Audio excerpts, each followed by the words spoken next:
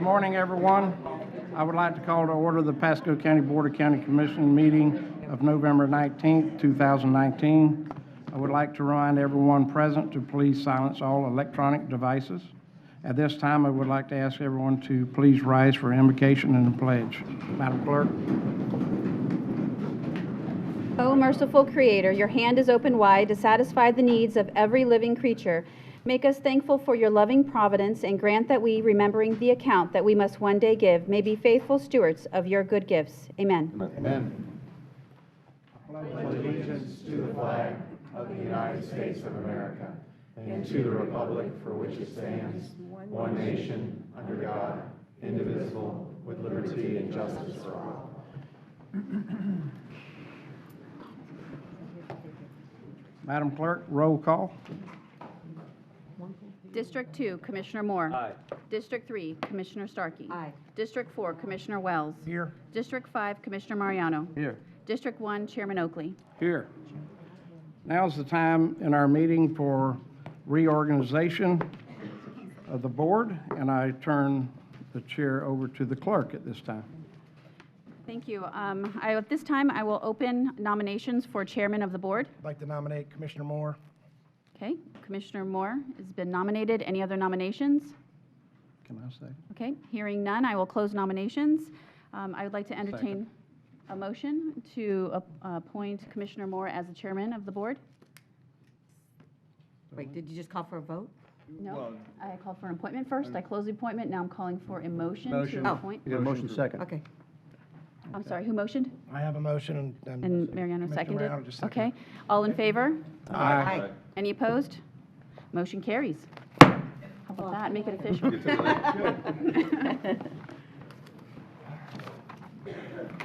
But I want to cut.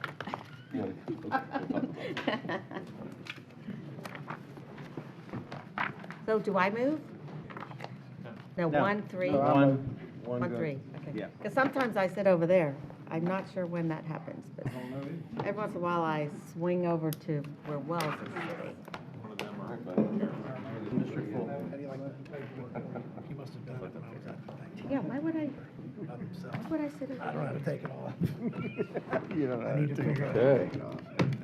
Oh, when Wells is chair, I sit over there. That's Mr. Chairman, Yes, sir. I would like to say I want to thank all the commissioners and all the staff for helping me during this past year.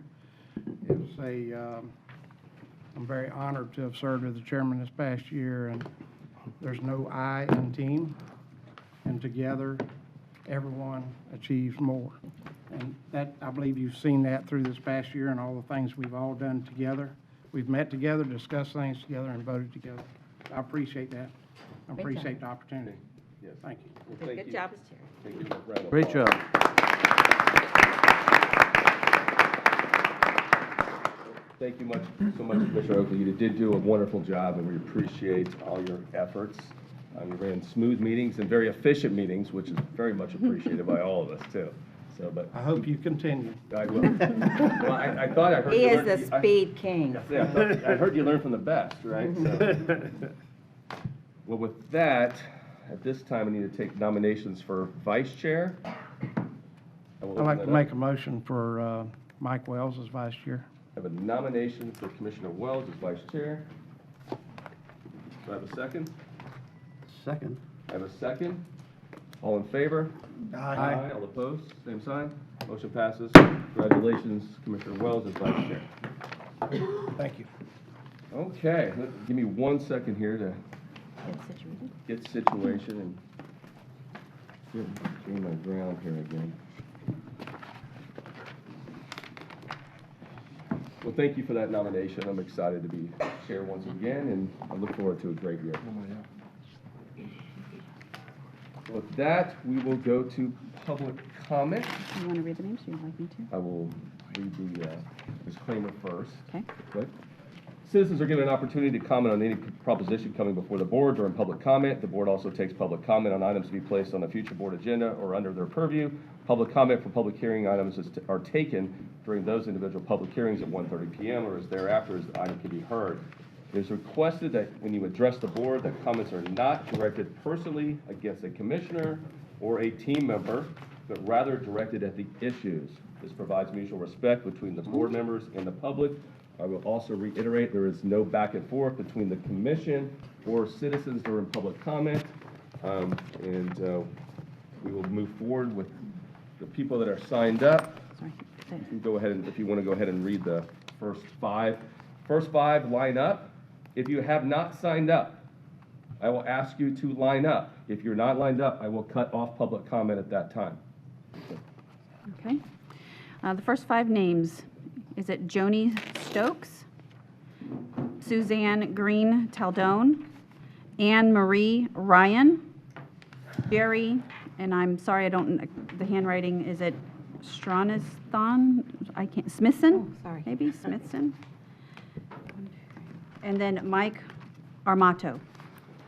Hi, good morning. Good morning. Address Thank you for the for, record, please. my name is Joni Stokes. I live at 22718 Penny Loop, Land O'Lakes, Florida. I've lived in Pasco County for 6 years now. Before that, I lived in Hillsborough. I have been rescuing animals for well over 25 years on my own dime. I was on the Animal Advisory Board in Hillsborough County for 9 years under Ken Hagan. Since living in Pasco, I have had the unfortunate opportunity of needing to get in touch with Pasco Animal Services. But wait, you can't get in touch with Pasco Animal Services. You have to go through Pasco County. Pasco County, who knows nothing about animal problems. Pasco County does not put you in touch with Animal Services unless you meet their criteria. They know nothing about it, but you have to meet their criteria. My first encounter was about an animal left in the yard without proper conditions. They told me unless the animal was dead or emaciated, they weren't coming. My second encounter was animals off-leash. Myself and my dogs were attacked numerous times by off-leash animals. They told me to take pictures while I'm holding 3 leashes and worrying about who's going to die, which dog. I asked if I should make them smile. Then there was the police officer who came to the parking lot due to a dog being left in a car. He stuck his finger in the 1-inch opening and told me the dog was not in distress, so he was leaving.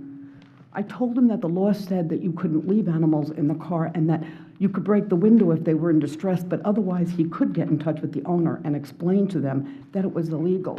He left. My most recent was with hoarders. A neighbor living in a duplex had 9 puppies without the aid of a vet or anything. His home and front and backyard were actually unlivable. However, he had also had 3 small children living there in a duplex. The puppies died. 1 puppy died within the first week or 2, the second within 2 months. They never saw the light of day, they did their business in the back bedroom. The house smelled of urine and feces. One neighbor told me that he had to leave because he was ready to throw up from the smell and the garbage.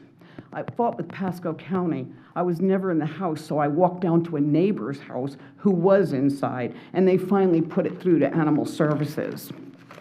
Animal Services came, and because there was too much food in the house, not necessarily being given to the dogs, they refused to take the animals. They were pit bull mixes. He was going to sell them for $100 each. Can you say animal fight? Dog fight? Pasco County should not be the first step in reaching Animal Services. We need a direct line, and every case should be looked into. We need a written ordinance and easier access to the website. We also need money. We need money, and we can make money. Thank we you can so make much. money by.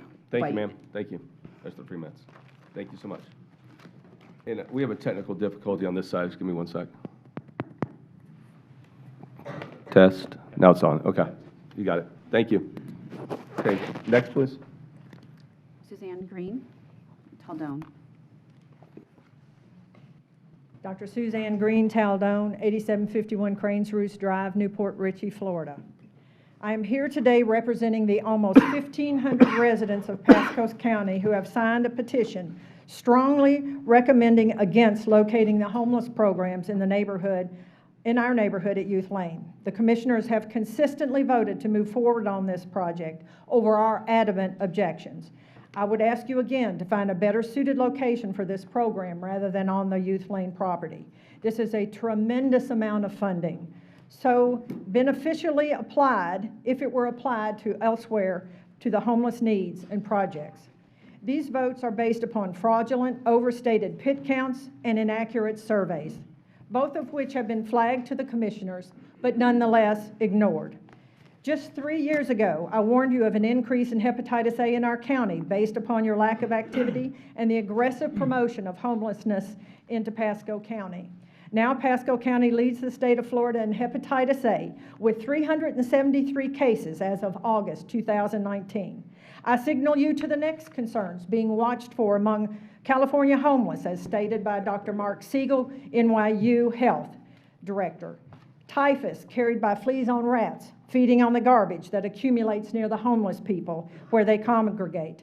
A leprosy outbreak spread when an infected person coughs and sneezes and it is inhaled. If the commissioners move forward with this program, I am here to remind you of your commitment to close down this resource center if it becomes a significant safety problem to the neighborhood. This promise has been made at several BOCC meetings, November 28th, 2017, June 19, 2018, and consistently when objections to this location have been discussed personally. With the continued press coverage for the Youth Lane facilities, the homeless persons in our neighborhoods have increased. Problems with the homeless in our neighborhoods have continued in ways the commissioners did not initially forecast. 2 bank robberies by a homeless person, September 13th, 2019, Chase Bank on Little and Ridge, September 14th, 2019, Bank of America on Embassy and Little, tent encampments and homeless invasions into the empty buildings of the Boys and Girls Club buildings, and a significant increase in transient homelessness along Little and Ridge. As stated in the filing, CDBG funds are vital to improving the neighborhoods, providing decent homes, and creating new economic opportunities. This item does not comply with the spirit of CDBG funding. This will not improve our neighborhoods. We are concerned for our safety and will hold the commissioners to their word to protect us, the tax-paying, law-abiding citizens of Pasco County. Thank you. Next up, Anne Marie Ryan? Ms. Ryan? That's fine.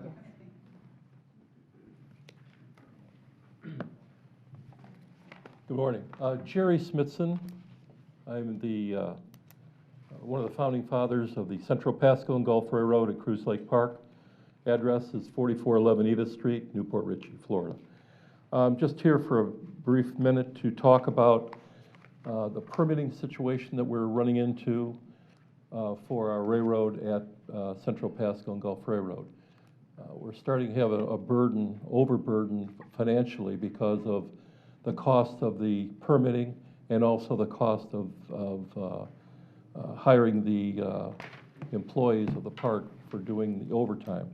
The cost this year went from $1,000 to almost $2,500 for one event. So I'm asking the county to help us with the permitting for our events, because we are in the park. I mean, it's not like we're coming there. We're actually there to help the park, to promote the park. We have spent every penny that we've made in our events to expand our railroad and to better the park. We've got over $500,000 in our own money in the park at Cruise Lake Park. The events sponsor the park. We have one coming up December 15th, December 5th. We're having Charlie Belcher there to promote the park in our holiday Christmas event. Everything we do is for the park and for this community. We sponsor homeless kids. We sponsor training for kids and adults. I mean, just a whole bunch of things we do for the community. And suddenly we've got this overburden with the permitting money, and et cetera, et cetera, et cetera. So I'm asking you to take a look at that and help us out if you can. Great. Thank you so much. Thank you. Appreciate it. I've asked Keith Wiley to meet with them and talk Okay. to them. So Beautiful. Keith is there in the back. Excellent. Thank you. Good morning. Name and address for the record. Good morning, Commissioners. I'm Anne Marie Ryan, 11436 Windstar Court in Newport Richey. I'm here to also talk about Cruise Lake Park and the railroad with hat in hand. My husband was a member of that association for a long time, and I want to thank the Commissioners for taking the time and to giving us access and them access to the rangers and all the advantages. You need to know, I hope you all go over and see the park and what they've done. They have over 2 miles of railroad. It's made for kids and families. The events that they run bring in hundreds and sometimes thousands of people. It's been very successful. They have a big investment over there, and I think what you need to know is that what you've done by opening up the door for them, everything they do, all the money goes back into the park. There's no profit made for any individual. They do spend a lot of their own money and time, but it's benefiting people. They're coming from all over the county to go to these events. And it's nice because once a month they run the free runs and everybody comes. It's become a family event. So I hope that you'll listen to what they need to do so they can go forward. I think the park has really benefited from their presence. And I think that families need a place to go that's economical and fun. And I think it's keeping children in a place that they're not handing, with their computers and everything. People go for a day of fun. They even went and put in an extra pavilion so people can park closer to the playgrounds and take more advantage of that. And it helps people who have babies. They don't have to walk as far to the train station. So everything you've allowed them to do has been beneficial, and we look forward to your help for them to go forward. Thank you. Okay, thanks so much. Next up. Mike Armato. Mike. Then the next 5 is Nancy Haynes, Timothy Park, Anne Marie Ryan again, Mike Stanco. Good morning. Name and address for the record, please. Good morning. My name is Mike Armato. I'm at 9840 San Sierra Way, Port Richey. I'm the president of the Westport Association. I come today to speak to you about the dredging project. Short history of it, I've been in my house for about 13 years now, and I started hearing about dredging 13 years ago. I was always told that the Corps of Engineers would have never approved the project. Well, lo and behold, they finally approved the project. So now everybody's hopes are up. And to date, after close to 3 years, or in excess of 3 years, nothing has happened. So people go back and say, well, nothing's ever going to happen. And I keep saying, no, Commissioner Mariano keeps telling me it's going to happen. The project is very important for many reasons. Obviously, to the homeowners, it's important because it would increase the value of their homes, make it easier to get in and out with their boat, not have to worry about whether the high tide is coming or not coming. The other thing it would help is increase the values of their property, which would also increase the taxable value of their property, which would help the county. The other thing it would do would be to help the drainage situation, particularly the drainage situation on the east side of US 19, because eventually that water gets into our canals and out to the Gulf. So I guess what I'm asking is we need to get this project going and quit, quit studying it and start shoveling some dirt and getting it out of the way, because if we ever get the Katrina here, God hope we don't get the Katrina here, but that water, most of it will get trapped on the other side of US 19, and it'll take weeks for it to go away. The canals, the main east and west canal in Westport can carry a lot of water, provided it's clear. There's a lesser canal, and it's on the south side of the subdivision that runs along where the old Target used to be. That canal is really a drainage ditch. It's not really a canal. It's not used for any boating purposes. But that needs to remain open and cleared, because a lot of water, probably the water from Jasmine to the mall, comes through our canals. So it's important for a lot of reasons, not just for our boating pleasure, but also for the drainage. So I would hope that you can get this project moving, get it funded, and everybody be happy, I think, with the results. Thank you. Thank you. Next up, Nancy Haynes. Ms. Haynes. Good morning. Name and address for the record, please. Good morning. My name is Nancy Haynes. I live at 18430 Sugarberry Lane in Spring Hill, but it's a Pasco side. I'm speaking today for the majority of the residents of Highlands Unit 10. We're here today in an effort to change the zoning for the entire community of Highlands Unit 10, less the exempt lots, the list having been presented to the Commission. Highlands Unit 10 was developed in 1974, and at the same time, the developer designed and recorded deed restrictions that, among other things, required that all housing structures were built following the Southern Building Code.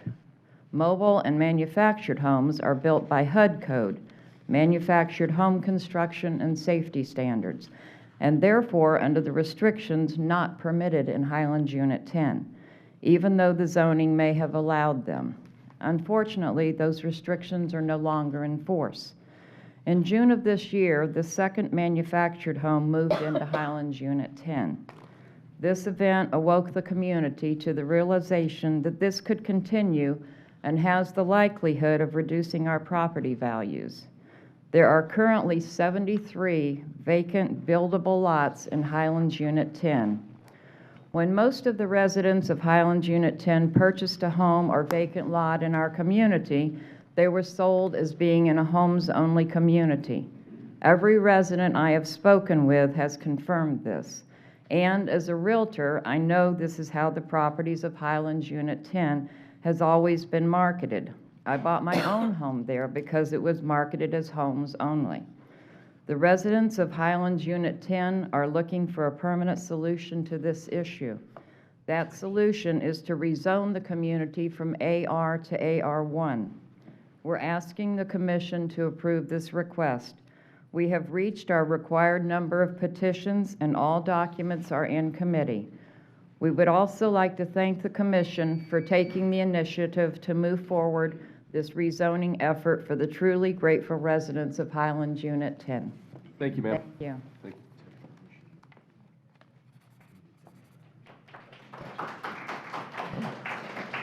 you. Okay, next. Timothy Park?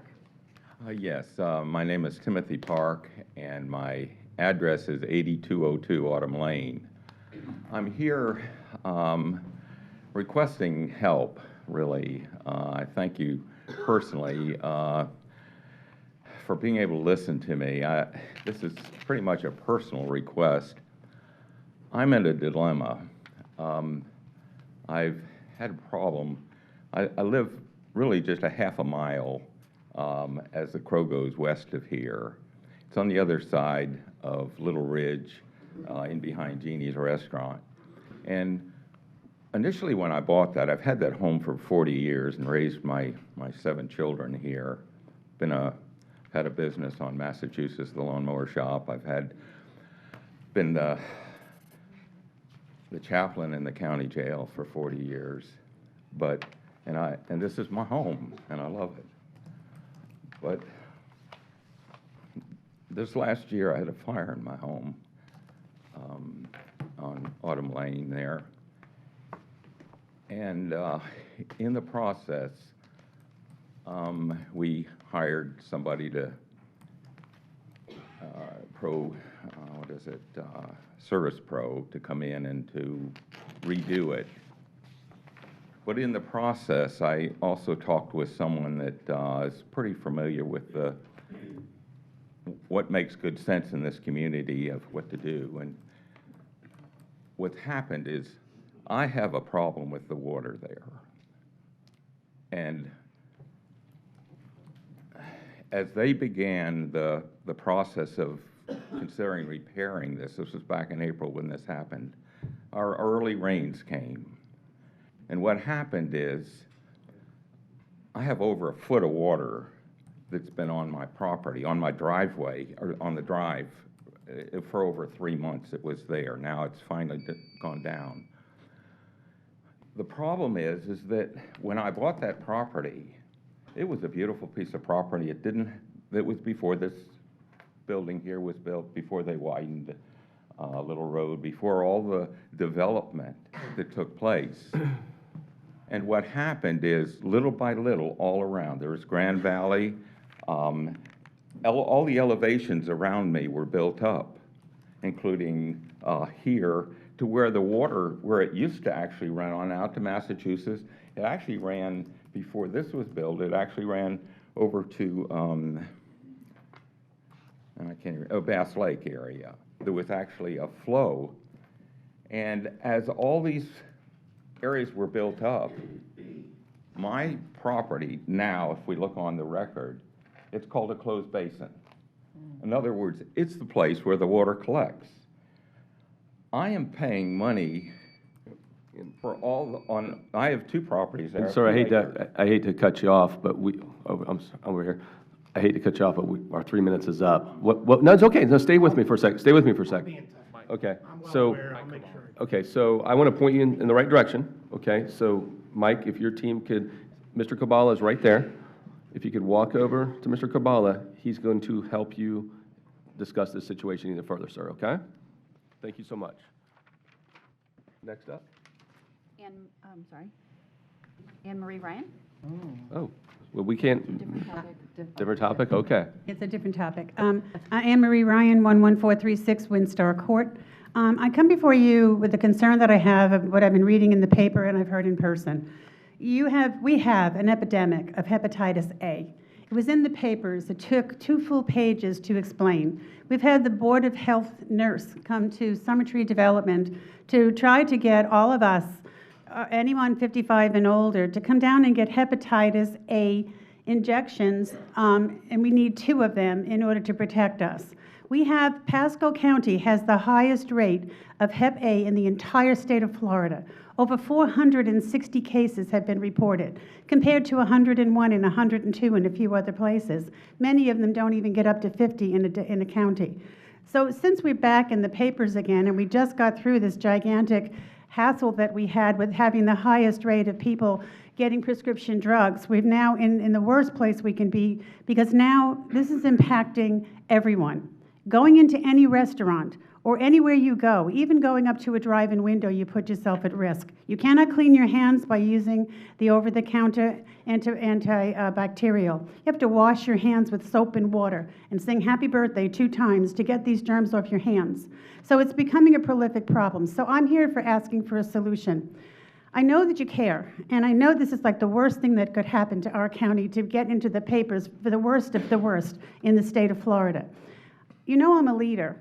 And I don't jump on a lot of causes, but this is important. So if you need people, to get people involved, number 1, so that we can get out there to protect ourselves, because I don't know that everyone gets the paper at home or is aware how serious this is.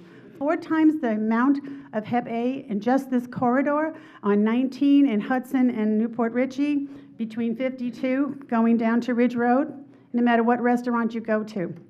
So whatever we need to do, if you need us to get people to get the word out there, if you need us to write letters to get more funding, whatever you need, I'm willing to step up and help. Thank you. Hey, Anne Marie, I'm going to go talk to Kathy real quick. She's got some additional information she can share on some numbers and things. Awesome. And give us, Thank you. You know Kathy, right? Okay. Thanks, Anne Marie. So the last 3 individuals signed up is Mike Stanco, Dennis Wilson, and Ann Corona. Okay, if there's anybody else that wishes to speak after Ms. Corona, I will ask you to line up behind her. Anybody else wishes to speak after the gentleman that just lined up behind Ms. Corona? I think he signed up. It's probably Dennis. Oh, that's Dennis? Okay. Anybody else wish to speak? He will be the last person today then. Okay, that's it. Thank you. Yes, sir. Name and address for the record. Yes, Mr. Stanco. Hi, Mike Stanko, 9939 Tradewinds Drive, Port Richey. I live in the Westport neighborhood, and I'm here to talk about dredging and water rights. When I first moved in there, well, I actually bought this house when I was working for Arcent. I was supporting the 160th overseas in Southwest Asia. I did 3 years in Iraq and Afghanistan. I mostly supported Jalalabad and Salerno. While I was in Salerno, I got in the computer, and I was looking for a house. I spotted the one in Westport on Tradewinds. I wanted to be back so far from the Gulf because of hurricanes, and I wanted water rights so I could fish. So that was my main goal. I found this beautiful house on the corner on Tradeswind. 3-level house, beautiful. I bought it. Within a year, I put in a floating dock. My taxes about doubled, but I was sitting in about 3 feet of water under my floating dock. Every year, it got lower, lower, lower. Well, now it's 12 inches before it hits the bottom. I have a pontoon boat. I have like probably 12 inches of water under my pontoon boat now, all from the sedimentation that's in these canals. Living on the corner, there's a corner lot directly across from me. It's the only one in the subdivision that doesn't have a seawall. It's on the point, so you got two sides like this. The lot is right in front of me. It has a cement slab on it, nothing else. Well, there's no seawall there.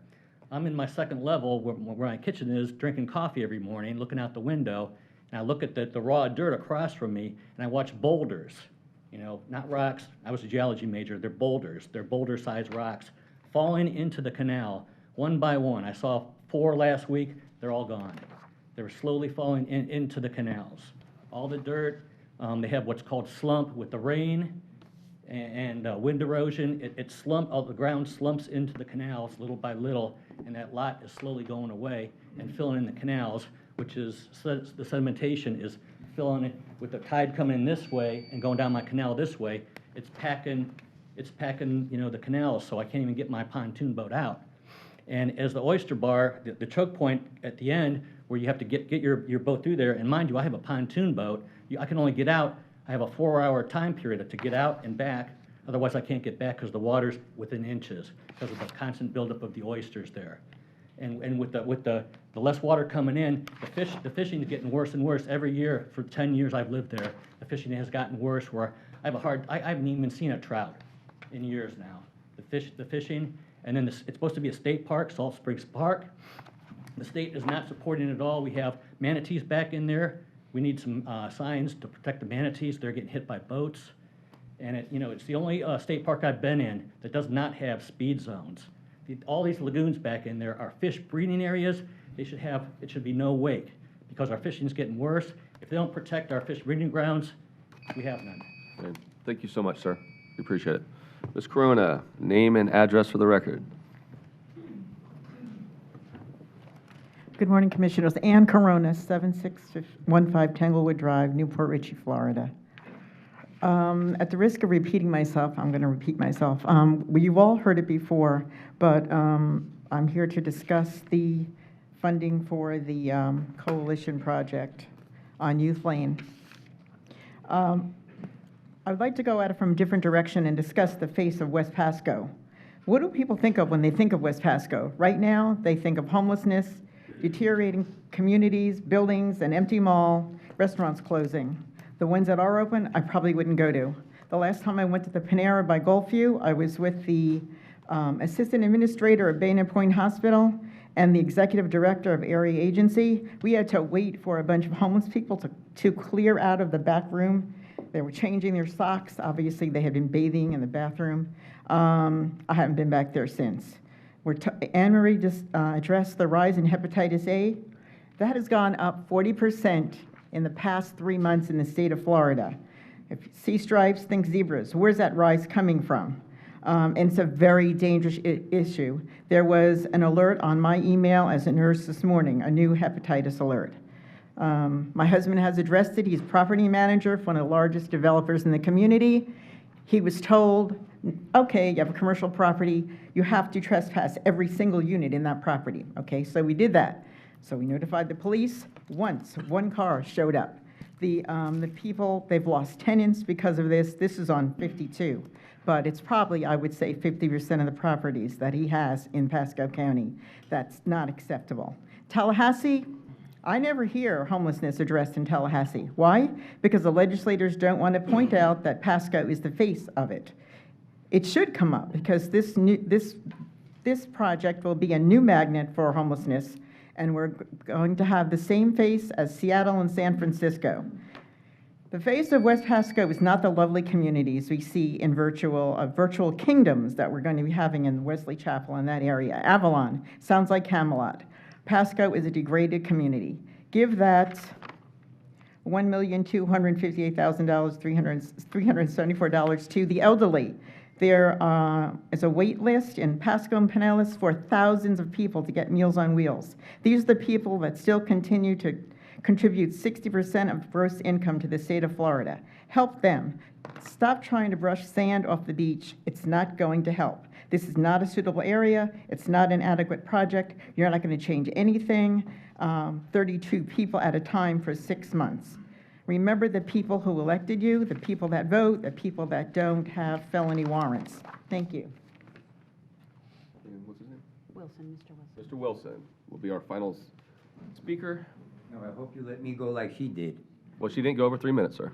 There's 2 bells. There's one at Okay. 2, there's one at 3. Name and address for the My record. name is Dennis Wilson. I live on Rainbow Lane in Port Richey. I'm here about the Sheriff's Department again, and again, and again. They need to have a civilian oversight committee. On December 28th, my neighbor was beat up by her boyfriend. On December 30th, she told me about it. I told her, any problems, you gotta call the police. Me and my wife went to Starkey, took our dogs, came back, went in the house. I was waiting on a friend to come. I stepped outside my front door. There was this man standing across the street from me, less than 500 foot away, standing on the phone, intimidating that girl. I called the police. The dispatcher said they were gonna send somebody. They didn't tell me that he had already called and the same cop was coming out. So when the policeman came and I told him my story,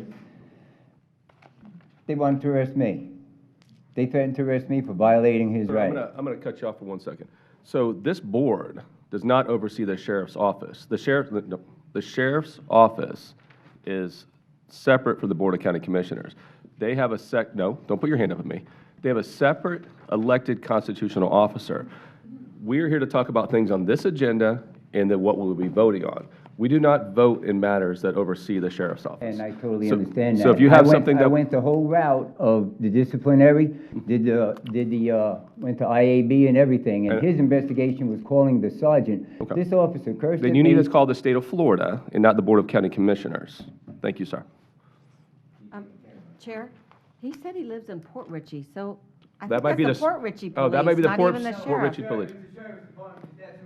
Okay. No, sir? Sir? Yeah. Okay. Have a great day. Oh, he's an unincorporated? Okay. All right, moving on. We will, well, we're really ahead of game here, folks. So let's go ahead and go to resolutions. We have one resolution today. A resolution by the Board of County Commissioners of Pasco County, Florida, recognizing the Pasco County Leadership Development Programs Class of 2019. Madam Clerk, if you'd like to, I understand we also have one walk-on. we do, I think that's, well, that's quite. Okay. All right. Please come up to the podium. Thank you.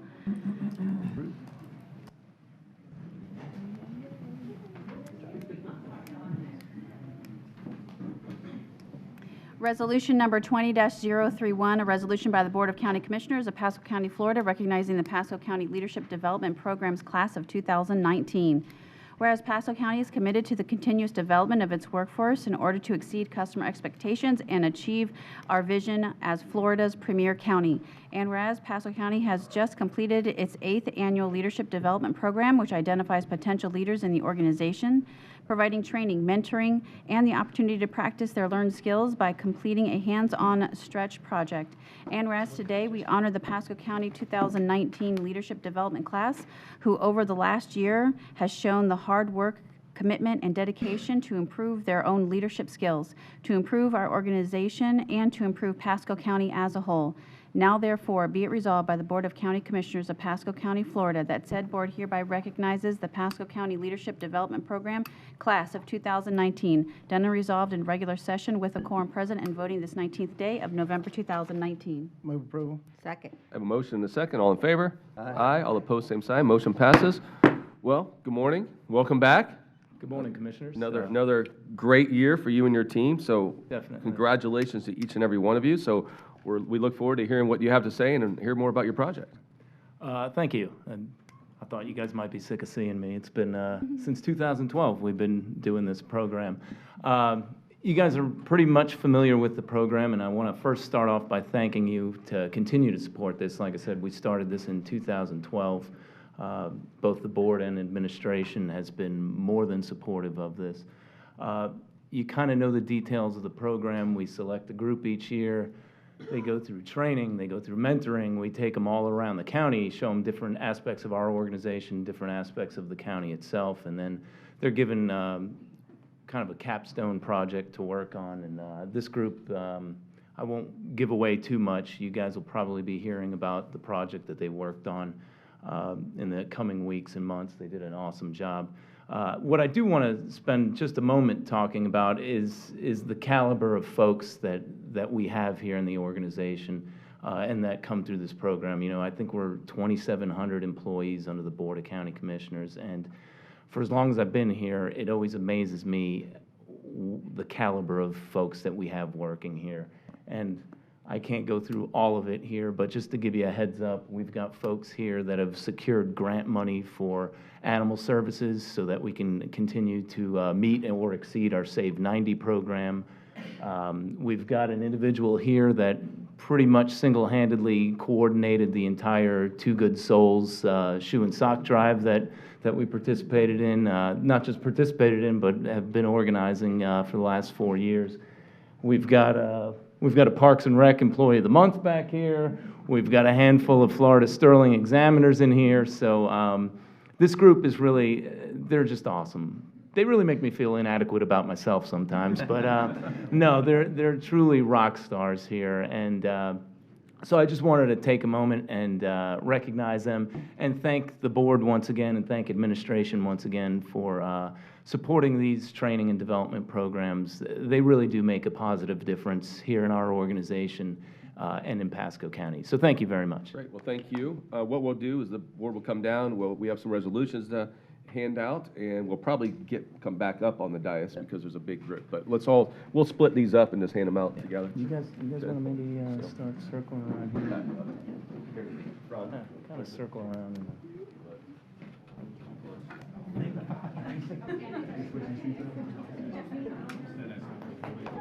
Now you're trapped, Dan. Now Dan's in the picture. Hold on. No.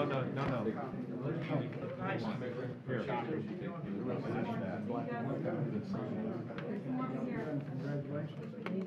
How are you? Good to see you. Got one done. How are you? Good to see you. We do it right here. Good. Nobody Oh, knows. good. No. Good job.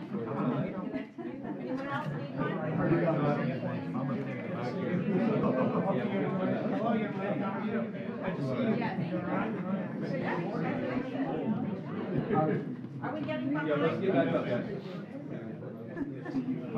Hopefully y'all enjoyed it. Sorry I put up with Dan the whole time.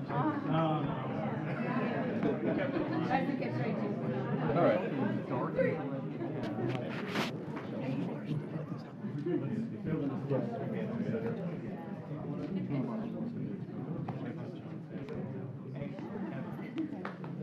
Hold on one sec. We have one more commissioner we're waiting for.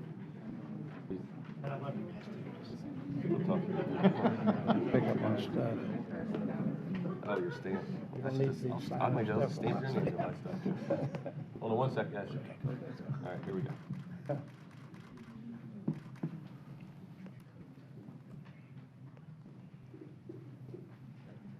One more. Hold on, no. Hold on. Thank you. One more.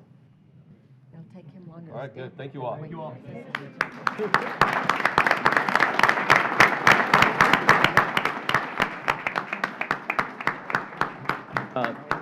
Commissioners, if you don't mind, Kathy had asked me to make one more mention here, and I guess Ben, before you are done, I need your name and title for the record. I'm sorry, Ben Deal, Training Manager, Training and Development. Thank So you. I told you they work on, we call it a stretch project, but a capstone project.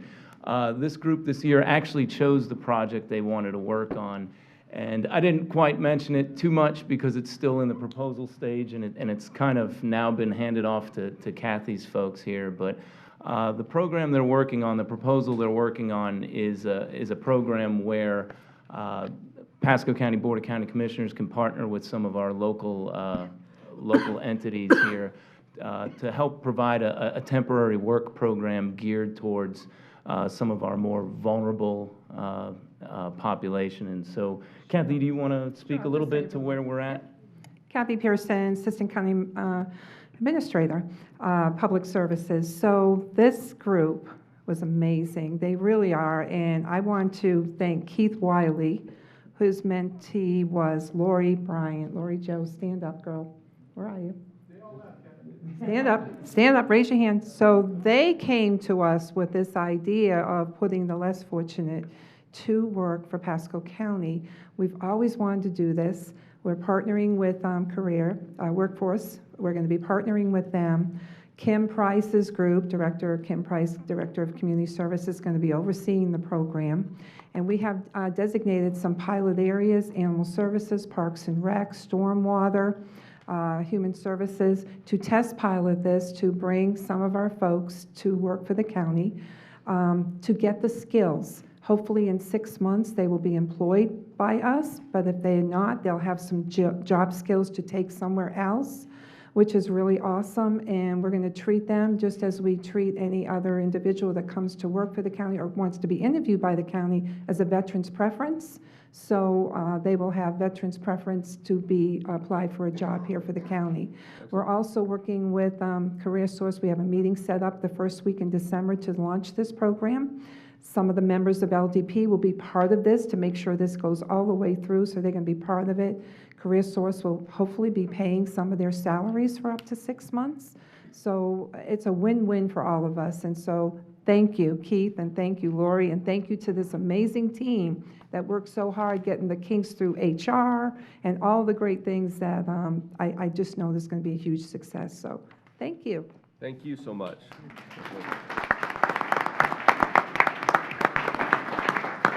Okay, Commissioner, the next order of business is the consent agenda. I have a poll sheet with the following items listed. C30 is a withdrawal. C41 is a discuss. Do commissioners have any other items they wish to pull? Seeing none. Move approval. The other. Second. I have a motion. I have a second for the consent agenda. All in favor? Aye. All opposed, same sign. Motion passes. Thank you. And C30 is a pull. No, withdrawal. Sorry. Withdrawal. C30. I will wait for the room to clear for 1 sec before we move on. Where is my walk-off? Regular items. There it is. Okay. Just give me 1 moment.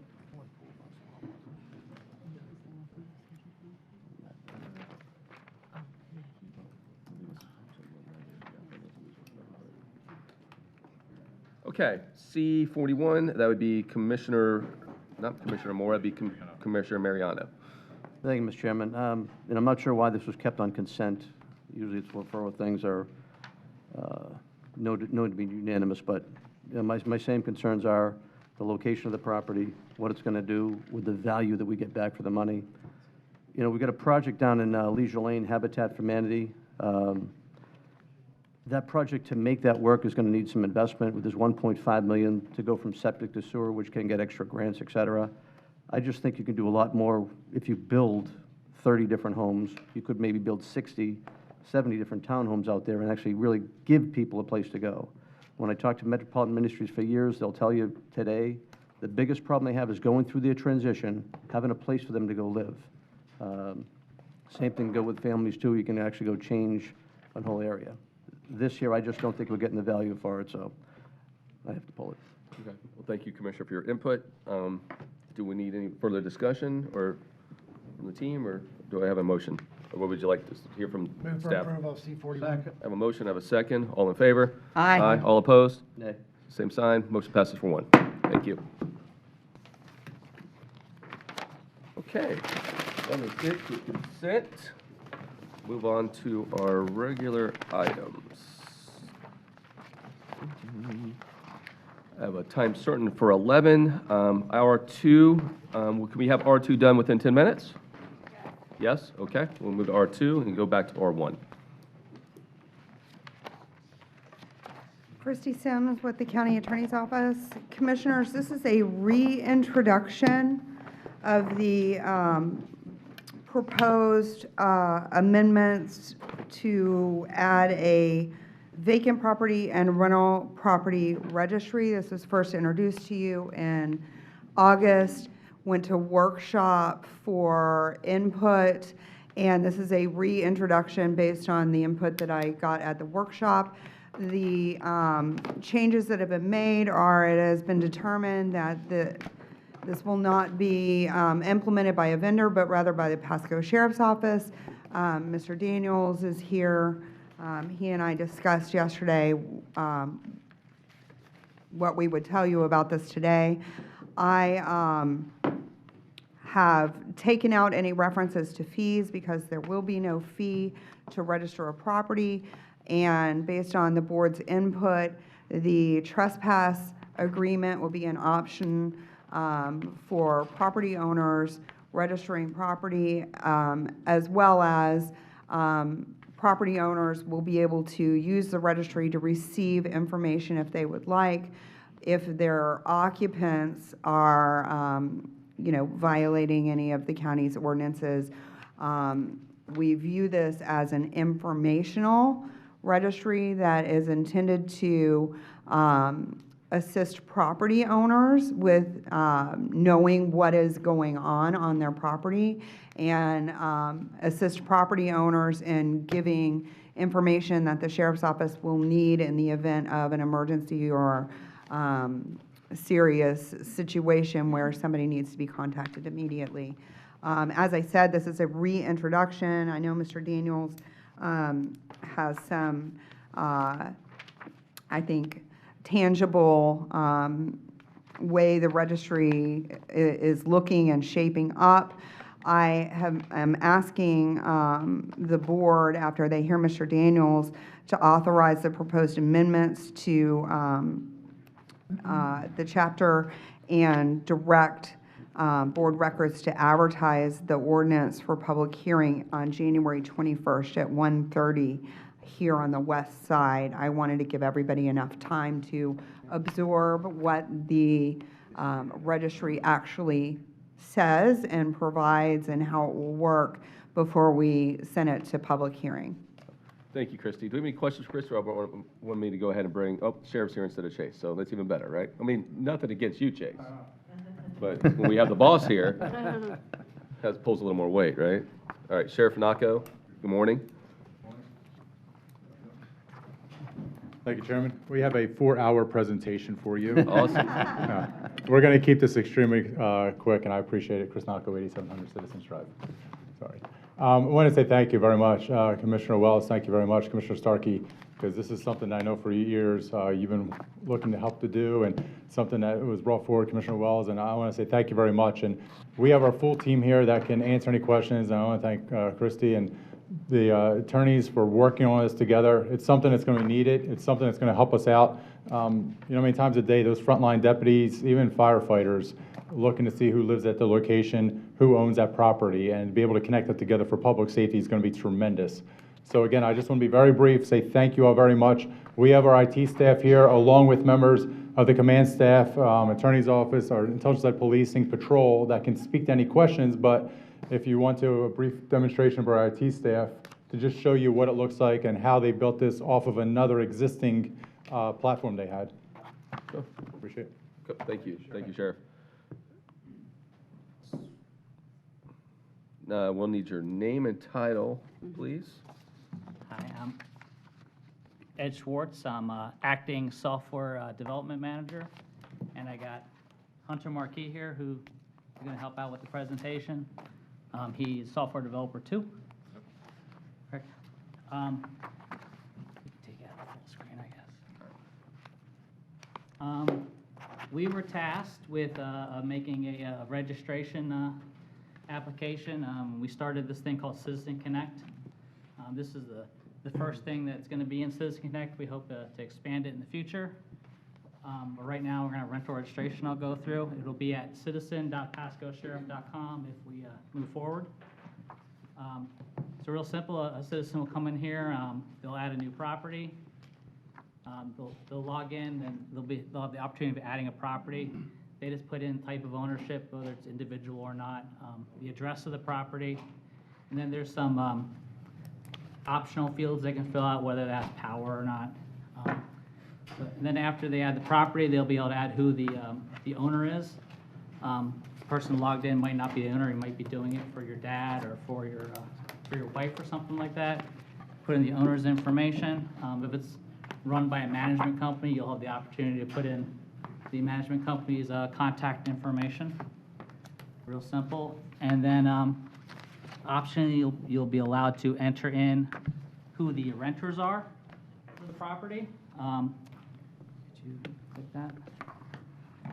So if you want to say who the renters are, you'll be able to put that in and their start and end dates. And the whole idea is to be able to connect a property with an owner, with the renters, and kind of connect all three of those things.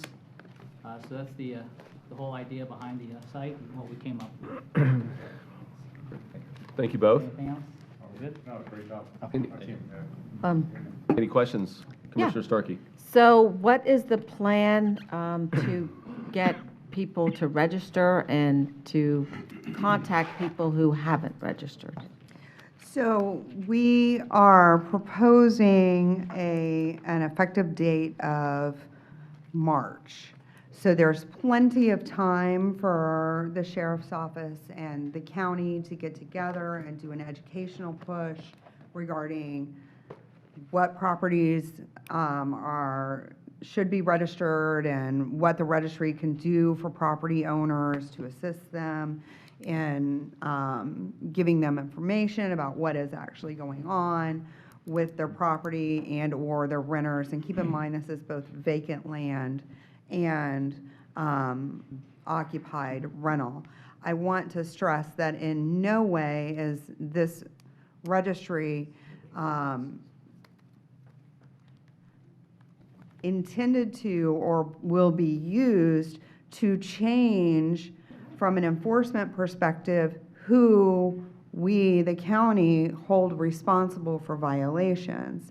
The judges expect us to see if there's a violation by an occupant or a renter, just this registry isn't going to change. That's who we cite for property maintenance violations, is the occupant of the property is their most responsible for those types of violations. So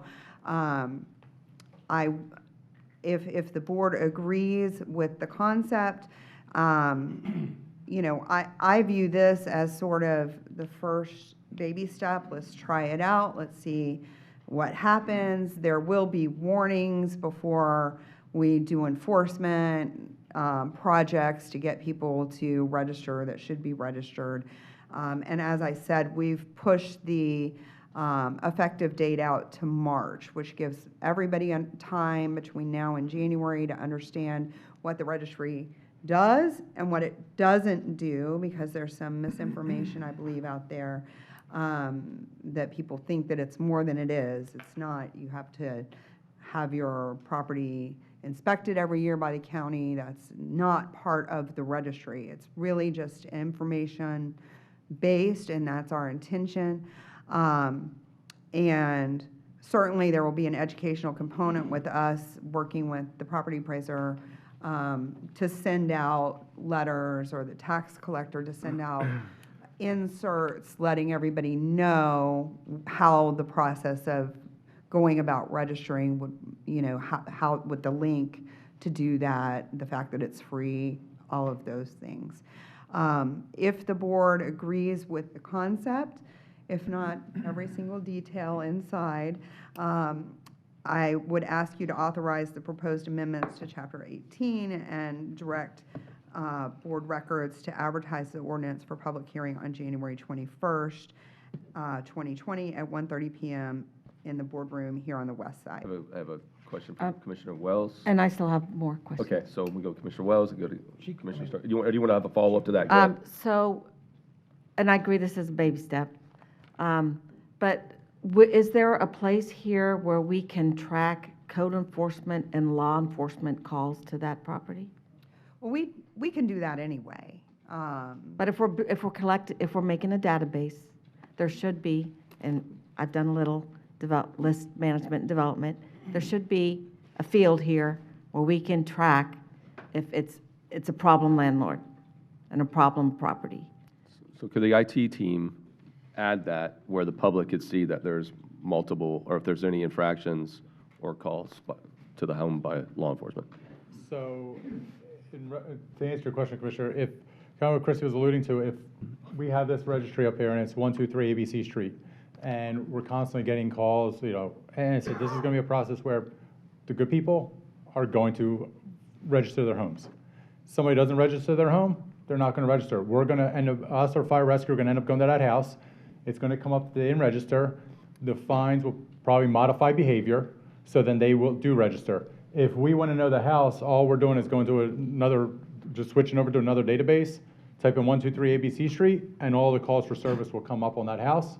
And then if we wanted to, if you're saying, John But are they Doe- calls for, excuse me, calls for service from the sheriff's office or calls for service from the code enforcement? Well, that We different have, than- we have that option as well in our system to look at an address and see all of the code complaints or county ordinance violations that have. But, so these lists aren't, so if we have a list and you have a list, they don't work together?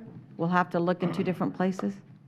Well, if you go this way, Commissioner, what would you be looking for to gather this information for? So I guess one of my beefs and why my constituents brought this idea to me in my district is that there are houses who have tenants where they have repeated problems with code enforcement violations, and it brings down the value and the quality of life in those neighborhoods. So I'm not sure that, this is, for me, this is not going far enough to help those people who came to me for help. But I would like to track it so that we can see how this works and if there needs to be improvement. So it seems to me it isn't that difficult to figure out how to input something Right, but into I know, but trying to solve the problem you're looking for. So if there's a troubled house and there's a lot of law enforcement calls that get there, what would be are you looking for the end goal for the county then to say we are going to find this house, or we're going to repossess this house, or they're not paying their taxes? I mean, what are you looking for the end goal to be? Well, I'm looking for a solution to our code enforcement and law officers having to act as a responsible landlord rather than the landlord taking action himself. Okay, so rather than duplicating the information that the sheriff's office already has, that we can pull from ILP and get a list of everything that's gone on. And I do that routinely if I'm looking at a nuisance property. And I can pull from our GovQA system, and I do that routinely if I'm looking to see whether something is a nuisance property. Rather than duplicating all of that information within this registry, what this registry will do that will be helpful is, first of all, it not only gives the landlord for a rental property and an owner for a vacant property who is not local the opportunity to affirmatively say, yes, I want to know when those things happen. They have the opportunity to trigger an affirmative alert to themselves. But the other thing is that it requires a local agent for us to be able to contact. So right now, if I have a problem property that has multiple code enforcement violations, but it's empty, and the property owner, let's say, is out of state, I can't get service on that property owner regarding those violations. So that is, I understand that you think that this doesn't go far enough, but what I do want to reassure you that one of the most important things that I think from an enforcement standpoint, it's secondary to giving property owners information, but it also provides a local contact that we don't have right now. No, and I think that's all important. Right. It's just that when someone, for example, I'll let the public know who's watching, when the county has to go mow someone's grass, how much does that cost us, Christy? Yeah, How much? There are years that we have spent up to $100,000 a year mowing people's lawns. And do we get any of that money back? Rarely. Rarely. I don't think that's fair to the taxpayers of Pasco County. I don't.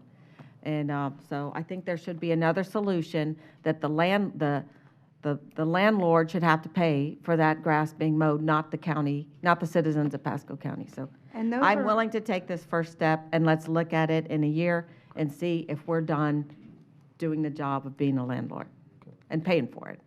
Commissioner Wells. And Commissioner, I think we all agree with you, and I think there's other ways to get that done with our existing system. No, that So- money goes to the state. No, but I think that's a conversation we can have. It's separate from this, but I believe there's a way for us to word it maybe differently where we're able to keep that money. And during miscellaneous business with the county attorney's office, we're going to talk about the HRE task force. And for example, that would be one project that task force would take on, is looking at which properties are we spending public money on over and over and over, and then delving deeper under the surface.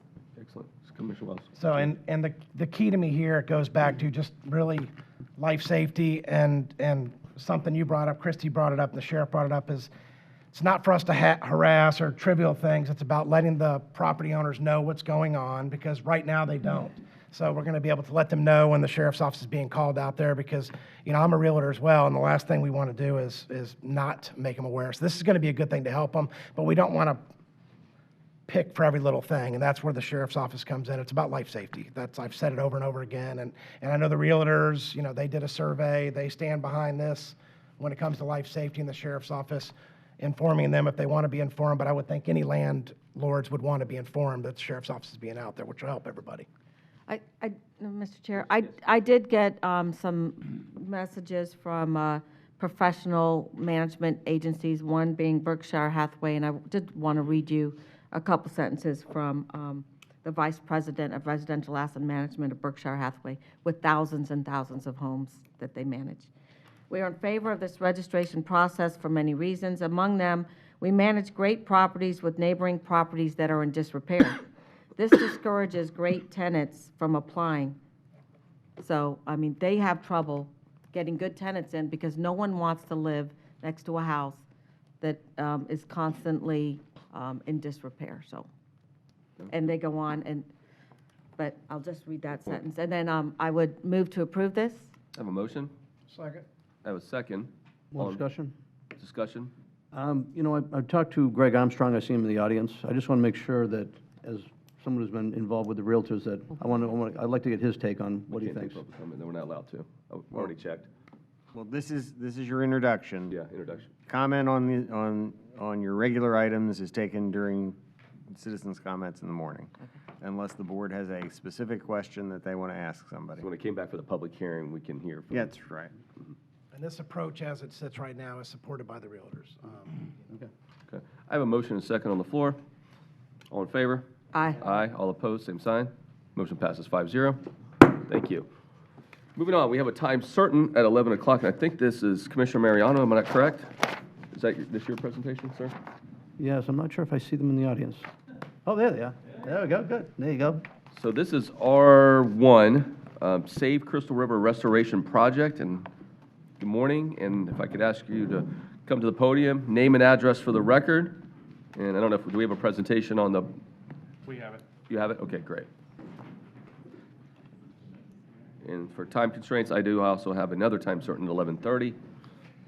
And just to introduce, Save Our Shoreline had done a presentation at the Tampa Bay Regional Planning Council. I thought there'd be some really good, interesting information for us to hear, so appreciate you coming forward. Yes. So that item, I take it, is just being passed around and handed back? It's just There's no motion just a needed? Okay. show the Okay, just seagrass. make sure. It's much higher than this. I don't know how we would put that in the folder. Yes. My name's Jim Anderson. I'm with Sea and Shoreline. Great. I'm a aquaculture farmer out of Ruskin, Florida. And we're working with the Save Crystal River group up in Crystal River, and we're restoring Crystal River. We're actually doing the dredging up there, removing the muck and the silt, and replanting the seagrass. That's why I wanted to give that to you. And we've been up there now since 2015. And I'm going to go through a short PowerPoint. It's 25 slides. If I could get that up on the screen. How do I click it? Right here? Let's click the big button forward. Okay, I'm going to let y'all mainly read it, and I'll kick in when there's a question or something that someone wants to ask, but we've been up there since 2015, and it's kind of exciting. It's a positive project. It's a pilot project, but a model for your area here. You might want to speak to the slides, because the people that are going to be watching this, if they're on TV, they're not going to Oh, I know see. what's on there. I can hardly read it. I can hardly see it. That's my problem. Well, Okay. Here it is in Kings Bay. Yep. This is where we're doing our restoration work. I've seen it. You can see the canals and the system there that we're working on there. Here's where we're doing the dredging. This is how many of the canals and all that we have restored and working on currently. We had to quit November 15th because of the manatee season. So we pulled out the dredging equipment, and now we're starting to plant. We have an exclusion cage that keeps the manatees and the ducks and turtles out of the so the grass will actually grow, and it's doing a great job growing and expanding. You know, it's funny you say that, because I was going to ask you that question, because we were up there and we were kayaking in the Crystal River, and we wondered what the cages were for. And now we know why. So you're trying to save it from being eaten by the manatees and that other Well, critters. everything wants to eat the grass. Yeah. And so we protect that grass. We've seen it firsthand that you are doing that job. We have 900 cages going in right now. Wow, This that's a week. lot. Wow. And I was trying to fish around them. You get the grass back, you get the fish back, you get the whole system back, and we're excited about it to be doing the work up there. But it's a positive project. Here's some of the grass now. That is a picture of the grass underwater. Nice. They had actually 0 grass up there when we arrived in 2015. It was all muck, silt, just like I was hearing some earlier talking about y'all's situation here. And I believe and I know we can help you here with a plan. And that's what we do, our company does, is come up with a master plan, long-term. And it starts with the dredging, getting it down to suitable growing medium. And once you get the suitable growing medium, you can grow seagrass back. It wants to live there. It can live there. And we've showed it at the pilot project in Crystal River. And we'd love the opportunity to kind of work with this organization and your county if possible, and invite y'all up to see Kings Bay, to be honest. I mean, it was murky. Crystal River was murky and muddy, and it was kind of silty. And once we started doing this pilot project that was so successful, we started getting the grasses back. Everybody's returning. There's 250 boats, pontoon boats, dive boats that take environmental tours out every day. It's I kind of did my exciting. checkout dive up there. Excuse me? Oh. I did my scuba checkout dive. I did too, back in 82. 94. So here's one of our dredging vehicles, and we're the contractor, of course. But there was a lot of limbia, which is caused from the septic tanks. And the nitrogen from the septic tanks gets this limbia started to grow, and that's what we're removing. And once we remove it down to the suitable substrate, we put these cages in, and, little habitat centers. Very cool. Here's some of the geotubes and how we do it with, we have to dewater the muck. It goes into a big geotube, probably the size of half of this room. All the muck and silt goes in there, and then the water is distributed out, and what's left is the muck and the silt, and we return that out to a farm because it's a good growing product. So the farmer wants it, and we deliver it out to him, and he spreads it out on his field. Really?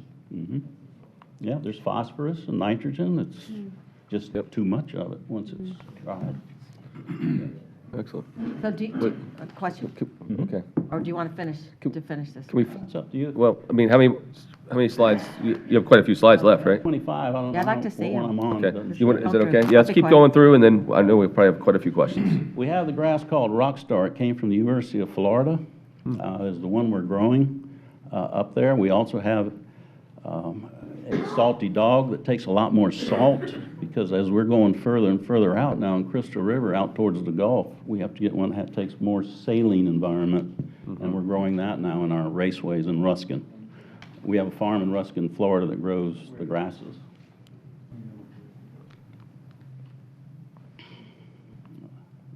That was the pilot project. That's part, the side of the cage right there. You see the grasses growing outside the cage. Manatees have eaten it. Yep, they do. That's why the cage is there. So you're taking out that brown stuff there? Oh, yes.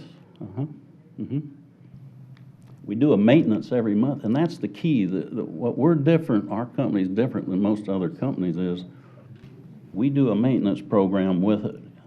I tell the story, my wife goes to Home Depot and she looks at that hanging basket. We bring it home, we hang it by the front door. And what's it do? I watch it die. It's maintenance. Once we do the maintenance on this river and on the cages, every month we go and we scrub them, we move them, we do what we need to do to them. We cut the grass back because so the manatees can't eat it.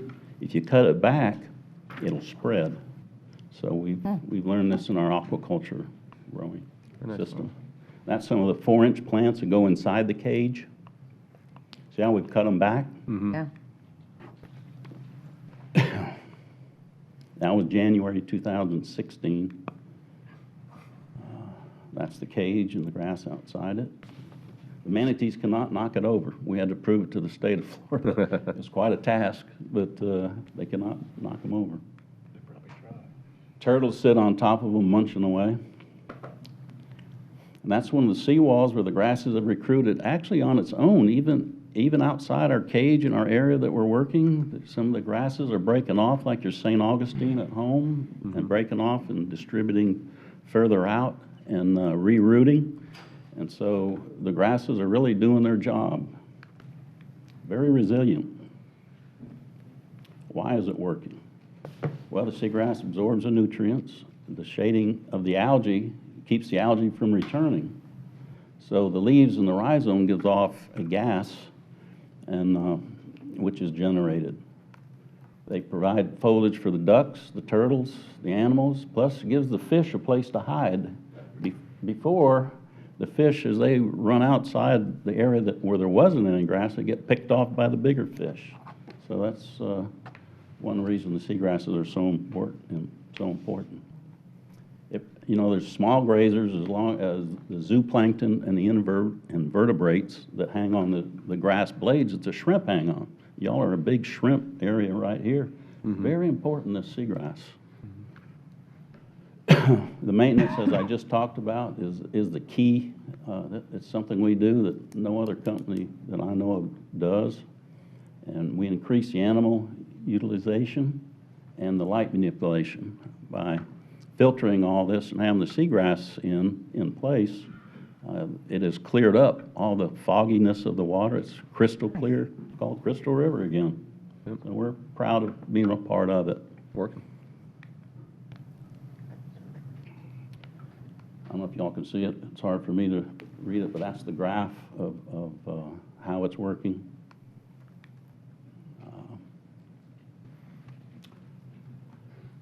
Grass expansion and reduction of the algae, of course, is the reason the seagrass is there. It's taking in the nutrients, the seagrass is, so the algae can't keep up. And the grasses are now resisting herbivory. Now, we'll have 680 manatees up at Hunter Springs, and we'll stay ahead of them. We stayed ahead of them the last 2 years, which is amazing. I mean, that's a lot of animals up there wanting to eat. And Is that Three Sisters, or is that different? excuse me? Three Sisters Spring? Where's Hunter Spring? Hunter Spring and Three Sisters Spring, they're combined throughout that whole area. Okay. We planted Hunter Spring in 2017. It's the forest Look at grasses. that. That looks Those are the great. bubbles that are now, that's a picture we took, and you see all the grass and the bubbles coming up. That's the key. That's the oxygen clearing the area.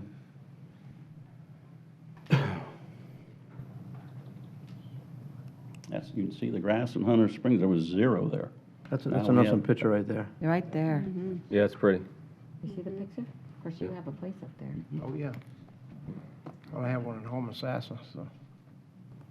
And then you can see the flowering that occurs. Once it flowers, it seeds, and the plants distribute throughout other areas and keep up from, and keeps growing and doing areas, like I said, that have not been vegetated. This is amazing if you read that. This is the funding, which you all very much be interested in. And we have gained 25 acres restored as of now. That's in all those canals, all the working canals behind the residence and out in Hunter Springs. Is there Swift Mud money tied into those fundings as well? There's state funding and Swift Mud funding. And you haven't done the done the BP Restruct money yet? No, not yet. Are you, Guys, just go with me and then we'll go. yeah, keep going, because I have questions, but you might answer them in a slide. Senator Simpson's been a big part of helping us get through financial and some of the hurdles there.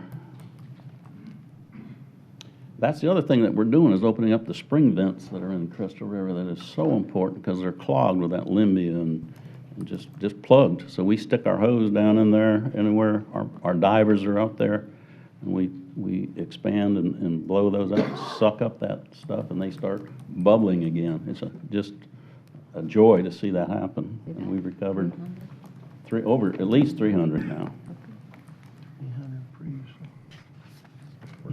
And one of the biggest problems we have there now is the 250 tour boats, dive boats that go in taking tours out there. They're anchors. Their anchors go down and they bring up a big chunk of the grass. You need buoys. We need buoys bad, and or power poles, something. But they're working on that.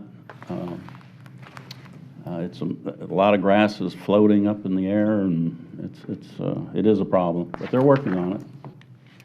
The Save Crystal River group is just amazing. That group. Powerful will be your answer. Prop scars are a major problem as they go through the grass beds. I'm sure you have prop scars here. I have them right outside my backyard, all through the grass there. So seagrass is very important. Commissioner Wells are all over the place. I know. What we're doing is the mooring stations is what we're coming up with. Them. Public awareness and education, of course, at all the key yachts, trying to put in place a local ordinance and, of course, the community stakeholders and the SPUDs.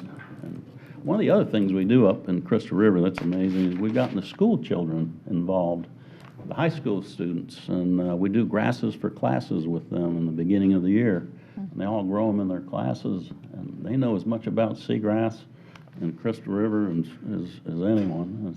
We take them out and we plant that in the spring with the high schoolers. It's a fun event. Good. And event that the community gets some rallies behind. And that's the seeding and the flowering that comes up, the bubbles, the air bubbles.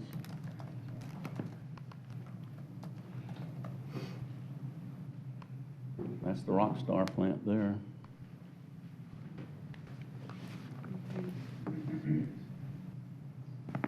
Education, such a key.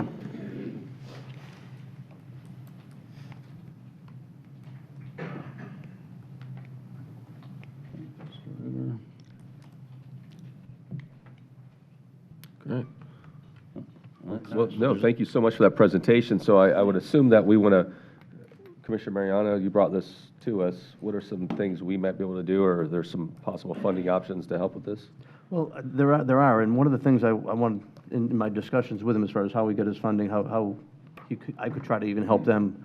The BP Restore Act money is Pot 2 money, is ideal for this type of project. So with the data they've collected right now, I think with their project up there, they can go there, put that presentation forward, and probably get a good chunk of that money, if not all of it, for what they need.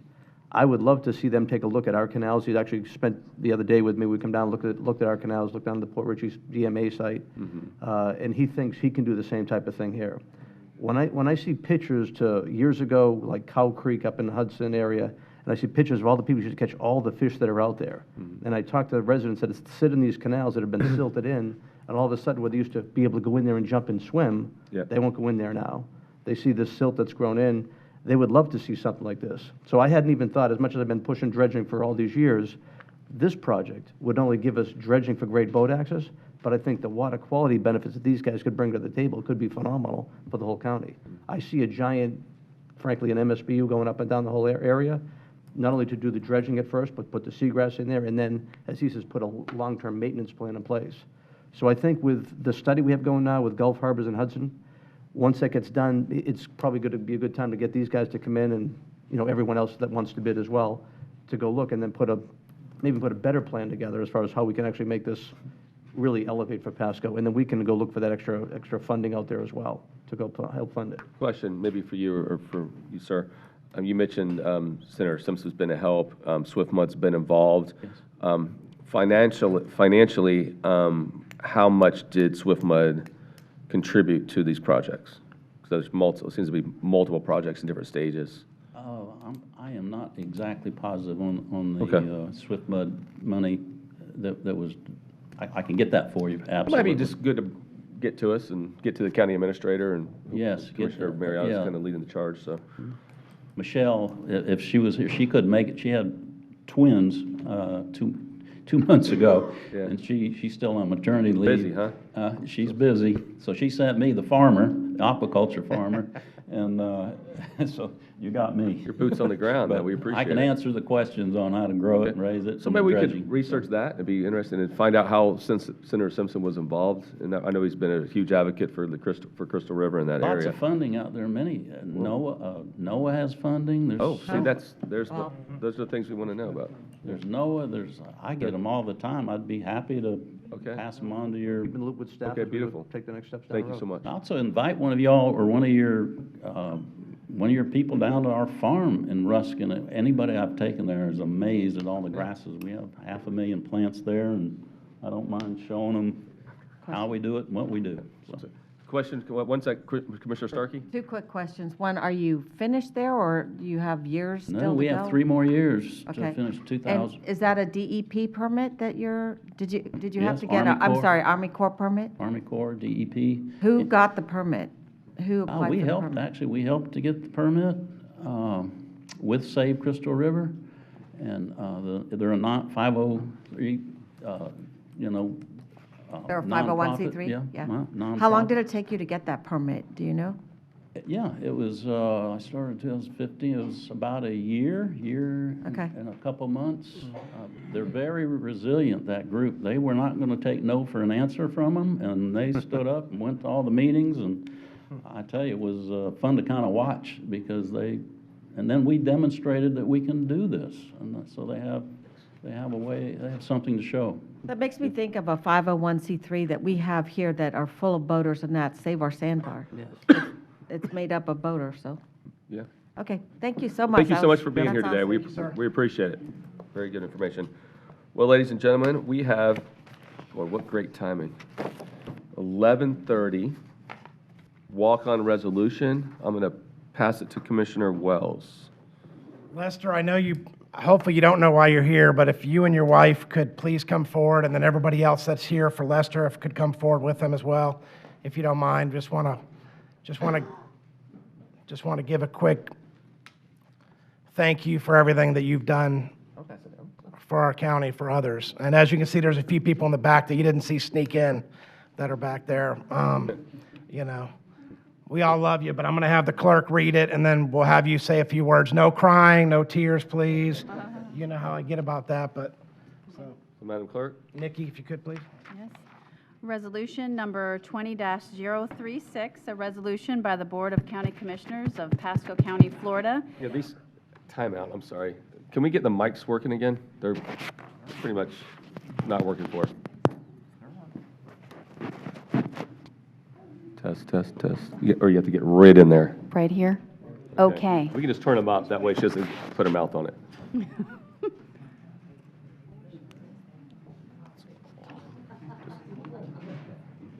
need to get higher.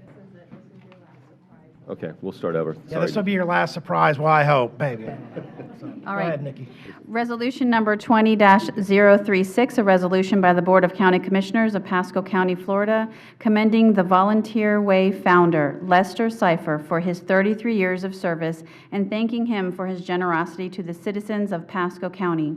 Whereas Lester Cipher retired from the Volunteer Way on October 31st, 2019, after 33 years of serving our community and helping countless individuals with food, shelter, clothing, and other essentials. And whereas he has always had a calling to help children, families, mentally handicapped, low-income, homebound elderly, and alleviate their hunger with a faith-based approach to service. And whereas it all started with Lester's garage on March 13, 1992, with one person showing up and asking for food assistance. Today, the Volunteer Way is assisting over 25,000 families per month. And whereas other amazing programs Lester has started along the way are the hydroponic farm that produces thousands of pounds of fresh food every year, the brown bag program created to feed the homebound elderly who are dependent on others for food, and the mobile pantry that goes to isolated food desert areas and offers food to the homeless and low-income residents of Pasco County. And whereas the Volunteer Way also has a Moon Lake outreach facility with a soup kitchen to provide hot meals, facilities for showers, provides gently used clothes, and houses several social service agencies to help those in need connect with government and nonprofit assistance. And whereas Lester also sits on the Pasco County Personnel Advisory Board and the Pasco County Mobile Medical Unit Advisory Board. And whereas Lester has received several awards, including, but not limited to, the Spirit of Service Award from the Florida Senate, Humanitarian Award from Christian International Outreach, Outstanding Humanitarian Award from the West Pasco Chamber of Commerce, President Bush's Daily Point of Light Award, J.C. Penney Golden Rule Award, has been a recipient of the Florida's Point of Light Award twice, and Community Hero Award from the Tampa Bay Lightning in 2015, and in 2019, the Agency of Distinction Award. And whereas Lester has not received a single penny of compensation during his 33 years as CEO of the Volunteer Way, and whereas Lester's wife of 67 years, Hilda, has stood by his side as a partner in support of his mission to feed the hungry. Her presence will also be greatly missed. And whereas, according to Lester's staff and everyone he has worked with and served over the years, he has a heart of gold. He has always treated his staff like family, and he will be truly missed. Now, therefore, be it resolved by the Board of County Commissioners of Pasco County, Florida, that said board hereby commends the Volunteer Way founder, Lester Cipher, for his 33 years of service and thanks him for his generosity to the citizens of Pasco County. He has been an irreplaceable force in helping our community's most vulnerable members. Done and resolved in regular session with a quorum present and voting the 19th day of November 2019. Move for approval. A motion, have a second. All in favor? Aye. Aye. All opposed, same sign. Motion passes. Commissioner Wells. Lester, again, it's a pleasure to see you and your wife here. I've had the honor of knowing you, quite frankly, before I got elected to office here, and I thought it was appropriate working with Greg and your entire team, and this could have been a lot longer, but, you know, we truly love you, and thank you for everything you've done in Pasco County. I truly, you know, I know you're not going anywhere. We know you're still going to be around, you know, but just, it was important to me for us to say thank you. Would you, Commissioner? I'd like to thank the board. There's one correction I have to make so I don't get in trouble. 64 years married to this wonderful woman. So without her, none of this would have happened. I also would like to thank the board for what you just said about me. I hope I could live up to something like that. But it was because of our partnership with the county that made all this possible over the past years. We've had a relationship with the county for over 20-something years, and they've always been there for us when we needed it. But most of all I did, I'm only the dreamer. These guys here are the workers. So I had a good job. I sat at the desk and just dreamed, and they did the walking and the shoe walking around and hands-on everything. And I appreciate them, and we were like a family. And I got a little taste of retirement, and you'll see me again. And thank you very much. I appreciate it. And I thank the staff here for coming here and honor me with what they've said about me. I hope I can live up to it. Thank you, and God bless. Thank you. I know a couple other commissioners had comments too, so Commissioner Mariano. Yeah. Lester, you've been absolutely just a great addition to this county. What you've done for people over and over again, putting your team together and thinking creatively about what food bank can I call, what agency do I need to reach out to, how do I grow more food hydroponically? I mean, all the great things you've done, your leadership has been phenomenal, and congratulations on 64 years as well. Thank you. Thank you. Thank you. Well, thank you so much, and I think with that, Commissioner Wells, you'd like to do a Come presentation? down and get a picture, and we'll get a picture with this, but we'll change it to 64 years. We're gonna get back to you. That's pretty awesome. Keep me out of trouble.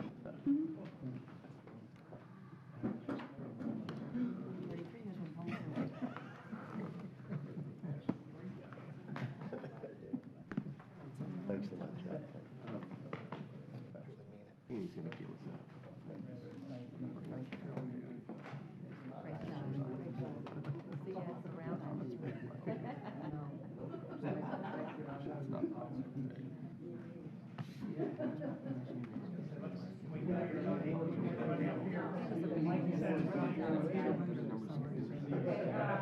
How are we doing this? That's great. Okay, yeah, shall we get in back, Commissioner Moore? Shall we get in the back, put them up front? Or take one with Lester and then? Yeah, let's do this, guys. Let's take one with Lester and his wife, and then we'll bring the whole group in, and the commissioners will go to the top. So for now, let's do, where's Commissioner Wells at? Commissioner Wells. Oh, there you go. Get up there and hold, can you get on you're getting the other side of Lester, hold them. You're good? Okay. It's all about, yeah, and then we'll give them the Here, let me. All of us. All right. Very good. Let me see. That works.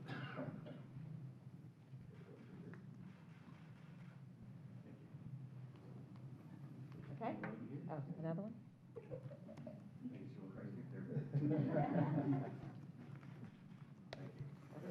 All right. We're going to go back to the dais.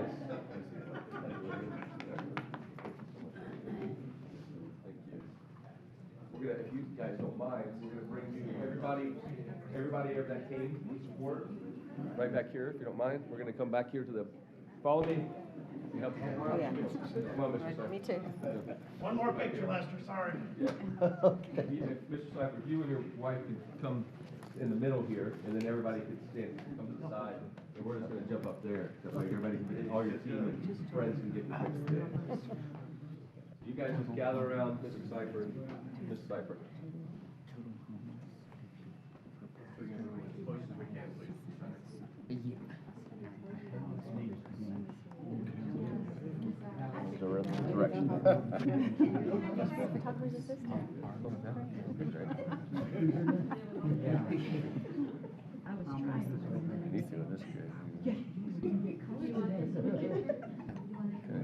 Everybody smile. Ready? Smile at the camera. All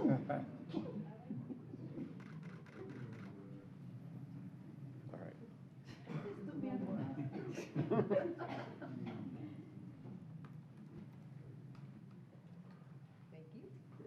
Excellent. Thank you.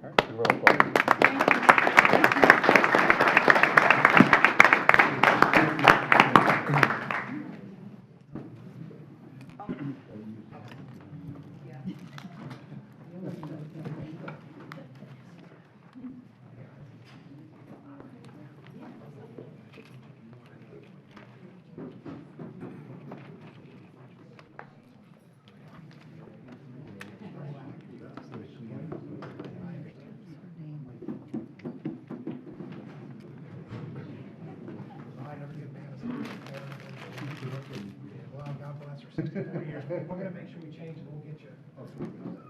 We still have to sign stuff, but I'll bring it to you.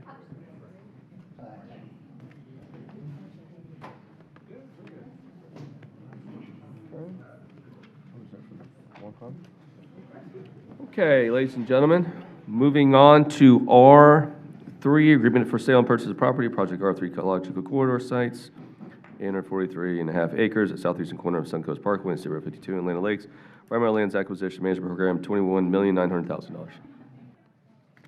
Is that it? You're good. Let's go. That was funny. Mr. Chairman, members of the board, good morning. Keith Wiley, Director of Parks, Recreation, Natural Resources. I'm here today to, with great enthusiasm, to present the largest purchase and sale agreement in ELAMP history. Before we get to the presentation, I wanted to just cover a couple administrative details. The published contract that was with the original agenda there's some minor changes, mostly to the right of entry agreement. You should have copies of the change in front of you. Also, the original BCC memo, we had to adjust the budget amendment from $21,950,000 to $22,050,000 to adjust for an increase in closing costs. So those are the two changes. When I started with Pasco about 10 years ago, I was hired as the Environmental Lands Program Manager. I was actually the second Environmental Lands Program Manager. The first manager that actually created the program back in 2005 is Dr. Renee Brown, who's over there.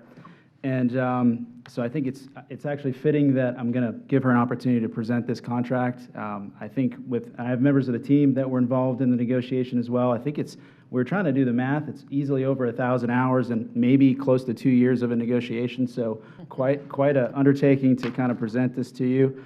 We couldn't have done it without the help of the county attorney's office, Mr. David Goldstein, and other members in the county attorney's office. Anyway, very pleased to present this to you. And with that, I'm going to turn it over to Dr. Renee Brown so she can present the actual details of the agreement in front of you. Thank you. Good morning. Name for the record, please. Commissioners, Renee Brown, Natural Resources Manager. Thank you, Keith. So this is the purchase and sale agreement for 843.5 acres in 2 ecological corridors. So the map on your screen shows the boundaries of the corridors to be acquired. On the upper left of your screen is the Cody River corridor, and it is 196 acres. It's the eastern portion of this corridor and the western boundary of the Project Arthur MPUD. On the bottom of the screen is the 5 Mile Creek corridor, so we're able to include all of the acreage within that corridor that's in the Project Arthur MPUD. So everything from Starkey Wilderness Park, shown in green, to the railroad tracks, and that is 647 acres. Also included in this acquisition is 147 acres for a new park, and we're envisioning this park to be largely passive in nature, but with some active components, and that's in the center of your screen. So this acquisition, the cost for it is $21.9 million. This is the rounded average of 2 appraisals as per the Ecological Corridor Ordinance. That's our appraisal and their appraisal. There's 2 owners associated with this project, Lynn Angeline and the Bexley family. And with the 147 acres of parkland I mentioned, they're meeting their level of service requirement for this MPUD. There'll be a trail connection to 5 Mile Creek Corridor. And within 5 years of closing, Lynn Angeline has committed to spend $3 million to develop a portion of the park site. So going back to the original wildlife study that led to the designation of the corridors, there's some specific conservation objectives in that study that will be furthered with this acquisition. So these include protection of the floodplain of the Pythla-Tuscody River, protecting the mature forested communities along the Cody River, protection of the floodplain of 5 Mile Creek, and sustaining the native communities along 5 Mile Creek. We also wanted to show, this is sort of a last-minute ad, but we wanted to put this in perspective of where we started. So this map shows the boundaries of the corridor at their inception. So this is when the corridors were just a concept. So the Cody River corridor is from Starkey Wilderness Park to Crossbar along the Cody River and Cruz Lake. And the 5 Mile Creek corridor is from Starkey Wilderness Park to Connor Preserve along 5 Mile Creek. So this is when they were just starting. This is what we've been able to protect through the Environmental Lands Program, through the Willing Seller Program shown in red, and some additional acquisitions in purple, including Cruz Lake Park. And then this is what the map will look like with this acquisition. So we're very pleased to show this and the progress we've been able to make using the 2-prong approach we have to protect the corridors, the Willing Seller Program and the Ecological Corridors Ordinance. and we thank you for your continued support of this effort. So with that, Keith and I are available if you have any questions on this. Questions, comments? Commissioner Wells? I'll just say real quick, unbelievable job. I know we had an email earlier about somebody questioning this, and I walked through the gentleman, this started back in 2004 when it was on the ballot, and voted again in 2012. And I know the numbers, over 30% of the land that we own with the state and the county that'll never be developed, and it's nice to add this to it. And it's a great concept. The park's going to be phenomenal. Excited about, again, thank you to your entire team for what you do every day. Commissioner Mariano? And I'd just like to compliment Keith, your team, Renee.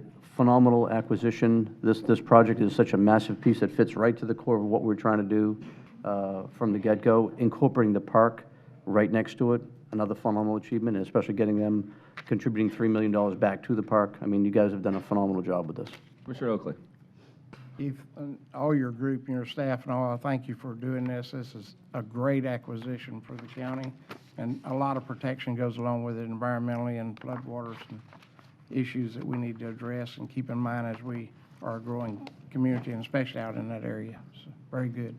Commissioner Starkey, do you have anything? Yes, I do, because it wouldn't be a land acquisition if I didn't ask about trails. So we have Ridge Road coming through with a trail on it and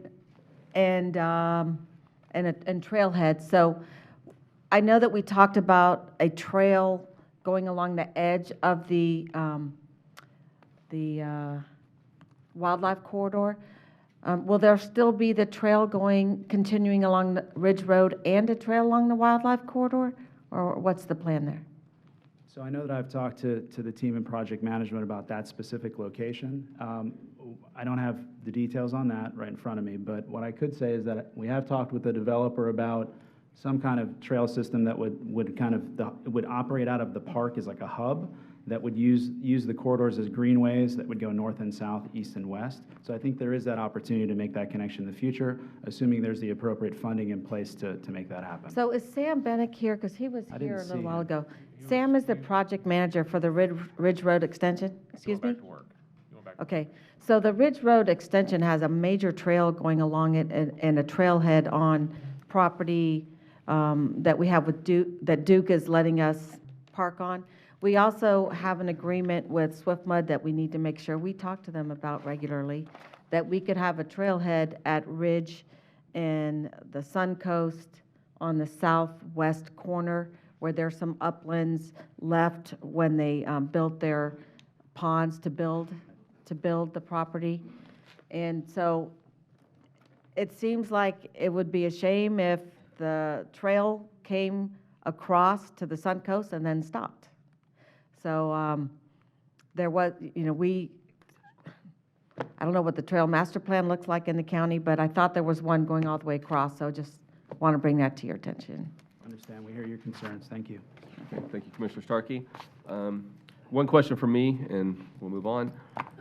We talk about the percentage of the county that is protected at this time. Do you know what that number is? So approximately 22% if you include all state land and ELAMP acquisitions. Okay.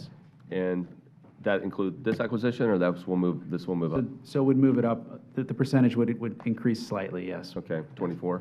20, maybe 22 point something. Oh, 20, okay. But it would be an increase, yes. Okay. So if we compare ourselves with, I think, the surrounding counties, you and your team and this commission and the board and the staff are doing a pretty good job of making these acquisitions. So we do have these lands protected for future generations. Would you not say so? I would agree with you, yes. I think Yeah. we're doing a great job. One of the reasons I took the job 10 years ago was this is a pretty progressive, proactive approach. A lot of jurisdictions attempt to think of this after a build-out scenario, and there's no opportunities, or it's very, very expensive to create those opportunities. So I think that we're following the plan that was put in place. This contract actually, I think, is a great example of that. So yes, I would agree with you 100%. At some point in the future, if you, 1 second, sorry. Well, at one point in the future, if you don't mind, maybe come back to us, or just maybe individual with commissioners, and just give us a comparison of, Pasco County with other counties, because I know you're doing a great job, and I know we'll be very, very happy with those numbers. But I think would also, at the point, will be a good point in the future to show that to the public and make sure that they understand how much this county is protecting, land and vital resources for the future. Commissioner Oakley and then Commissioner Starkey. Keith, that land that you're saying that we own, actually, that would not include any lands in MPUDs that we're protecting also, right? That is correct, sir. Yes. Yeah, so that would be outside of that, but there's a lot of lands that we're protecting from all the growth to Right. save in this community, so we need to And realize wetlands. that it's actually the percentage that'd be set aside for open land and protection is a lot more based on that. So Yeah, if you were to include those, that percentage would obviously increase. It's difficult to create a database to track all that information. I would love for the for the state to come up with a method to be able to itemize that, but you're absolutely correct, Commissioner. Commissioner Starkey. Going back to the trails, I think it's important that, County Administrator, that we look at Sam's plan to make sure that the trail that he has on the second part of Ridge Road is going under the bridge, under the underpass at Ridge Road. Won't the road be going under? Yes, ma'am. So just to avoid the problems that we have at State Road 54 in the Suncoast, I'm sure, I'm pretty positive that plan goes under. So there needs to be, as things get developed, and I know the developers are here in the audience, they need to look at that connection with what is being built on the other side to make sure it continues on. Because I think the residents in this area want to be able to cycle under the Suncoast and get to the Suncoast Trail. That's a huge amenity for those people down at Bexley. They have to put their bike in the car and drive across the bridge to safely access the Suncoast Trail. So this way, the residents in this area can just cycle to the trail. Understand. Thank you. With that, I'll entertain a motion. Move to approve. Motion. Second. Second. All in favor? Aye. All opposed, same sign. Motion passes 5-0. Thank you. Thank you. Okay, moving on to miscellaneous business. We will start with Commissioner Oakley.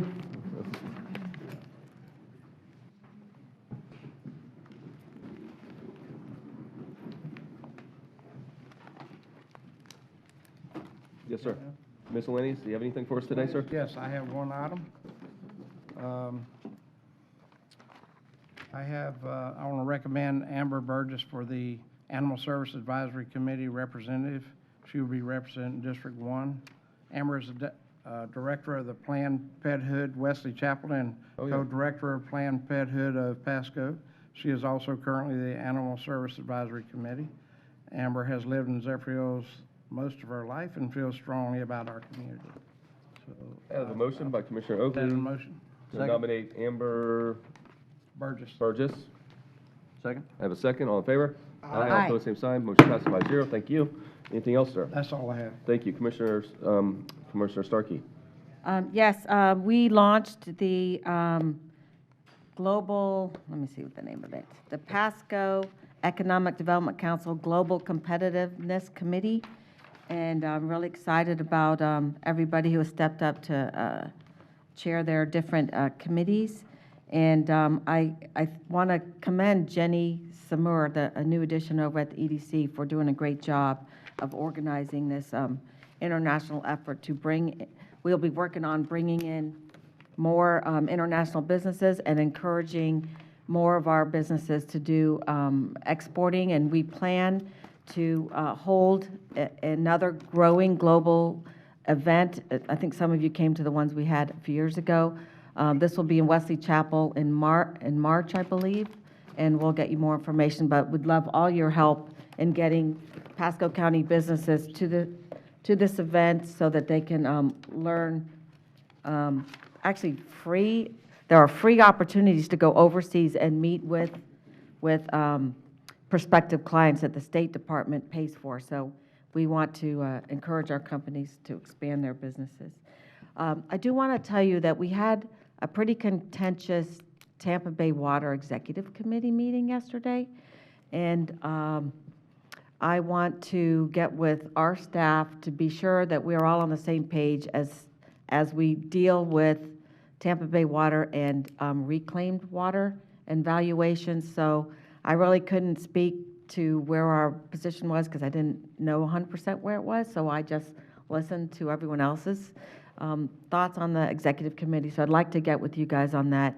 And just a little heads up, so in southern Hillsborough County, they're starting to run into water pressure issues because of the growth. And Commissioner Merman mentioned that she's getting complaints about homes with very low water pressure.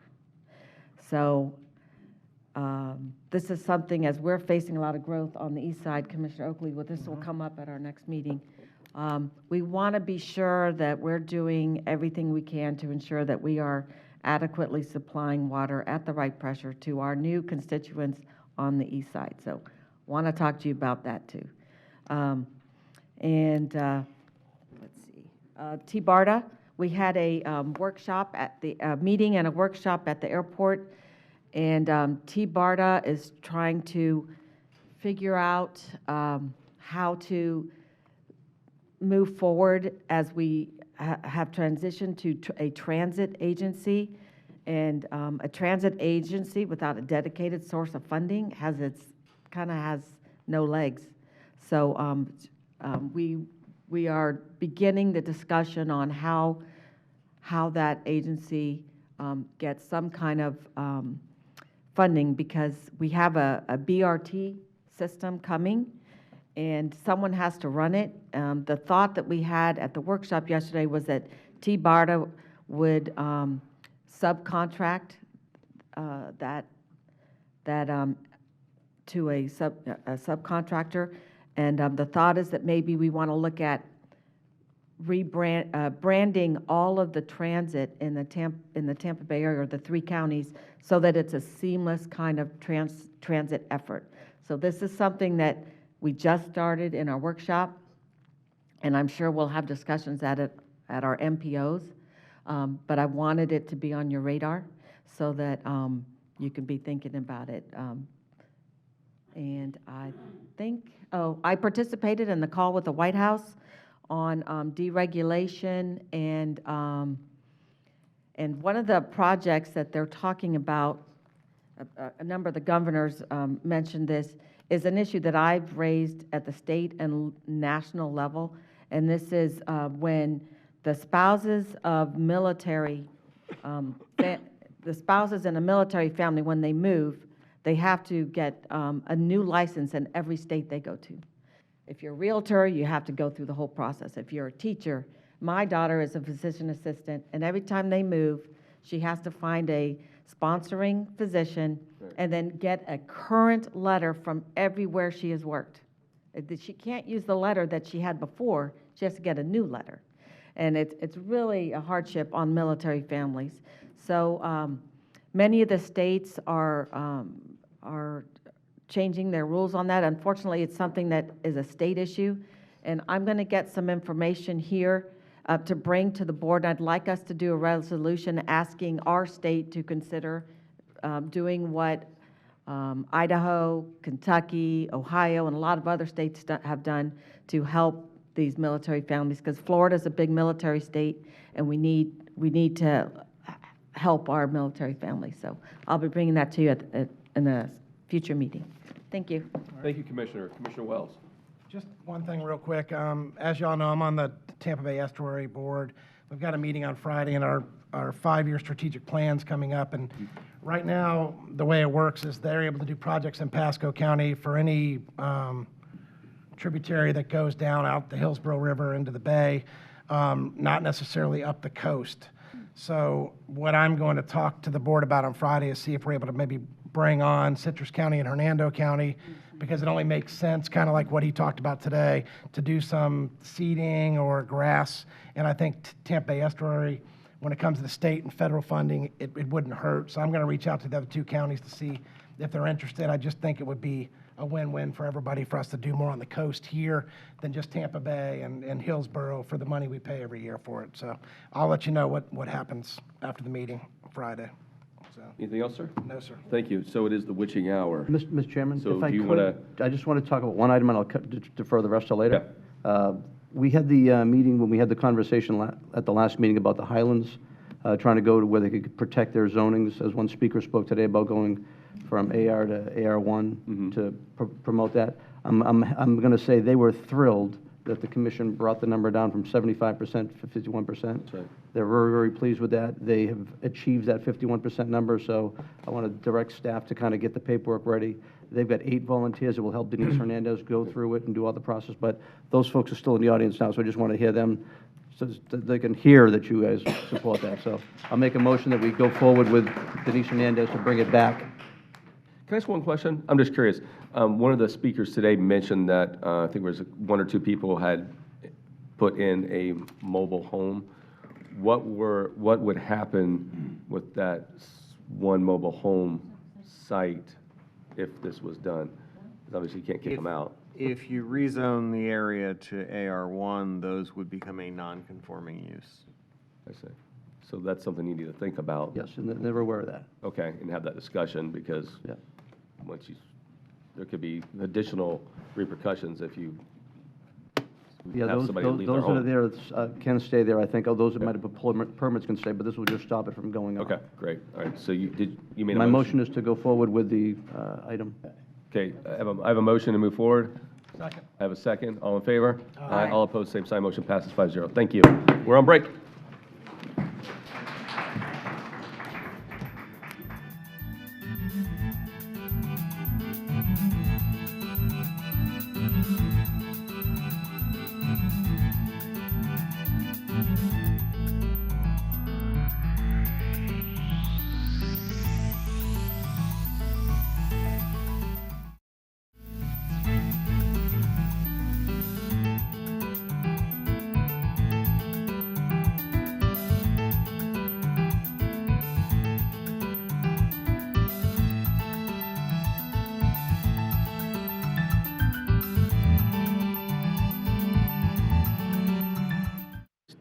Test.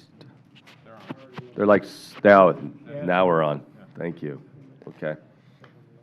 Okay, well, good afternoon, everybody. Welcome back to the Pasco County Board of County Commission meeting for November 19, 2019. I'd like to remind everybody to please silence all electronic devices. And moving forward, we will move forward to public hearings. Now we will proceed with the public hearings agenda, starting with item P1. Madam Clerk, do we have proof for item P1? Yes, we do. Just 1 second,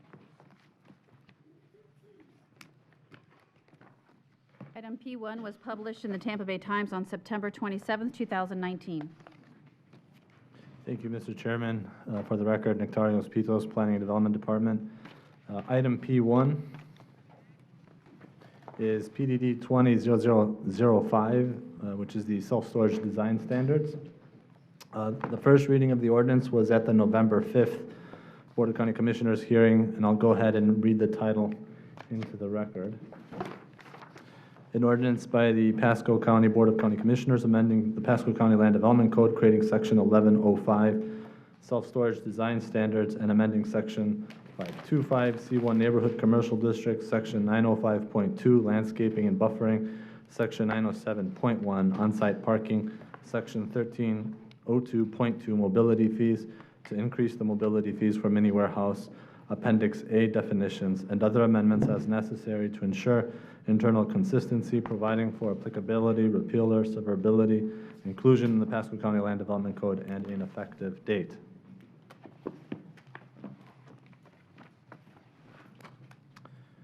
Today is the second public hearing at the Board of County Commissioners for this ordinance. At the November 5th meeting, the board requested that staff go back and meet with a subset of stakeholders, which for scheduling purposes occurred the day after Veterans Day last week. And having met with a subset of stakeholders, we heard their comments, explained the code, made changes, and incorporated them into the text of the draft code before you today, and which we presented individually throughout the remaining 3 days of the last week.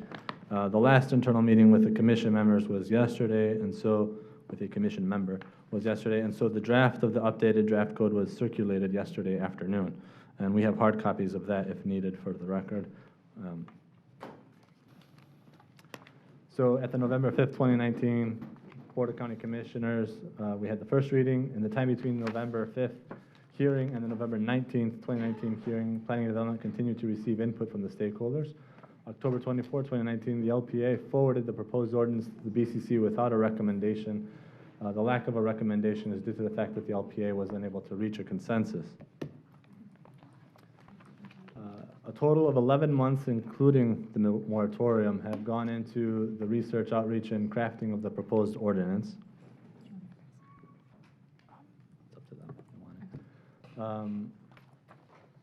Crafting of the proposal to fulfill the directive given to the Planning and Development Department since August. PDD has completed 6 stakeholder meetings and a countywide visual preference survey, which gave staff opportunity to further refine the code. We've reached over 120 different voices. Each stakeholder input was carefully considered based on the problem we were tasked with, best practice research on the subject matter, and current industry practice, adherence to the comp plan's policies and the county's vision of being Florida's premier county, and staff's professional assessment.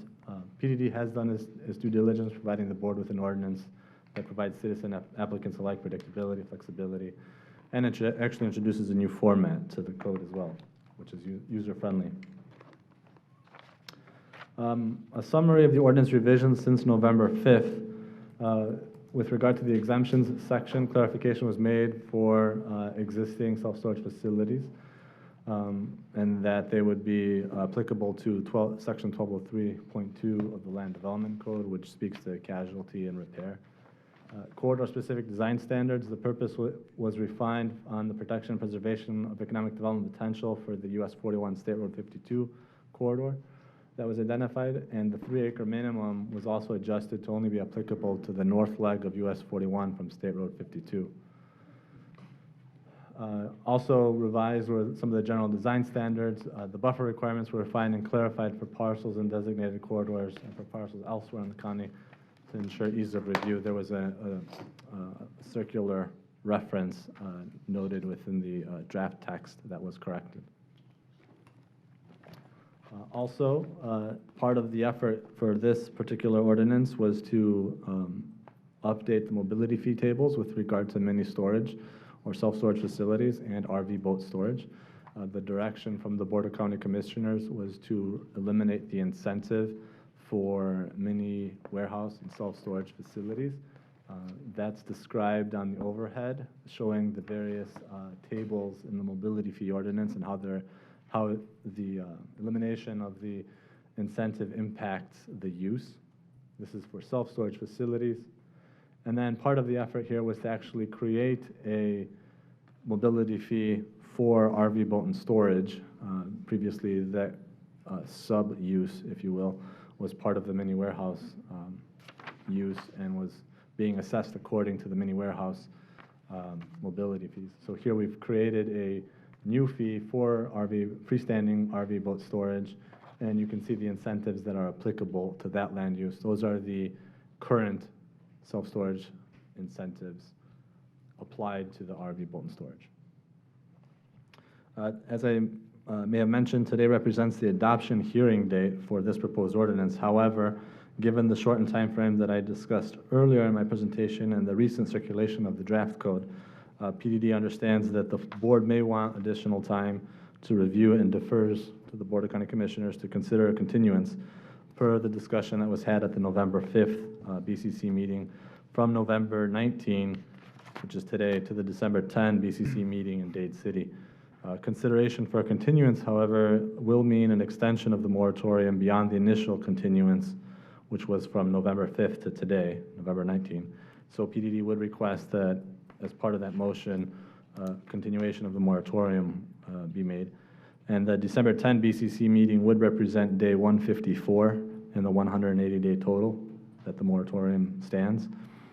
Finally, I would like to note that PDD has worked diligently to meet the board's directive for today in a timely manner, and I thank them for that and for all the stakeholders for their input as well. And that completes my presentation. Thank you. Thank you, sir. Questions from the board at this time? Yes, sir. Commissioner Oakley. I have listened to this and it sounds pretty good, but are the stakeholders on board with the changes? Because they've been very quickly, and it seems like that we might need that extra 2 weeks. Yes, the circulated, updated code occurred yesterday, so they may need some additional time as well to look at that. So I'm ready to make a motion to continue it 2 weeks. Okay, I do have the call for public comment, Understand, but, right. so hold the motion if you could. Commissioner Starkey, you had a question? I'm okay for 2 weeks. Okay. I think it's 3 weeks, though. I think weeks. it's It's 3 weeks. until our next meeting. Well, until our next meeting, I Yeah, don't know the we date of we have a that. week, yeah, an extra week because of the holiday, so, okay. Thank you, Terry. Let me call for public comment. Anybody here like to speak to this item? Seeing none, back to the board. I move to continue. Who was it? Franco Otero. Oh, there's somebody signed up that didn't stand up. Does that person want to waive their time to speak? Frank? Franco Otero. Frank Otero, did you want to speak? Last chance? We're good? Oh, you signed in the wrong spot. Okay, well, that's fine. All right, so back to the board. Motion? Second. Have a Motion to second? Continue. And let's go ahead and say that's a December I guess the 10th. moratorium needs to continue that same date. So the motion would be to continue both P1 Mhm. and the moratorium to your next regularly scheduled board meeting, which is December 10th. December 10th at 1:30 or soon thereafter, as they may be. Okay. That's part of your That's my motion. I have a Second. second. All in favor? Aye. All opposed, same sign. Do we need to? No, it's continuing, so we're good. Thank you. So it would have been a roll call. Right. Okay. All right. Moving on, an ordinance amending the, I'm just going to read this for you. An ordinance amending the Pasco County Comprehensive Plan, providing a small-scale comprehensive amendment to the future land use map 215, that's sheet 20, changing from Res 3, Residential 3 DUGA, to COM on approximately 6.82 acres of real property located in the northwest corner of Land O'Lakes Boulevard and Wisteria Loop, providing for a repealer, severability, and an effective date. So P2 was published in the Tampa Bay Times on September 6, 2019, and November 8, 2019. Thank you. Good afternoon, Amy Heiler with Planning and Development. Item P2 is the adoption hearing for a small-scale comprehensive plan amendment. Since you already read that into record, do I need to read it into Do record? not. So we'll move forward. The proposal is actually going from Res 3 to COM to allow or maximize the existing commercial C2 uses that are already permitted on site, excuse me, and to remedy a conflicting zoning that was established in 1986. As you can see, the comprehensive plan consistency, it is consistent with the following policies, specifically policy FLU 1.6.1, commercial development, which allows for commercial development in a C2 zone that was previously established prior to the adoption of the comprehensive plan in 1991. And what this is doing is identifying this as a medium commercial node. And then also policy FLU 1.6.2, location for commercial development, states that there's 3 criteria to actually go to or allow commercial FLU amendment, which this amendment does is consistent with. And as you see, the site location is in the Central Market area, and the location is at the intersection of Wisteria Loop and Land O'Lakes Boulevard. There are 3 parcels that are involved in this amendment. The north parcel is an improved office, the middle parcel is unimproved, and the south parcel is recently permitted for commercial uses. And this is the visualization to identify that the existing C2 zoning that was established prior to the adoption of the comprehensive plan in 1986 and the Res 3 FLU that's established, this is where the conflicting zoning is being remedied. And with that, we recommend that the board adopt by roll call vote and propose that the amendment is consistent with the comprehensive plan. Quick question for staff. I asked for this to be continued at the last board meeting, hold off consent, after consulting with staff and actually having a conversation with the applicant. It came to my knowledge that because of the current Z2 zoning it does have, they would be already allowed to have mini storage, Correct. which was my concern. So my plight has been pushed aside. There's nothing that could be done about it. They could still continue to build that mini storage no matter if this was changed or not. So just wanted to make that statement for the record. Correct. So this is a public hearing. Anybody like to speak to this item? Applicant? Commissioner Moore, fellow commissioners, Clark Hobby and Hobby PA, 109 North Brush Street. Yes, just want to reiterate this conflict zoning. The scope of the uses will not change with this at all, solely to resolve the conflict zoning and the FAR issue. There's a discrepancy between the zoning and the comp plan on the FARs between C2 and Res 3. So I apologize we didn't better explain that last time, and I appreciate the board's approval of it. Thank you. Questions, comments? Commissioner Starkey? Yes, again, the trail. Just a reminder that Wisteria Loop is part of the proposed route for the Orange Belt Trail. So we're working on the route study, but just make sure, please, your clients are aware the county could have one of its 3 major trails coming along the edge, which will be an economic boost for good. your client's property, but we need to have the space for the trail. Okay. Okay, other questions? Again, you know, Anybody public? it was, didn't want to see storage, but it was already allowed, and nothing legally can do to hold that back. So Move approval. I have a motion. I have a second. Roll call. District 1, Chairman, or Commissioner Oakley. Aye. District 3, Commissioner Starkey. Aye. District 4, Commissioner Wells. Aye. District 5, Commissioner Mariano. Aye. District 2, Chairman Aye, motion Chairman Moore. passed. That's okay. Who was that? Yeah. You might want to read Next. for the record. Hard to again. remember. More? Chairman Moore. Okay, go. Thank you. Motion passes 5-0. Okay, moving on. So, give me 1 second here. Come on, Chairman.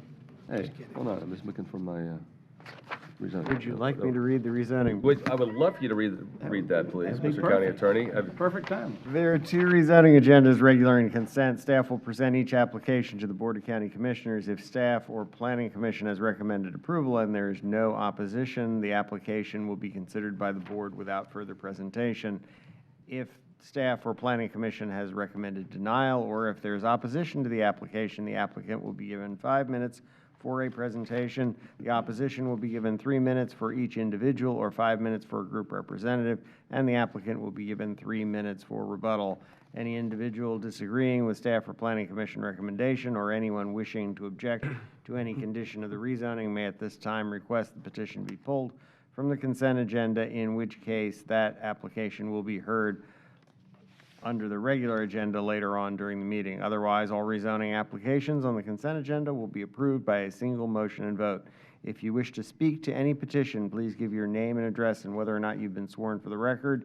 These are quasi-judicial public hearings. The law in Florida is that mere public support or opposition of an application is insufficient for this board to take action. Please limit your comments to the criteria found within the board's land development code. Madam Clerk, would you like to swear the people in? Yes, if you are here to speak on any of the items listed in a public hearing, please stand and raise your hand. That's items P3 through P12. Raise your right hand. Do you solemnly swear or affirm the testimony you're about to give is the truth, so help you God? Thank you.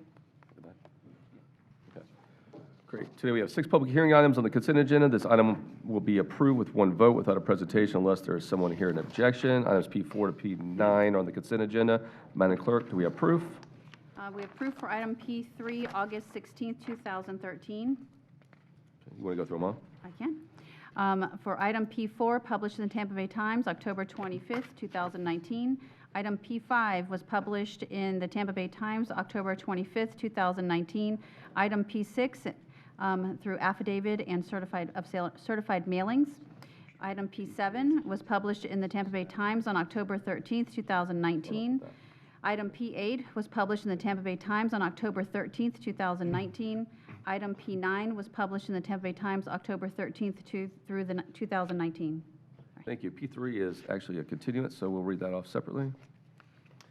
Thank you, Mr. Chairman. Item P3 is a petition to vacate a portion of right-of-way. It is FAC 200018 Long Lake Reserve Community Development District and MI Homes of Tampa LLC on Leonard Road. No funding is required, and the continuance is to the January 21st, 2020 BCC meeting at 1:30 in Newport Richey. I would entertain a motion for continuance. Is that the right district? I don't have the address. I'm not really No, that's sure. mine. Move to continue. It was listed on here incorrectly, by the way. for the record, that's Commission District 3. I'll second the motion to I continue. have a motion and a second to Oh, it is continue. continuance, yeah. All in favor? Aye. Oh, they fixed it. All opposed, same sign, motion passes. Thank you. Okay, Terry. Item P4 is a zoning amendment, Cruz and Quinones Family Trust Incorporated, which is a change in zoning from R1MH Single Family Mobile Home and C2 General Commercial Districts to a C2 General Commercial District in northeast Pasco County on the west side of US Highway 19, approximately 300 feet south of New Jersey Avenue, containing about 2.3 acres. It comes with a recommendation of approval. Anybody here to object to that item, please stand or come to the podium. Seeing none, leave on consent. Item P5 is a conditional use request in the name of Trinity IL Senior Living LLC / The Watermark at Trinity, the sale of alcoholic beverages, 4-Cop SFS, beer, wine, and liquor on premise consumption in conjunction with the operation of an independent living facility with outside seating and service of alcoholic beverages on a patio in an MPUD master plan unit development, southwest Pasco County at the northeast corner of the intersection of Trinity Boulevard and Blue Fox Way. It comes with a recommendation of approval with conditions. Anybody's here to object to this item, please come to the podium. Seeing none, leave on consent. Item P6 is a school development plan consistency for Pepin Academies, a request for the substantial modification of an existing school campus with related parking, access drives, landscape, and utility improvements in northwest Pasco County on the west side of Austin Road, approximately 0.2 miles along Orchid Lake Road, containing about 14.21 acres. It comes with a recommendation of approval with conditions. If there's anybody here to object to this item, please come to the podium. Seeing none, leave on consent. Item P7 is a PVAS, Allen Drive, PVAS number 3364, in the amount of $117,411. It comes with a recommendation of approval. If anybody is here to object to item P7, please come to the podium. Allen Drive. Oh, were you not sworn in a second ago? You just walked in? All right, we'll swear you in. These are not quasi-judicial Oh, these aren't. hearings, so. Okay, we're good. You You can don't, take his testament, or You can why come- don't we pull well, this we're gonna pull this off? item. I got it. Yep, we'll pull it. We'll pull P7, we'll come back to that. Item P8 is Eve Lane Drive, also a PVAS, PVAS number 3365, in the amount of $88,187 with a recommendation for approval. Anybody here speaking objection to P8? Mr. Chairman, just pull that for me for discussion, too. Okay, P8's been pulled. Item P9 is Wax Wing Drive, PVAS number 3369, in the amount of $157,016. Anybody here to object to P9, Waxwing Drive? So now leave on consent. 7 and 8 have been pulled. I'll entertain a motion to approve the rest of the consent. So moved. A motion. I have a second. All in favor? Aye. All opposed, same sign. Motion passes. Okay, back to P7. P7, Allen Drive. So sir, the one person that want to object, we're going to let staff do the presentation, and if you would like to come up and speak after that, we will allow you to do so. Good afternoon. Inza Calder, Public Works. And this is the Allen Drive project, PVAS number 3364. It's one street, it's non-county maintained, and the estimated cost for the project is $117,411. The maximum cost per ERU is $3,204. There's no discount for this project. Just a couple photographs.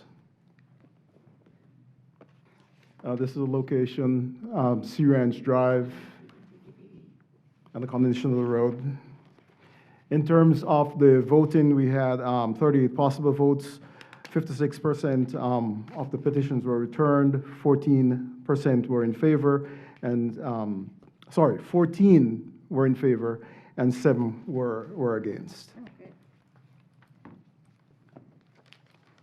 Okay, that's it. Any questions for the team? Well, no, we can't. Add it. Public comment. All right, Public that'll hearing. do. Any questions for staff? Seeing none, one gentleman raised your hand earlier if you'd like to come to the podium right here. If anybody else would like to speak to this item, please line up at the podium. Okay, seeing none, this will be the only person to speak. Name and address for the record, please, sir. My name is Herbert J. Zahn, 13620 Allen Drive, Hudson. Okay. Do I have to swear? No, in? you do not. Okay. I just have a couple of questions about the amount of people who did respond to the certified mail. The residents on our street, a lot of them are what we call snowbirds, who are probably not able to respond in a timely manner. So I'm just wondering why, if we have 35 residents roughly on the street, why the polling is only 14 approved and 7 didn't approve. That's only 21 members. So I'm wondering what happened to the other 14? Do they have any kind of speak or any kind of word in what they can actually do for this? So I will let staff answer your question, but typically they do set the letters out, and if people don't respond, which happens a lot of time, they don't respond, but I'll let the team answer. We sent all the mailing to the address on record with the tax property appraiser's office as required. As per the ordinance, it's only the ballots that come back to us as count. So we sent everything certified letter, and so on comes back to us, determine what goes forward. Thank you. So yeah, send a certified letter, people don't respond, it is a common occurrence that people don't respond. So, okay. My other question is that in the letter we did receive, it said there was a public hearing with the Department of Public Works on October 23rd. I was unable to attend that meeting because I was traveling in Los Angeles. So I'm wondering if there were any kind of paperwork or any kind of documentation showing the total amount of the estimate broken down by labor, materials, and so forth. Is that part of public record somewhere? It's all public record, but he can answer that. It is public record, and I can give you my card, and I can email it or mail it to you. Okay. That's, You might have it. yeah. I think that's all I have. Okay, thank you, sir. Well, we can't come, yeah. If you would like to speak, name and address for the record. If anybody else would like to speak to this item, I do need you to line up now. This will be it. Hi, my name is Felice Halezon, 13620 Allen Drive. That was my husband. Yes, ma'am. I too was traveling. I work in Los Angeles, and I'm here most of the time, but unable to attend that meeting. So normally, all of our road projects where we've lived in the past are covered by the taxes. So I understand this is not the case here. My concern is with flooding. I know there are drainage and I guess drains, sewers, whatever they are, underneath and around the area, but they're constantly blocked, it seems, and I'm concerned if they do the whole road rather than parts of it, the topography changes, and then flooding will come towards the home as away from it. With Hermine, I think it was, the house across the street from me, completely flooded, while I only had a small part in the garage and a little bit against the canal. Okay. So my concern is flooding more than anything else. Excuse me. Okay, so if you want to take a seat, I can have staff come up and answer that question. Thank you. Thank you so much. We have looked at road-related drainage, and at this time, we are not recommending any improvements. But in terms of maintenance, before the paving is done, the culverts, inlets will be investigated. In addition, when we pave, we are not changing the elevations. Whatever the existing elevation is, that's what remains. You're not changing the elevation, but you will look at the culverts to make sure Yes, they were sir. cleaned out? Yes, sir. Commissioner Mariano. I was going to say, when you do finish the road, there's going to be a slight crown to it. So the slight water crown, stuff. but the intent is not to change that elevation or the alignment. Okay. Mr. Chairman, I'm going to move approval, but I want to just make a comment. I know we've got a new paving assessment bid that's going to be come out probably another month or two. I just want to make sure that this has an opportunity to look at it, much as the other one I pulled, just so it has an opportunity to look at which bid is better for the residents. Okay. So would that move approval? Have a motion? Second. Have a second? All in favor? Aye. All opposed, same sign. Motion passes 5-0. Thank you. So the other item that was pulled was number 8, Evelyn Drive, if I pronounced that correctly? Yeah. Move approval for that as well with the same condition? Okay. Well, now I have to ask for public comment because it was pulled. Okay. Okay. So would anybody like to speak to this item, P8? Seeing none, go ahead, sir. Oh, somebody, no, they're leaving. Yeah. Commissioner Mariano. Move approval. Second. I have a motion, I have a second. All in favor? Aye. Aye, all opposed, same sign, motion passes 5-0. Thank you. P10, Publication for P10 was published in the Tampa Bay Times on October 13th, 2019. thank you.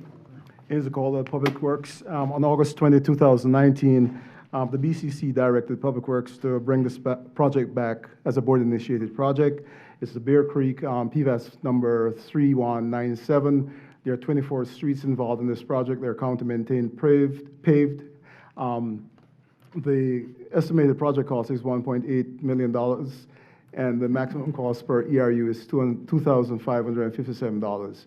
The discounted amount is $289,019, and after the discount, the maximum cost per ERU is $2,168. Location, it's State Road 52 to the north and Little Road to the east. And just a couple of photographs of the road condition.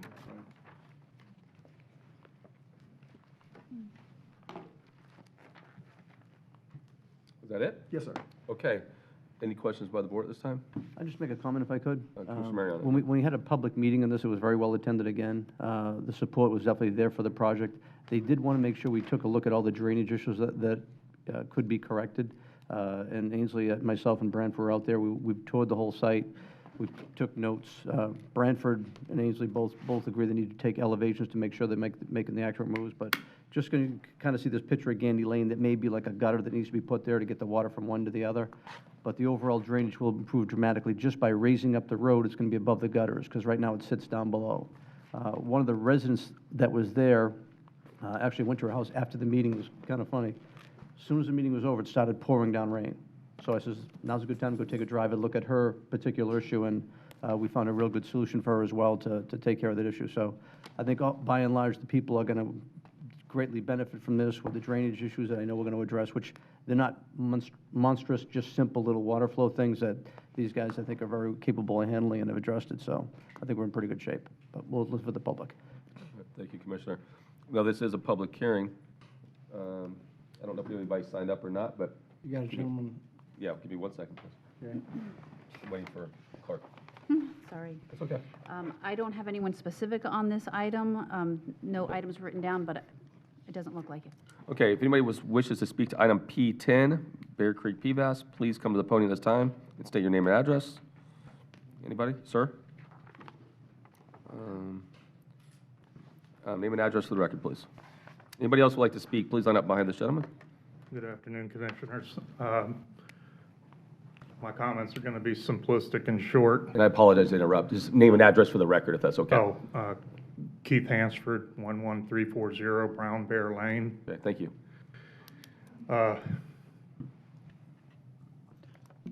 I was turning off of Schrader onto Brown Bear, and there were several girls riding their bikes in the street. One went in one of these potholes, their handlebars twisted, and she went down right on her face.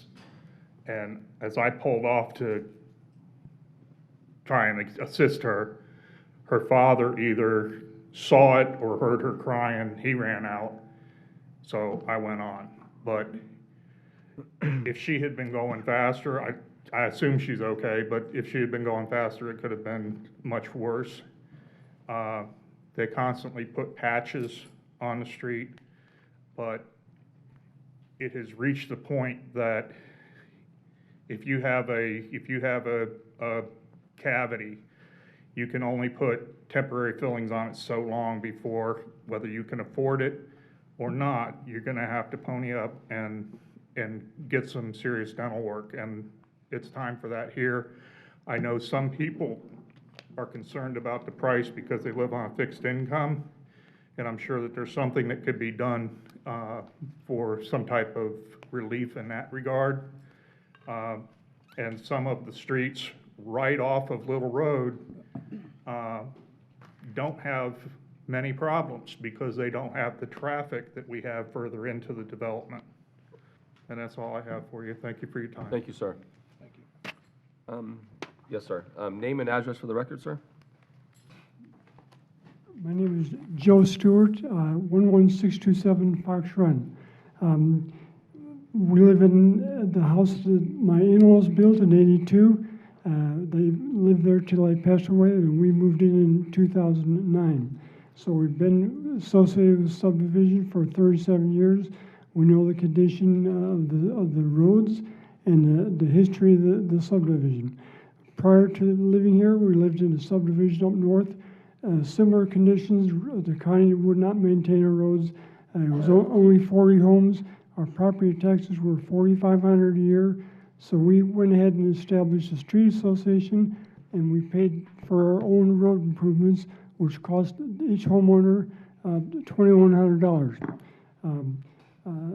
So it's ludicrous to think that the county would now take over all the roads in the county to maintain them. The cost would go up considerably. Property costs, taxes would go up considerably throughout the county, and it's again ludicrous to think the county would do it. We need the improvements to maintain the property values. They'll continue to degrade if the roads aren't improved. So we need to have the roads improved, and we hope the county would vote in that direction. I want to thank you for your time. Thank you, sir. Thank you. Anybody else? Seeing none, any other questions for staff? Mr. Chairman, Commissioner Mariano. I would like to see us go out there and take care of some of those potholes that are out there as quick as we possibly can. Yes, sir. But one of the things that we talked about adding before when I brought this back was to take Schrader and Nature Trail and make them collector roads, whereas they do an integral part of the road network here, and I think I had to bring it before the board before we could just go do that. If the board agrees or approves, sure. Well, we can't Commissioner just say Starkey? they are. Well, I'm sorry. they looked at it, but Do we have a recommendation from staff? Commissioner, I appreciate what you're saying, because I have some of those issues in my district, but there's got to be a way we change a road status. There is. Yes. I don't We'll think go I'm back just to the doing it podium, right here. or- We need to evaluate it, and if Right. it meets the definition of a collector road, then we can make that change. But that's, Branford Adumwa, Director of Public Works. We do have a process, an objective process for assessing whether local rules fall under that function. So we will take that through the process and advise. Okay, any other comments? Commissioner Mariano? I'm going to say that when we talked about, when I brought this forward, it was one of the things to make this go and make the residents get behind it as well, was that we're going to take these things and turn it into it. I was told just had to bring it back before the board. We couldn't do it ahead of time, we had to do it as it came before the board. So if we got to go bring it back out to do your study to bring it back, then I think we should probably just either continue it or just make it subject to that confirmation. I'll leave it up to you, Pleasure of the District board. Commissioner. It's your pleasure to, how you want to make, how you want the I'll make the motion. approval subject to the determination that Schrader and Nature Trail will be considered collector road. If that, I would rather continue. yes, I move to my continue. recommendation would be to continue this item if that's going to be Right. a condition of the approval. It's exactly why we brought it back and exactly what we said we're going to do. So move to continue. Do you have, with limited discussion, do you have a date you would like to see this brought back by? As quick as we can get it back here, over here. Well, they've got to go do Next the. meeting, this is a we question for can the get it done quickly and bring it back the next meeting. but the next meeting's in Dade City. We don't meet over here until the second meeting in January. Okay, so, Second meeting? I think it's you want to, 21st. January 2nd, what? 21st is the second meeting in January. We're back over here. All right, because we're back to back in Dade City. If they have an affirmative decision, we can bring it back to the next meeting. If they don't have an affirmative, we'll wait till it comes back over here. Okay. You've got to continue it to a date certain, or you're Move to going. continue to the next board meeting. Okay. Okay, do I have a second? Okay, all in favor? Aye. Aye, all Aye. opposed, same sign. Thank you. P11, I'll read it as you come up. Public interest acquisition resolution regarding the utility system and transition agreement between Pasco County, Florida, Government Utility Authority for acquisition of Pasco County Utility, $17.7 million in additional obligations, transfer expenses to be determined upon closing. Good afternoon, Mike Can I do Carvalho. publication? Thank you. Published in the Tampa Bay Times on November 8th, 2019. Now, Good afternoon, Mike Carvalho, Assistant County Administrator, Public Infrastructure. Just going to give a very brief overview of what we are going to request of the board this afternoon within both P11 and P12, and then I'll have staff come up and make some presentations. We're essentially asking for 3 votes today. We're looking first at a public interest hearing, so we're asking the board to determine if the acquisition of the Aqua FGUA system is in the public interest. I'll have staff member Ed Rogers come up and present that information. You'll hear public comment, and then after that, discussion, and then a vote on whether or not that is in the public interest. Should we proceed past that, we would then ask that you hear item P12. Item P12 is the rate resolution in order to fund the acquisition. And again, staff will make a brief presentation. We will then ask the board to accept public comment and then discuss and decide on the matter. If that determines that there's a public interest and the board approves the rate revisions, then we will have staff have a very brief presentation on the transition agreement and then seek approval of the acquisition resolution as well as the transition agreement, which will then set those items in motion. The systems that we're discussing today, this map shows all of the FGUA systems in Pasco County. The ones in teal are the ones that we are actually discussing today, as commonly referred to as the Aqua system. Consists of a system in Jasmine, Palm Terrace, as well as Zephyr Shores. The systems consist of a small water plant, a couple of raw water wells, as well as some small wastewater treatment plants and associated collection infrastructure. There is also some land as part of those assets. The system of Palm Terrace does not have necessarily any water treatment capabilities, but also has a small wastewater plant, as well as a small number of pump stations and spray fields that we would assume ownership of. Right.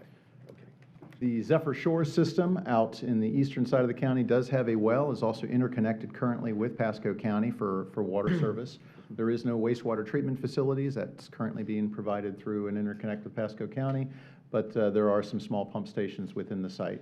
For all three of these service areas combined, Pasco County would assume responsibility for 3,600 new water customers and 3,100 new wastewater customers. So that is the system assets as a whole. I'm going to ask Engineering Manager Ed Rogers to come up and present to you the items required under state statute for the public interest hearing. May I ask you a question on Yes, that ma'am. map first? Commissioner Starkey? Thank you. Can you move it back, please? Yes. That's interesting that part of the park is in it and part of it isn't? Is that correct? Yes. Commissioner Moore, this is your district? That's mine. It's yours? I think it is. Whose district is this in? Which one is? Zephyr Shores. Zephyr Shores in mine. I think it's in one. Could be one or two. I'm sorry, I don't know offhand. The Moore's district, go back to the I think it's first Commissioner map. Moore's district as Commissioner well. Moore's Go district. back to this. There's a little split around there somewhere that There. it's hard So- to figure out, so. Yeah, it's. So where is it? Right on the 54, but it's in Commissioner Moore's district. So it's based in on this Moore's map. district. I've met there several times with them. Okay. So, all right, I just wonder if that's really an accurate map, that part of the mobile home park is in one utility district and part of it is in another. Well, it may not be clear from this map as to whether or not they are actually physically connected, but utility lines, service area boundaries can be strange in some instances. They could go from one district to the other, right? They can. They I mean, cross that's municipality splitting the road lines. right there, Depends one whose side of the service area road. they Guys, were we got, set I up got to three be. talking at once here. Okay, One at a time. that was my question, just making sure that that map was accurate. Yes. Okay. Let's get through this, Okay. and then we'll answer any questions, because I have some myself. All right. Good afternoon, Mr. Chairman, members of the board. I'm Ed Rogers with Pasco County Utilities Engineering. Again, Florida statutes requires that we have a public discussion to determine whether acquisition is in the public interest. There are 10 public interest items in the statute, 8 of which apply to this acquisition. There's a great deal of detail on that in your board packet. So requirement number 1, and I'll go through these quickly, is that we look at the most recently available income and expense statement for the utility. There's a detailed income and expense statement in your packet. The bottom line is that the utility's net position increased by $750,000 in FY18, which was the last fiscal year for which audits are available. This demonstrates that the utility didn't spend more than it made, so that's a positive.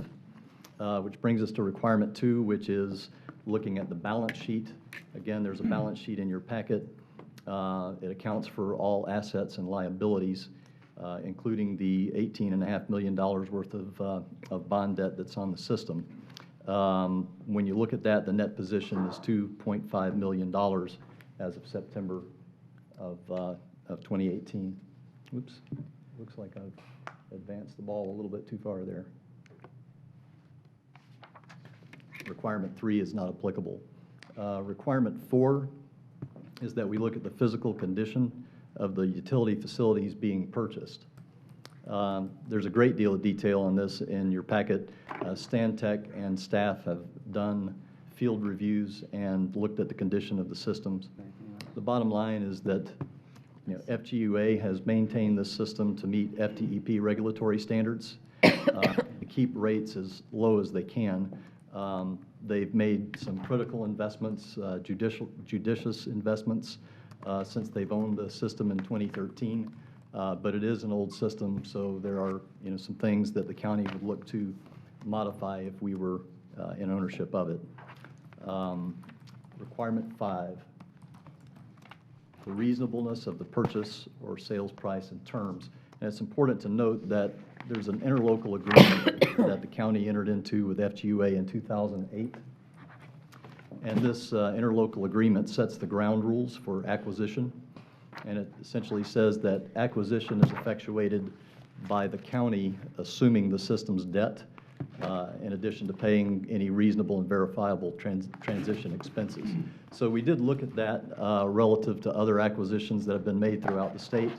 And based on those similar transactions and looking at the ratio of price to a surrogate measure of value, the purchase falls close to the middle of the pack. So it's not an outlier in terms of that. Requirement number 6 is looking at the impact of the purchase on utility customers, both positive and negative. The most obvious positive is that if the acquisition proceeds and Pasco County absorbs the cost, the existing Aqua customers could see a substantial reduction in their monthly combined water and wastewater bill, as much as 46% in some cases, depending on their rate base, the rate structure. The next slide has a visual that shows the order of magnitude. Another positive is the environmental benefits and the treatment economies of scale that the county can provide. Both Palm Terrace and Jasmine Lakes have wastewater treatment facilities with effluent disposal ponds that are at risk for overflows. They can discharge to the environment during wet seasons, and that's something that if we acquire the system, we would have the ability to pull those systems offline, connect to our regional treatment facilities, and remove that environmental risk. On the negative side, there would be financial impacts to our utility, assuming Aqua's debt plus the additional investments that we would make would put a financial strain on the utility that would need to be addressed, and we can address that later also under the next item in greater detail. The next slide indicates just the visual of what the rate reductions could be to the existing Aqua customers. The red line represents their combined bill under county rates, and the blue bars represent what they're currently paying. Requirement number 7.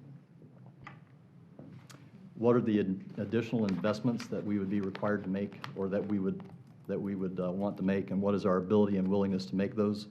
So in the board packet, we provided a detailed capital improvement budget that was based on Stantec's review and staff's review of the systems. Based on our assessment, we looked at making approximately $4.5 million of capital improvements in the first 12 months, along with about $2.7 million in renewal and replacement improvements. And then after year 1, we'd be looking mostly at renewal and replacement issues going forward. And over time, those costs would taper off and they would be smoothed into our overall O&M budget. Some examples of the capital improvements we would make would be master pump station replacements and or upgrades, construction of system interconnects that would be necessary to take Aqua's systems offline and tie into our regional facilities, and decommissioning and properly abandoning the existing wastewater plants in the Aqua system. Some examples of renewal and replacement costs would be lining of leaking gravity sewers and manholes, programmed water pipe replacements as needed, and meter replacements as well. Requirement number 8 is that we look at what the alternatives would be to purchasing the system. As an alternative to purchasing the system, we could just decide not to purchase it. And the impact of that would be that things would continue largely as they are. FGUA would continue to operate the system. The customers would continue to pay those rates. Over time, FGUA would likely need to make system improvements, which could, in turn, create the need for rate increases. There's also the alternative of delaying purchase, and the idea there would be to wait until Aqua's debt per customer is closer to the county's existing debt. This would take potentially a long time because right now, Aqua is in year 6 of a 30-year loan, so they haven't really paid it down very far. And then requirement number 9, the ability of the purchaser to provide and maintain high-quality, cost-effective utility service. Staff is confident that if the system were acquired, we would be able to maintain a high level of cost-efficient service. Our utility is financially sound, and we have a consistent record of regulatory compliance. So with that, we would ask for discussion and that you vote on whether this acquisition is in the public interest. Thank you for that. Quick question for yourself or Mr. Kabala. You initially stated, we're listening to P11, a portion of it, you want to go to 12 and then come back to 11 again. Right. Is that correct? We would want to come back to approve the agreements right now are attached to P11. We're just asking to decouple those so we could come back and vote on those later. The motion, I believe, spells out that we would want you to find the public interest, and then we would come back after the rate resolution to hear those. So yes, you are correct. Okay, so how P11 is written now, we cannot vote on P11 as it stands. You want to decouple those. So we would need a separate motion for the agreement itself. Why can't we vote on it? Hold on one second. Am I not correct? So the recommended board action is to accept public comment and find that the acquisition is in the public interest. Right. If that finding is made, then the BCC must consider how the acquisition will be funded by considering the rate adjustment in the next agenda item. If funding is approved, then the BCC should approve the acquisition resolution to acquire from the FGOA for an amount not to exceed. Mr. Chairman. Thank you, Mr. Steinschneider. So the motion for approving the public interest is the first sentence. Yeah. Right. So that's where, after you take public comment, if that is the pleasure of the board, the motion would be find the acquisition to be in the public interest, and then you'd move on to the rate resolution. Then we would have to go back to but there's the agreement. Then you'd have to come back to the agreement later, yes. Again, just, I know, I think originally I thought there was going to be 3 items. The agreement was separate. They were coupled together. A separate public hearing is not necessarily required for the transition agreement, nor We the. can vote on that separately, so you can approve a portion of P11 and then come back to the agreement. Yeah. Okay. You can. Okay. Excuse me, nope. Okay, so we don't speak from the audience. You don't speak from the audience. audience. Can't hear you. Okay, okay. He'll explain it to you. The gentleman that's walking behind you, he'll explain it to you. Okay, so moving on. So just one, before we go to P12, I just wanted to, well, you know what? Go ahead and go to P12, but one of my concerns is, as we spoke before, we didn't actually talk about this, I think it's been since February 1st. You need to first have a Well, public hold on, hearing still for the going. public interest piece of P11. Yeah, so Before we go February to 1st P12. was the last time we had a discussion as a board, What's that? Yes, sir. February 1st. But he's saying you need to have public That's it. And I Before you understand. go to P12, you need to do the public hearing for the P11. And I understand Okay.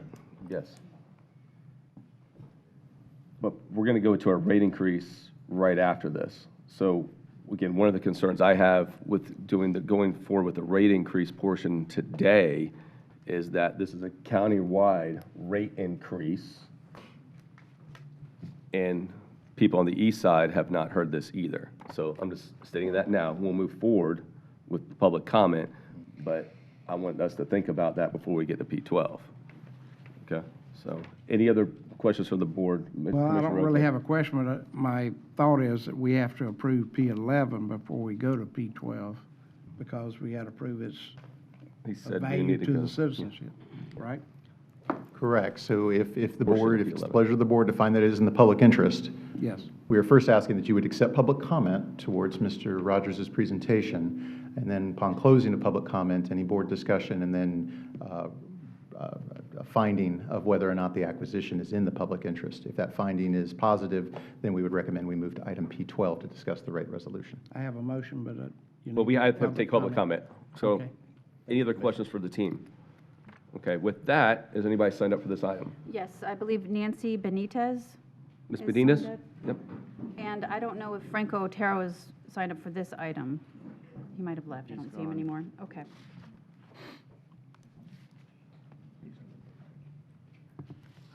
Hi. Name and address for the record, please. Nancy Benitez, 7647 Dale Drive. Thank you. And Okay. can you please state whether you have been sworn? I did. I was. This it no? wouldn't be a quasi-judicial hearing. Don't worry about it. You're good. Okay, Nancy Benitez with Gulf Islands Palm Terrace Neighborhood Watch. I'm representing Palm Terrace. The residents, as you know, the residents deserve clean, affordable water. For many, many years, the residents has requested the takeover of the FUGA to Pasco Water. We all must realize that here that clean, affordable water is a necessity and not a luxury. So we are asking that the situation be resolved and that the takeover of the FUGA. Yes, ma'am. Thank And you, also, ma'am. is there a revolving loan that is being on this?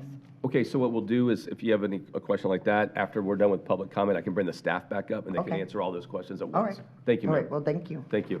Anybody else like to speak to this item? Please come forward. Would anybody else like to speak to this item? Mr. Chairman, just, Seeing none, yes, back to the board. I was going to say, all those folks right there are here for the same reason, Okay. supporting Nancy. They just don't want to take. Oh, okay, okay, all right, thank you so much. Commissioner Starkey, Well, I was going to make a motion to approve P11. okay. And I'll second. So that's, you're approving that the acquisition is in the public Oh, interest. absolutely. In the public interest? Yeah. Okay. It's been needed But for not many the years. set, but P11 also, the reason I Right. made the clarification. understand. Okay.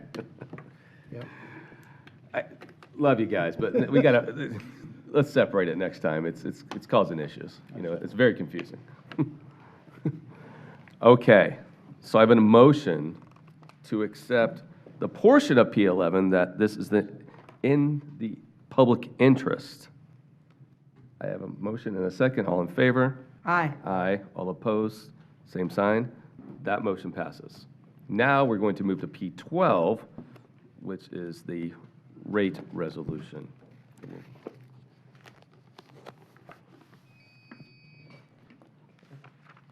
Time's up.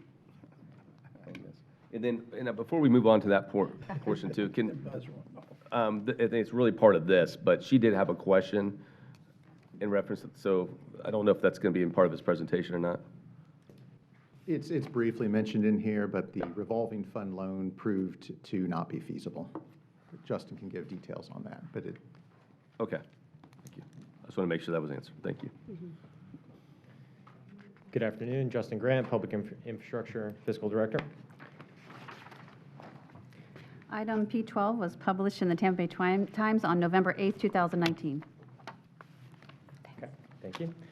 So I'll give a little background as to the rate resolution. Last time utility rates were revised was back in July of 2017 for a 4-year rate plan that runs from 18 to 21. This resolution we brought forth as the intent to acquire resolution that has been mentioned here before. Back in February, I kicked this off. As Mike and Ed both mentioned here before me, to support the acquisition, a funding mechanism is required to offset the capital and O&M costs, as well as mitigate negative effects to the utility's financial structure.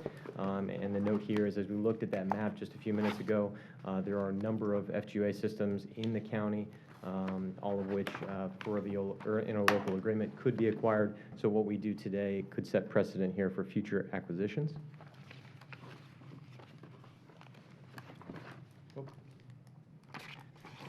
Back in February, as well as having Stantec here to represent the multiple options that were presented before the board directed staff to investigate alternative number 1, which represents a 2% county rate increase on both water and sewer. That is a one-time rate increase.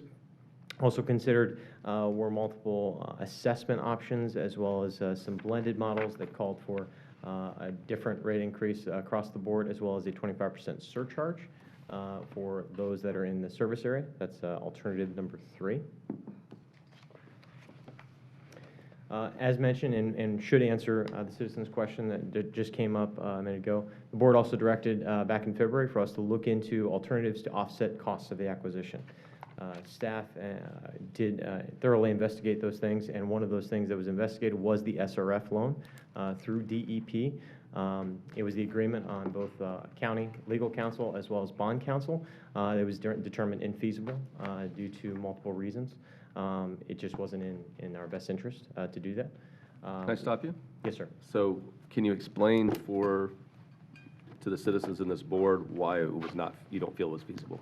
Yeah, so there's a clause in there, and if the board requests additional documentation, either county attorney or bond counsel can speak to it, but there is a clause in there that refers to ad bond tests, so that in layman's terms basically gives DEP the right to govern whether we issue, how we can issue any future debt on the utility. We requested some metrics and things like that we could hit that would allow us to pass that test. Ultimately, they were unwilling to change the language in the agreement that basically gave them the ultimate say on whether how we could manage any of our debt moving forward. Council, would you like to add anything for that one?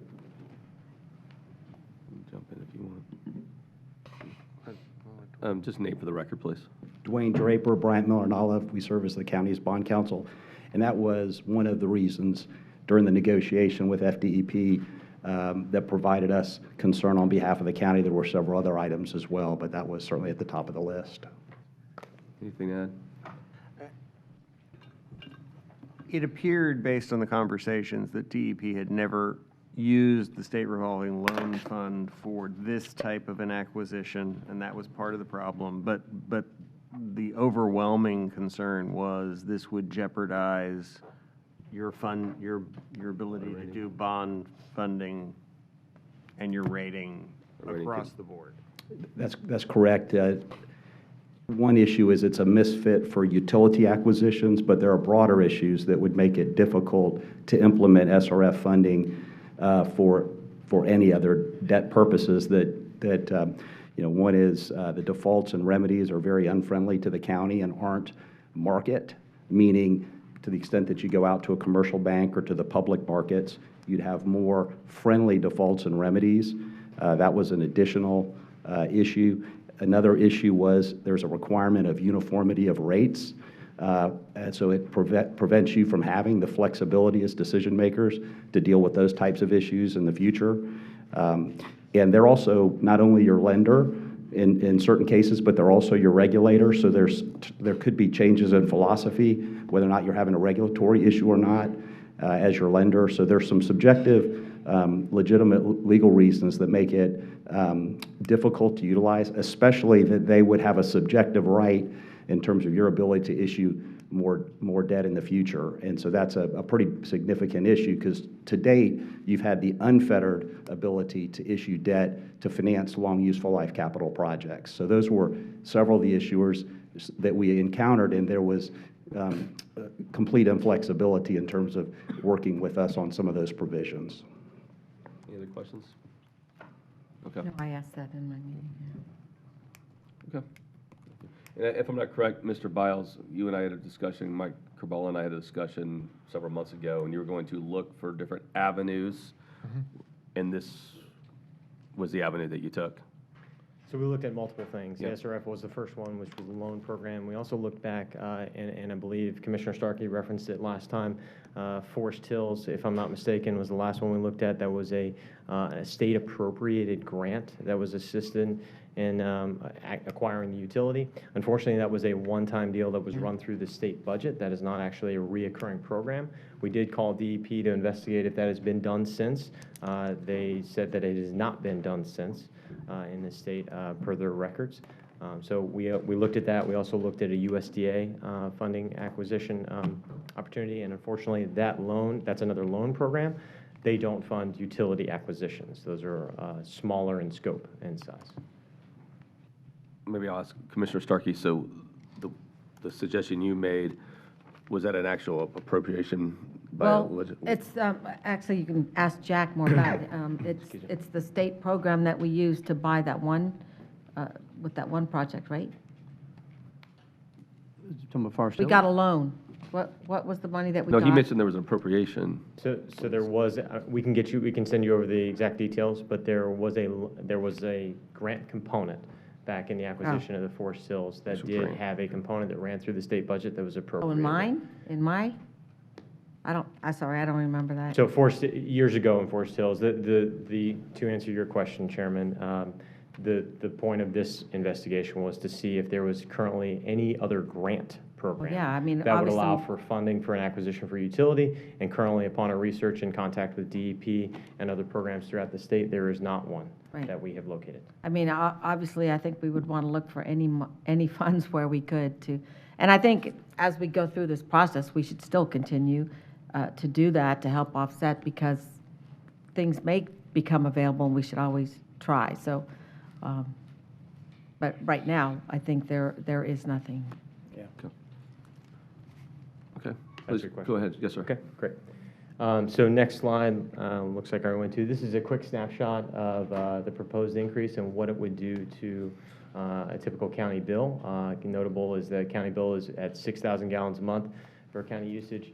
You can see that raises the average 6,000 gallon ratepayer will only see an increase of approximately $1.48 per month. You can see it doesn't change our standing relative to other municipality and utilities.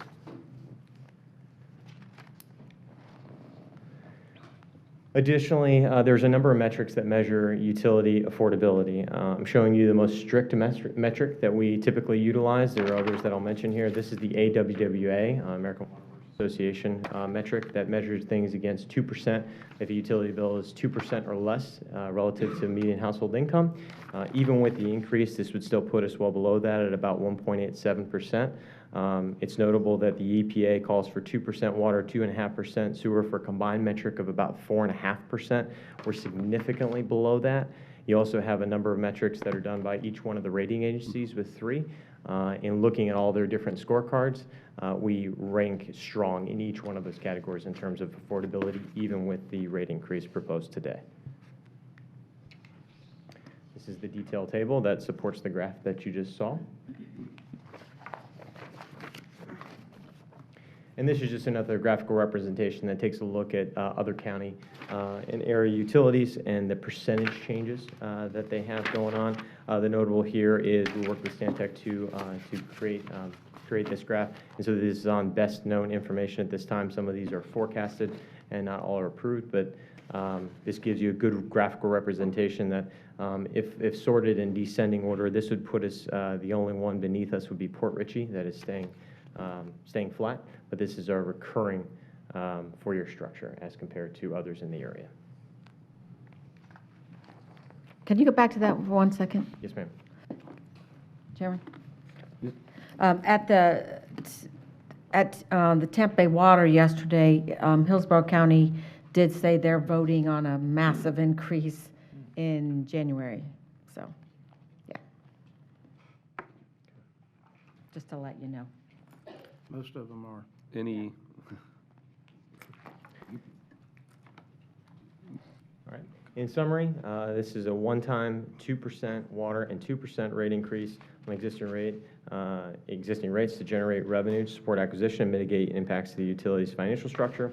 As we covered, the average 6,000 gallon month ratepayer would see an average increase of just shy of $1.50 a month.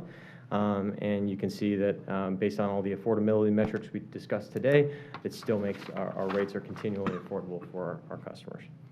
Ask you a question. So next year, you're going to bring a similar item to this board for another acquisition. Will you be asking for additional rate increases at that time for that acquisition too? Yes, sir. So currently, the structure that was discussed before the board back in February, and then again today, is when you go back to the slide that represented the multiple choices. Alternative 1 represents a 2% across the board, which is what the board directed us to look into. That is a one-time 2% increase in the year of acquisition for each acquisition. And how much is that annually? It's about $1, well, in The terms dollar of, what? it was about $1.50 for an average 6,000 gallon. $1.50, About yeah. $1.50 for a resident. Yes, A year, yeah. Well, $1.50 a month. I'm sorry, $1.50 a month. Thank you. $1.50 Right. a month, yes, ma'am. And it still keeps us way below many of the As a- others. For a 2% increase, you're saying it's $1.50? It's $1.50 per month For on a 2%. 6,000 gallon So bill, yes. as you add on, it obviously increases 2%, then it's Yes. 3. Sewer, So that's for a That's combined bill. combined. That $1.50 is for combined water and Okay. sewer bill together. okay. Commissioner Wells? Just so I'm clear, if I remember the exact wording, our direction was for you guys to come back with a max of 2%, not 2%, not to have that be the top priority. And I know I met with staff, I know they're saying this isn't ranked. And just, you can go back to the other scale with the 1.5, 3.5, Yes, sir. please. Oh, you're talking about the relative to the other utilities? Yes. So the 1.5 and 3.5 is what we're doing now. Yes, sir. They would be a percent added on each one of these. So it'd be 2.5, 4.5. It'd actually be 2% per. So right now, based on the structure that we have right now, 1.5 and 3.5 went in October. And then right now, if this is approved, it would be a 2% one-time increase on both the water and sewer rate. Yes, sir. For a total, for $1.50. $1.50 average No one's change in gonna even notice $6,000, it. It'd be 6,000 gallon bill. roughly per- $1.50. Yeah. Yes. Then again next year. Very Yes, reasonable. ma'am. Any other questions at the time before I take public comment? Commissioner Mariano? Thank you, Mr. Chairman. I mean, I'll tell you, years ago, we tried to look at doing direct access, direct purchase, and this utility wasn't cooperating. Let's say a few other ones, such as the Lindrick one, wasn't cooperating. The one down in Trinity wasn't cooperating, so it was difficult to make something happen. The FGA provided that vehicle. The residents here, as we bought these systems through the FGA, we thought that we were going to try to turn them over as quick as we possibly could. It was all designed to go back into the county system. They were just the vehicle to make it happen. Frankly, I wish we were here 3 or 4 years earlier, but I want to salute this board for bringing this forward to make this happen. This is the right thing to do. These people have actually paid into the system, actually subsidizing the county systems anyway, if you figure, because they've been paying money into our system as well. So to take these properties and all of a sudden bring these rates down such a dramatic way, give them better quality water quality, is going to help the values of all these properties. That's going to escalate property values, which will see a huge tax base on the back end. I know it's not tied to the utility, but it is a benefit for all of Pasco. Right. And I would. Commissioner Starkey? And I would agree with what Commissioner Mariano said. You know, there was a time when I was hesitant, but I've seen how these prices just keep going up, and and because of that, I have talked to other commissioners from around the state, and I actually had a conversation with Adam Putnam about this, and he used to be on when I brought this up, I said, if you become governor, this is a huge issue that you need to deal with. And he said, my gosh, we were dealing with that back when I was on the city council in Polk County. I don't know what city council he was on. Yeah, and understanding this was a huge problem then. So what I've learned from many of the other commissioners is they didn't go the FGUA route, but they went ahead and bought them. And so what many of these citizens have experienced over the years is they paid these really high rates and didn't see any capital improvement really in their neighborhoods. And then FGUA came, and I know there's been improvement, but not to the quality of what we have in the county. So not only do we need to help these citizens with the really high rates, we need to get these systems fixed quickly. I know next year when the Gulf Harbor system comes on, and some of the others that are aged and need help, it will improve the environment around them, the water quality. And so I think it's really important for the county to go ahead, bite the bullet, and bring everyone into the family.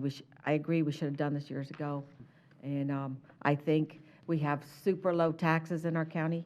We're still 2/3 less than Hillsborough County and Tampa, and I don't think anyone will even notice this, except I know the people living in these communities will celebrate and will, I know in this community, it's a difference of hundreds and hundreds of dollars.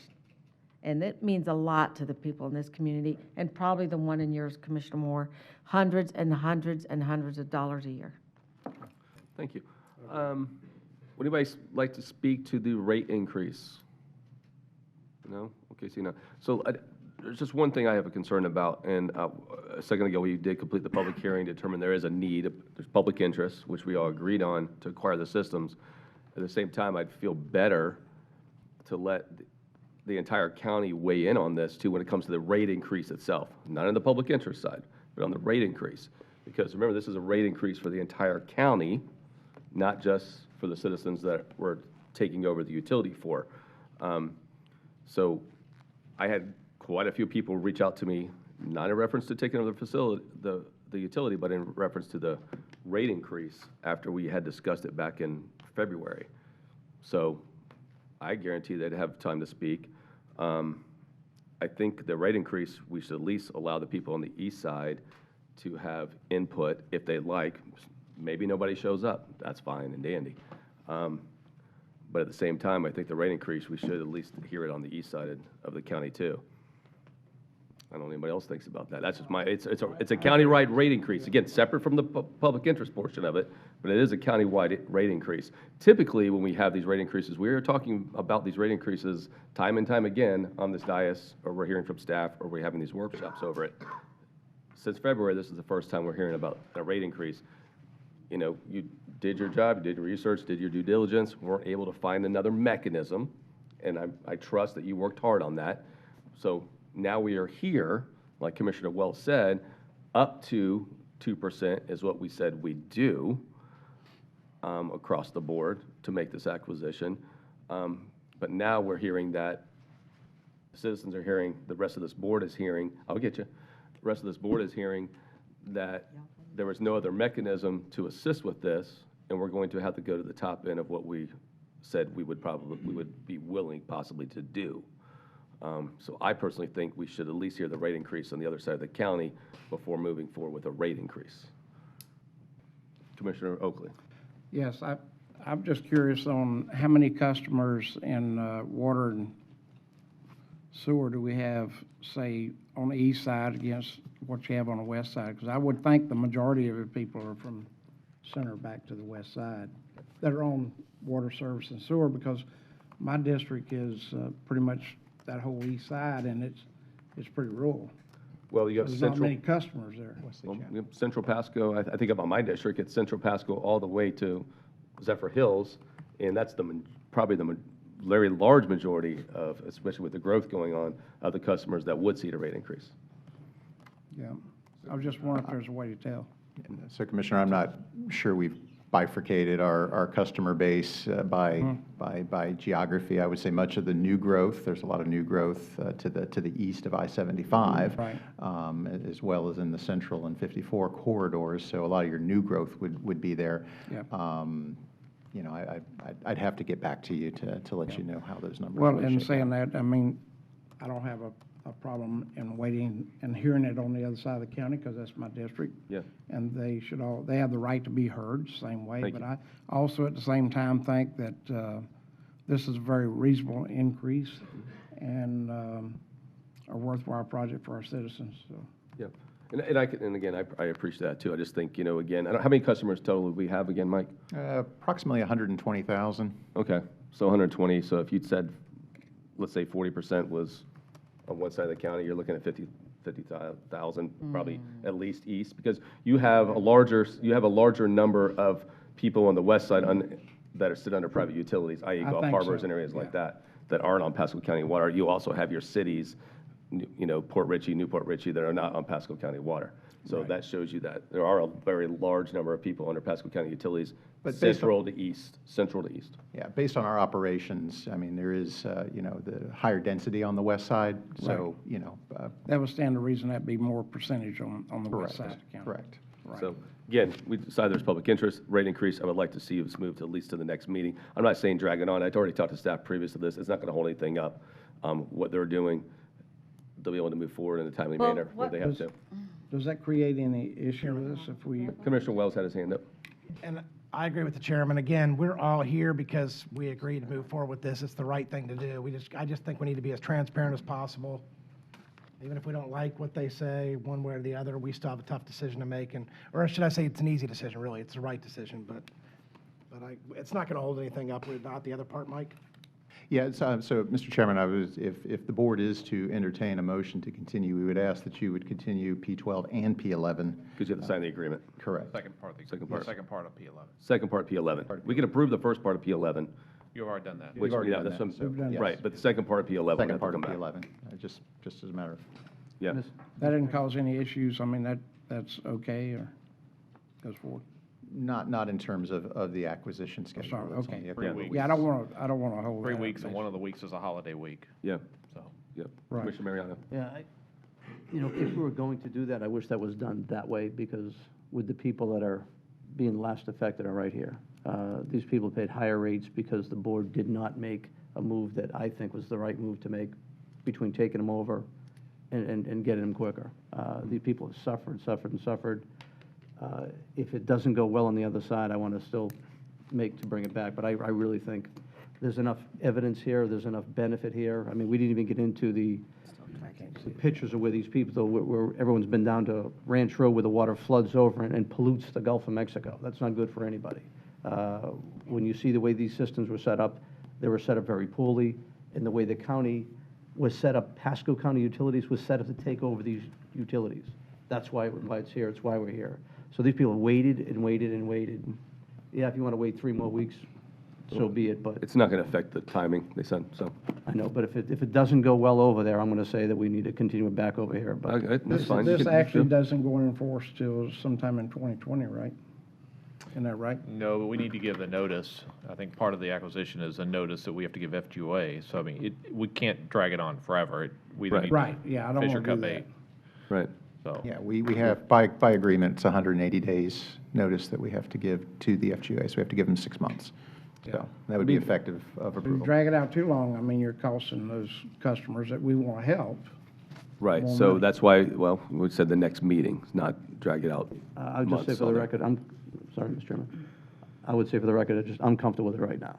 Well, what I think you'd rather have, though, I think if you're comfortable with moving forward, cohesiveness and not nay votes. I don't think Because you if- should be making a decision until you hear from the public. I already called for public comment. There's nobody. Oh, that was it? Yeah, I already Only called. having one person speak? Yeah, I called for it again, yes. For Yeah, everybody. yes. All right. Okay. Yes, I already did that. Okay. So I can't make the motion, or Well, I would- could, but I'm not going to, but. I'll tell you this, and I feel comfortable with this issue, and personally, I would like to see it move forward and not hold up on it. And I'll make a motion that we approve it today. And Well, I'll second that. Well, I don't want, so now I'm gonna deny this now. Well, it's I a don't want to be first a nay and a vote. second. You got a first. What do you mean you can't, you're going to Well, deny it? Well, I'm just telling you. Making up your No. own rules? What are you talking about? Robert's rule. He made a I motion and I understand I deny seconded someone, it. somebody nay votes, Commissioner. You what? Oh, my God. Okay. We'll move on. Motion and Yeah. second. It's- Discussion. If somebody says nay, they deny it. Oh, you can vote for nay. Yeah, Right. sure. I thought you were denying the motion. Through this process, we need to be as transparent as possible. I think all 5 of us are willing to vote 3 weeks from now in Dade City to move forward with it with the maximum of the 2%, which is why we're here. We've already agreed on that. Again, you do it, I just think it makes sense. I think it's the right thing to do. We do it on everything else, commissioners, to make sure we hear from both sides of the county. It is affecting everybody in the county. Again, we've already committed to doing it. It's the right thing to do for these folks. We've seen the water quality. We've been dealing with this since I first got elected. So but I just think it's the right thing to do to listen to the folks over there. If anyone shows up, they may not, so. Yeah. I mean, you made a motion in a second, but at the same time, I'm going to let you know that, I will get you in a second. I will let you know that you were setting in my mind almost a precedent of not letting a rate increase be heard on both sides of the county. And that's on you. So when the constituents come and they start calling, I will say, reach out to this commissioner in this district because they weren't willing to let it be heard on this side of the county. When we asked for that. That's not the. Because that's that'd be the not case. my motion anyway. I understand what you're saying. Yeah. But I will, with that, I'll withdraw my motion. Wait, let me speak. Well, he can withdraw. I'll let Starkey go. Okay. So this was publicly noticed. I didn't get one, hey, what I are had you no doing? comment. I had no comments. So I'd like to make this suggestion, because I do think in the future, we do need to be having this on both sides. And we have another one coming up that is the Lindrick next year. So I would like to move forward with this one, but suggest that with the Lindrick acquisition, we schedule this one to be heard on both sides. So that would be my suggestion. This is $1.50. I don't think it's anyone's going to be in opposition to this. I don't want these people to have to take off another day of work and drive to the other side of the county. Well, the portion they were here for already was passed. Yeah. The portion they were here for was already passed. No, And there was no they public want- comment on the rate increase. I think they, if there's no, are you saying we're going to purchase it whether there's a rate increase or not? No. Okay. That's not. No, the acquisition would be contingent upon the rate Right, increase. so it does affect them very much. So they're all going to have to travel over to Dade City. And this is, I just think they've been through enough, and I think we should finish this today. But in the next ones, I definitely think we need to take more, have more care to be sure that the east side is included. I don't think, as Commissioner Oakley was starting to say, I think a large portion over there is on a different system or on well. Wells. So I feel pretty confident. I'm not going to get anyone enraged at me, and I'm up for reelection. I think we should move forward. Commissioner Wells. If I could, and it sounds like you're going to withdraw your motion anyhow, and thank you for doing that. Again, no one really asked me my opinion a month ago on this. If I would have known, I didn't know it was coming forward until a week ago. I would have said, and I assumed it was going to be on both sides of the county. Commissioner Starkey, you just said it. We need to do it the right way. Again, it's important to me. We're all on the same page, and I think at the end of the day, so 3 weeks from now, we're all going to vote to do the same thing, which is take care of these folks. It's not going to hold it up. The right thing to do is to continue at the Dade City, vote on it over there, and we're done, and these folks are happy, everybody's happy. I mean, again, going back to the past, when we talk about the rate increase portion, we do allow people to be heard. Yes, sir. I will withdraw my motion. I've And not I withdrawn feel my very comfortable with my motion. And move it, make a motion to continue it to the meeting in Zephyr Hills, or Dade City, our next meeting. And at that point in time, vote on it for the betterment of all the citizens. Second. So, I have a motion and a second to continue the rate increase portion to December 10th, or 3rd, what is that? 10th. December 10th, 2019. that'll be here before you know it. Yep, it will. I have a motion and a second. All in favor? Aye. Aye. All opposed, same sign. Motion passes 5-0. Okay, so thank you for that. So the second part of P11 will come back to us after the rate increase. I think we would need a motion to continue that as well. Okay. Okay, I'll make that motion. Okay. Second. Continue that. So I have a motion to continue the second part of P11 to December 10th, Yes. 2019. Okay. All in favor? Aye. All opposed, same sign. Motion passes. Thank you. Okay, moving on. That's it for our regular agenda. Back to miscellaneous. Commissioner Mariano, you still had more, I think. Yes, sir. Give me 1 second. He was holding off on something. Hey, I'm holding off on something I'd like to Yes, sir. have before the end of the meeting. Yes, sir. Commissioner, let him go.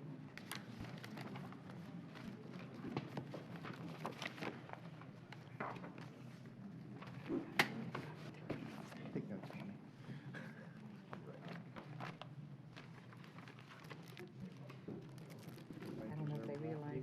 Also, Mr. Chairman. Yep. So to I was at the Habitat for Humanity meeting last night, and I will tell you, they are concerned about what's going to happen to the project. The infrastructure. Project? The Habitat for Humanity. Well, no, we can wait a second, Commissioner, Yeah, so sure. you can be heard. Don't mind. These two, it's Nikki.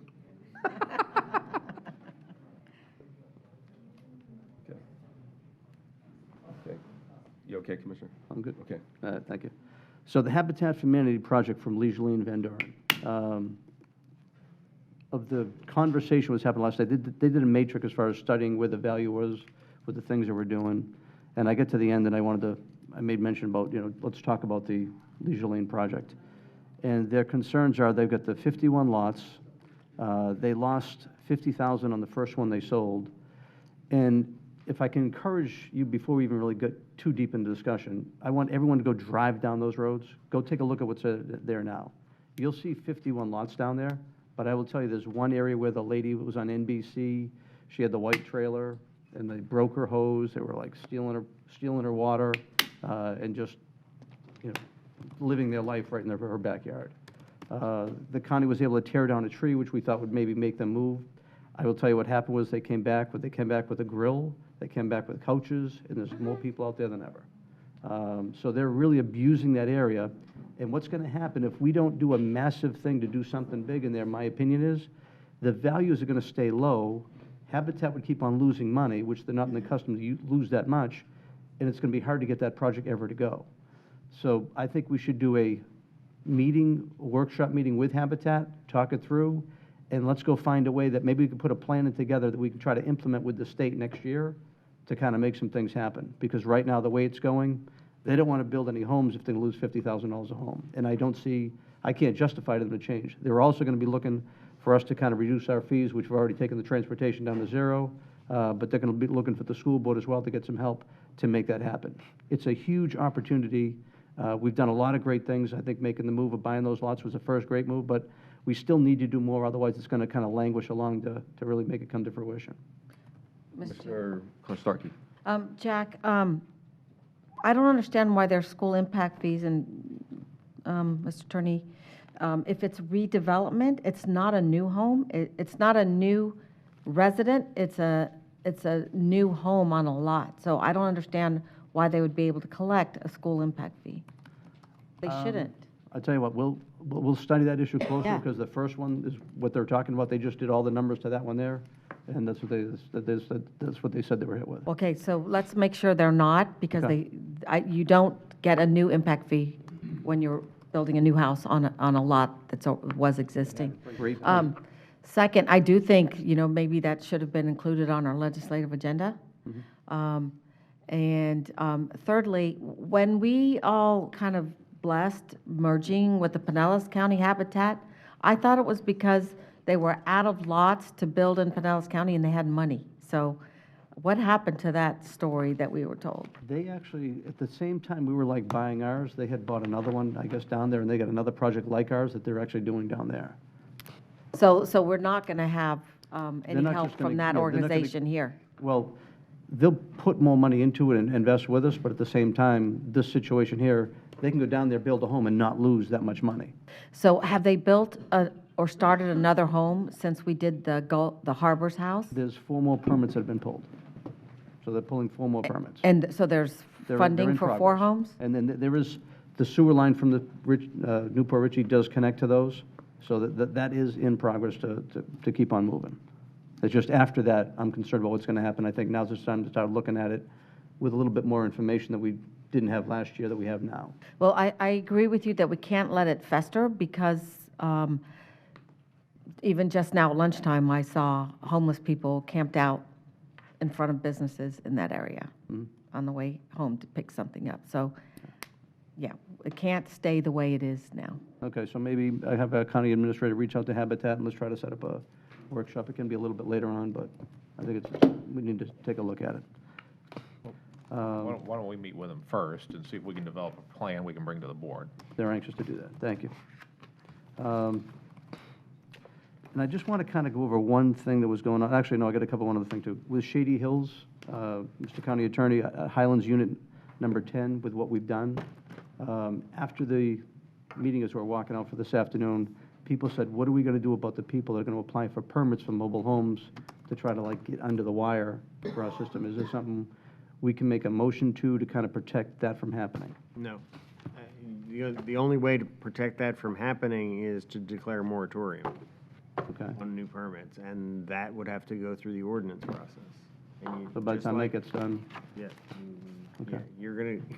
You're likely gonna hear the rezoning before you can get a moratorium. All right, how quick do you think we can get this thing back to the board? Can we get it to the next meeting? That would be a question for your planning director, not the county attorney. All right.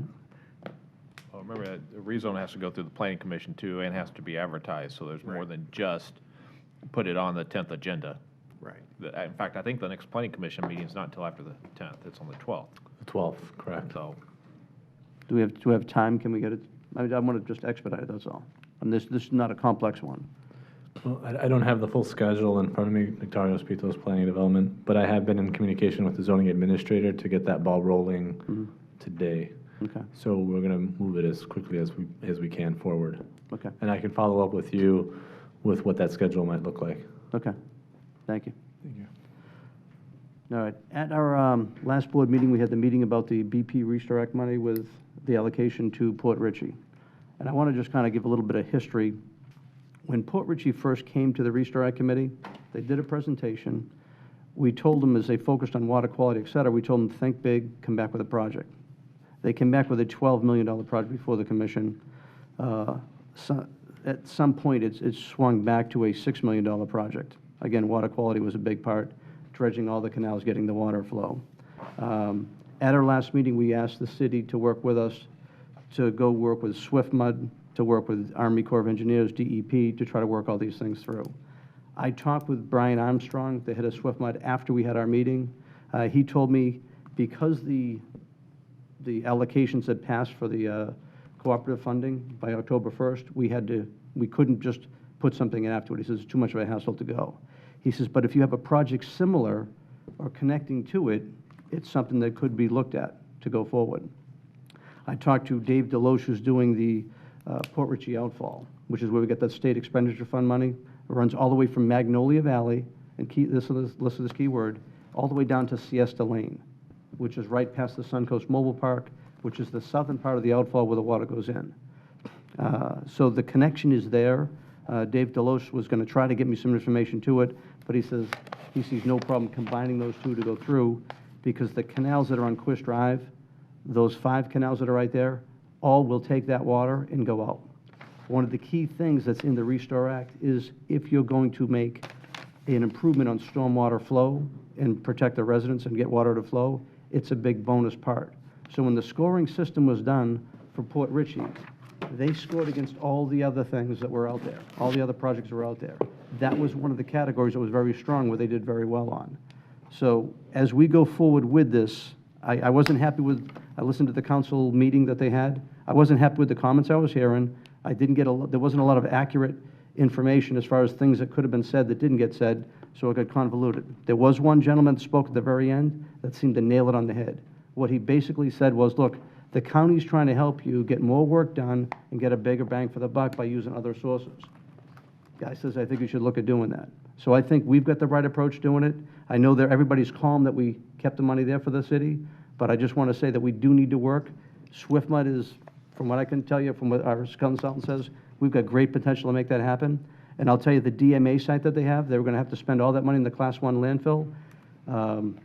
Whenever they do a dredging project, DEP's first move is to say, put it in the Class 1 landfill. That's the default position. I've talked to two sets of consultants that both say that could be negotiated out. I've talked with a sand expert that thinks that could be negotiated out. So I think we can do a lot better for the city than just doing the one canal like they're trying to do, and do the ones they want to do, and then get these other ones that'll really help the area. And as you saw the presentation today, I think the water quality aspect of this whole thing could go even higher and better than we ever thought. So I just want to say, I am trying to work with it.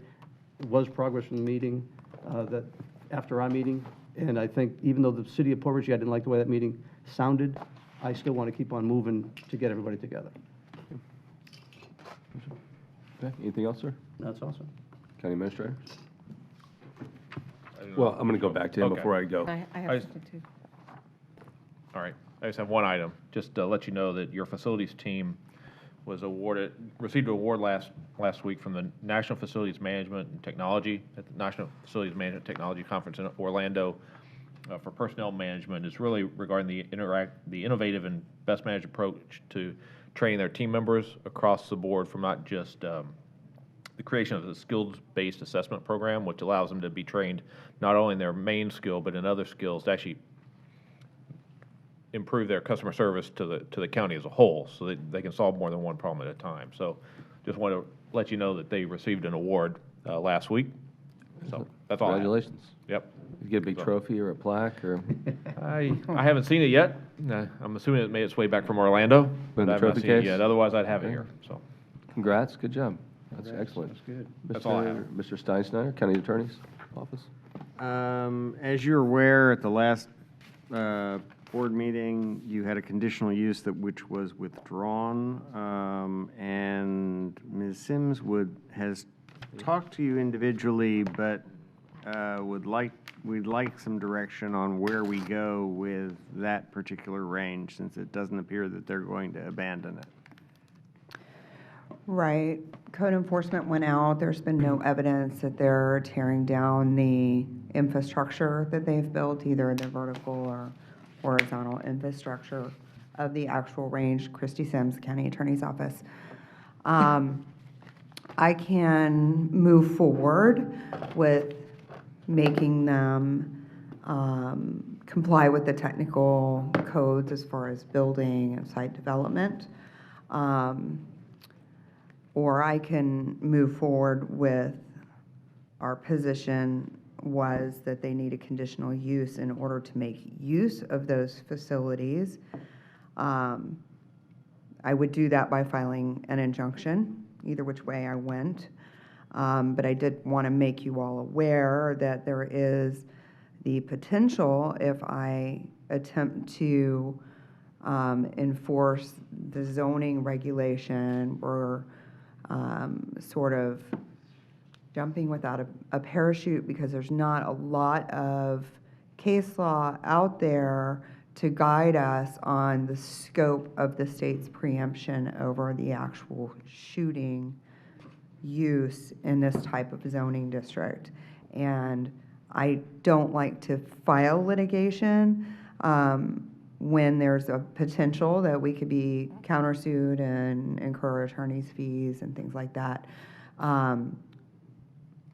This is one of those situations where I can't really tell you that I have a high level of confidence. I'm not saying I have a low level of confidence either. I just don't have enough information to advise you one way or another. So I'm looking for some direction. Do I just enforce this with respect to the building permit and site development portion of it, and ignore the zoning portion, which would, if they meet all the technical codes, allow them to keep shooting? Or do I take the position that they're required to have a conditional use and stop the shooting, and incur whatever risks of litigation that might bring? Mr. Oakley. Yeah, I've talked to Christy about this same issue. My opinion is that we've got an ordinance there that says that we have to have infrastructure and a permit to allow that on this agricultural property. And we need to move forward at stopping it and seeing that once they take that out and decide they're going to do it just on the ground, state law provides that ability to do that on agricultural property. We can't stop that. But as it is, they're disobeying actually our ordinances that we've got set here in the county as far as doing the infrastructure, and that needs to be taken out. So if I need to, and I asked Mr. Steinsteiner if possibly I need to reach out to our legislators to see if they can do something about an issue like this, when it, not necessarily the shooting part of the law, because I agree that they are to be able to shoot on agricultural property, but then you still need to abide by the county's ordinances and infrastructure that we talk about and need permits for and conditional use.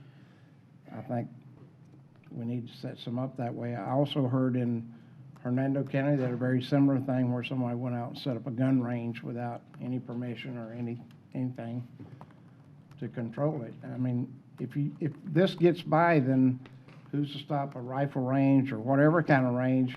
And we need to protect our citizens out there from these guns. And I've been asked before about temporary rifle ranges in the county for a day, and there's no way in the world I'd ever approve something like that because it's dangerous.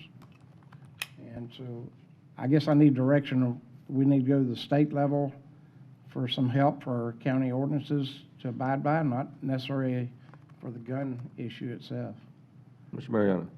I was going to say, I concur we need to enforce our current ordinance that are in place, and if there's a way to go back to when we first cited them, let those fines accrue from that point in time all the way through. And if you want to try the state, I'm Well, fine. here's the difficulty. As it stands up until today, based on what I hear from y'all, we would not have given them a building permit up until now. That's because our position has been that that use violates our zoning. Now, if you want me to go forward and enforce the technical codes and not pursue the use, I can do that. But this is what's so difficult in articulating this is. You're going to end up in the same position of litigating the zoning any way you look at it. Right. I mean, as a practical matter. Right, unless I advise the building official to issue a building permit regardless of our position or interpretation of the zoning regs, if it meets the technical provisions. Just difficult. I still have Commissioner Starkey I would like to get to. Commissioner Starkey. Yeah, so I agree that they need to take down the unpermitted structures. And I agree we're going to be in a pickle if they come in and ask for a permit, because I think some of these rules are not in our hands. However, in talking with Christie, the residents do have a remedy, and that is a civil suit, especially, I think, the gentleman with the business next door. Horses. With the horses. But that's not something we can get in the middle of. That would be, I believe, a civil suit. What's the word that you told me? Private nuisance. A private nuisance. So I personally don't think you should be able to shoot, and I have a lot of guns, but I don't think you should be able to shoot something that could go for miles into someone else's property without some kind of safety behind, something that stops that from going a long way. But I don't think we set those rules here. I think they're set in Tallahassee. In fact, we used to have a local ordinance that said that you cannot fire a gun within, I think it was 300 feet of occupied property. And the legislature came in and preempted us, and we had to repeal that. So I think this is a little bit out of our hands. So I think we should deal with what we can, and that is unpermitted structure has to come down. The residents can take it up, and if she's out there shooting an AR-15, which can go 2 miles, how far can those go? I don't know off the top of my head. Depends on a lot of things. She's on video shooting an AR-15.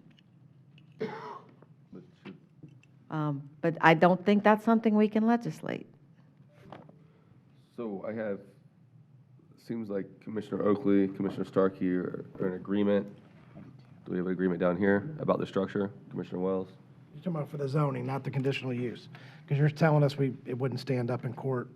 The unpermitted structure is what they were referring to, is require them to remove the unpermitted structure is what I'm hearing from 1, 2, 3 so far. So That's all we can regulate for now. Mr. Chairman, so Please. the issue is that your regulations, which are consistent with the legislation, is you can't have a range without a conditional use. Yeah. Okay. We determine that the range is created because they built a structure without a permit. Right. So, yeah, you can go after them for the building permit, but then if they apply for it, then what are you gonna do? Because they're still not in compliance with your land development code. Well, she can't build a range, she can't build something that makes it a range, right? Correct. This is how this would play out. I would go to court and say you cannot make use of this range that you have constructed because you don't have the appropriate building or site development permits. Judge would agree with me and say, go get one. They would come apply for one, and then we would deny it based on the fact that they don't have a conditional use. Then where does it go from there? Then we're right back at the beginning, which is, do I sue them saying you're violating our building regulations, our site development regulations, and our zoning regulations? We're not there yet. Okay, so So I think we need to go at doing just that, and also reach out to our legislators to see if something can happen to help support counties and their ordinances against gun ranges. Right. So the direction from this board right now needs to stand alone. So the direction from the board, you're the district commissioner, your Right. suggestion was, do you need a motion? Well, Or do you need just direction? I mean, direction by. What we're looking for is, we don't normally, unless it meets the conditions that you've already given us authority to file injunctions, we don't normally file an injunction without coming back to the board. In this case, we also have at play the state law preemption, which will likely be argued in any injunction of action that we take. And so that, if you wish us to proceed as we normally would, the next step for the county attorney's office to take is to go into court for an injunction. Yep. That's what we're- After they withdrew, I had at least 2 commissioners who said, what are you gonna do to stop this? That's why it's back. I don't think you win that. I think that's, how do you win on the injunction when? I don't know. So if you don't fight for supporting your own ordinance that you have that says you can't put in infrastructure without a conditional No, I don't think- use, then anybody can go in and do whatever they want to without. Is that what we're Without talking about use. here? Because I So- thought we were going to make them take down the structures and then see what happens. Well, how are you going to make them take down the structures without going to court for an Well, you injunction? got to do the injunction to do it. That's, Okay, the injunction is to take down the structures. but as part and parcel of that, we're going to have to argue that they couldn't put the structures up because it's a gun range. If they had voluntarily complied and taken the stuff down and continued to skeet shoot, there'd be an entirely different recommendation from the county attorney's office. But at this point, you've got an ordinance on the books. They went through the process. They left the process at the very end, but they have continued to operate. Okay, I heard that they fired once out of the structures, but they're using a hand, when you say, I don't know, what you say, pull and the bird comes out or the clay comes out? I heard they're on the ground, which is allowed. Well, all I can tell you is that I had code enforcement go out at the end of last week, and there was no evidence that they were removing the vertical structures or the range that they had constructed. So what did we tell them to do? Mr. Chairman, if this board wishes us to write a demand letter to them to deconstruct it and see what happens then, if they don't deconstruct, right, we're going to be back here and asking you the question again. But I need some direction that if you all get complaints, you don't come to the county attorney and say, what are you doing about it? So I mean, the first step, if you wish, is to write a demand letter to their lawyers and say, this is, you withdrew, as part of that withdrawal, take everything down. Let me ask And a see question. and see what happens. That's what we Let me need. ask I would one like to question. do that. Yeah, let me ask one question. I do. I don't think it's really apples to apples, but using this as an example, if somebody were to put a roof on a dock in a canal, which currently isn't allowed, and they built that structure, what would we do? Without a permit? Because they built the structure without a permit. All right. What would we do in that case? Are you asking her? I'm asking the county attorney's office. Well, roofs on docks is a Don't, really. just, I'm using an example. If somebody built an No, unpermitted that's a really structure. tough example because Okay, y'all unpermitted structure. kinda told us Okay, not to. unpermitted structure. If somebody, let me keep it going. If on 54, somebody built a structure without a permit, Right. what would happen? Any one of a number of enforcement options. We would file an injunction, we could give them a notice of violation to go before the construction board, we could issue them a citation, et cetera. What's the most extreme thing we could do in that case under our land development code Make them take and it down. ordinance? Find them every day. Yeah, that's what I'm asking. I'm asking her because I'm trying to Right, get to a spot we can all agree on here. Well, I mean, from a financial perspective, wait 6 months, warn them and wait 6 months and then fine them We're past warning $500 stage. for every day. Okay, we're past warning stage. What would we do? We would find them, we're past warning stage. We would find them every day until they pull the structure. If they did not pull the structure down after a certain amount of time, what would we do then? File an injunction. Okay. Well, We're at filing an injunction. that's what I was going to ask. I mean, this started with a code enforcement action, right? Right, well. Where and- is that? And let me make it Why are there clear. no fines, right? Yeah, where are the fines? This is what happens whenever there's a zoning question and somebody makes a complaint about zoning. If they are then going through the process to come into compliance with the zoning regulations, both Mr. Moore and I sort of abate the enforcement action to let them come into compliance. That's But they're not the willing way to do we- it. So we after the always last work. meeting, when they walked out, the fines should be accruing, in my And opinion. I'll have to check to see if there was a citation or something way back then. But this is a little bit different because, again, what we would be fining them for is something that we are never going to give them. I can't cite them for not having a building permit that we have no intention of issuing to them. But they Because put up of our- a structure without a building permit.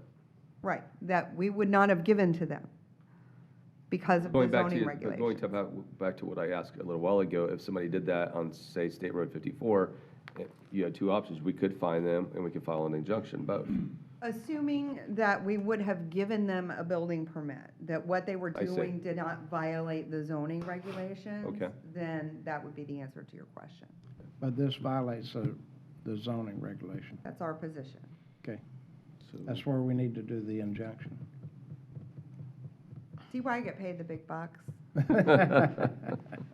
Typically, I don't come to you with every lawsuit I file because I have sort of a general idea of what you want me to do, and you've said, hey, if it's a sheriff's issue as well, go ahead. And a number of years ago, I came to you and I said, I want to be able to file these injunctions without coming to you every single time for permission.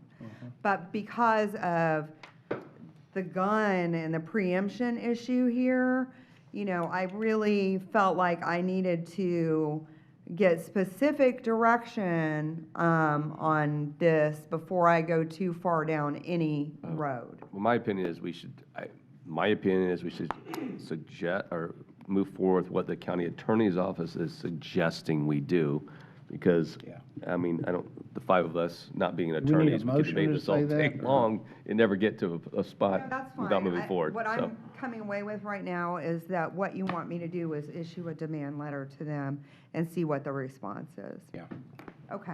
is And- is To that take what, down is the that stru- what everybody the wants? structure. Right. Yes, but I have a concern, and I would like for the county attorney's office to research this a bit, because I want to see if other areas have been sued for disallowing people to shoot in their, But she's not in ag. disallowing this, I know, but you're kind of asking how far we're going to take this, right? I'm asking, yes. Yeah, The bottom line is I'm asking, what is your risk tolerance? Right, mine's not, mine is usually the guns win, and I just want to hear some, That's why I I said want to go know through where, structure. where my chances stand if we go to court. I really didn't want to say that here, because I don't want them to listen to all I can this. tell you, I can't answer that question. There's been too little litigation about it. You know, we had this kind of come up before you commissioners were on here, but Jack will remember on State Road 52, with that guy that had set up, were you there? We were here. And he had the gun range in the back with the berm, and, you know, Pilot's Country, I think, was very upset. It went away. It went away because we took an think he went away- injunction action I against. think he went away Okay. too. He filed an Yeah, injunction. he had some other issues, I think. Yeah, he filed an injunction, and I've gone back and reviewed the courts. We won in that injunction case. But the distinction is, he was teaching classes there, and there was a commercial aspect to what he was doing. So, not exactly the same, Okay. but our position is still, our zoning administrator's position is that you require a conditional use when you construct a gun range, and they clearly have constructed a range. I'm just trying to get an idea of what y'all's risk tolerance is. Well, if she takes away the wooden structures and she's shooting from the ground, is that shoot all still a day. range? Right, Yep, I still, shoot all day. She can shoot all day. So I think we have adequate direction at this Sorry, point. I would apologize for being long-winded, but after y'all with that last discussion, I'm not apologizing. So, the other. you have direction, right? Yes.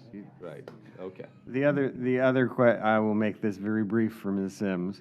The other question is, the county attorney's office wishes to bring back a presentation on how the high return enforcement process is going. We can either schedule that to be done during your meeting in December, or we can ask the administrator when there will be an available workshop in January, depending on how much time you want it. How much time do you think you want, We Christie? think that a presentation will take between 20 and 25 minutes, and then it just depends on how much discussion the board wants to have, how much direction you want to give us regarding your goals for next year and how things are going. That seems like a workshop item? No. If we're having a workshop? No, meeting, Huh? meeting. Well, we said 20, 25 minutes for the I think presentation, then can we do have that at discussion. we could probably do that. I haven't seen what's on the agenda for the 10th, but I think we could probably do it inside that meeting. You think it's, 20, 25 minutes, we could probably do it inside that meeting. But I need yeah, to, that's fine. again. I didn't know if you had I a, need to if see you had a the workshop meeting, scheduled already. but I think 20, 25 minutes for the presentation, and then whatever discussion or questions. Everybody okay with that? we had one this morning that was 20 minutes long. Yeah, we did. What date? Your meeting in December. The 10th meeting. The board meeting in December Okay. is what I'm hearing the consensus is. We Okay, just well, that didn't want to affects what I was going to talk about. put what could be a workshop topic on as a regular item if the board would rather hear it at a workshop. So you may seek Or we could do it in direction. January. That's fine. He'll look at the light, he'll look at the agenda and see what the lightest is for regular in the morning, and then we'll go from there. Okay. Cool. We'll Thank you do all. that, because Thank you. Thank you. Thank you, Christie. So, We love you. Thank you. clerk's office, what, I'm sorry, Mr. Science, anything I'm- else? I'm more than done. Okay. Thank you. So I'm going to go to clerk's office and go back to, you said you had something else? Yeah. Okay. Right, yes. And then I got 20 minutes. No, I'm just But I'll have to leave, I'll miss yours. kidding. No. Okay. Important.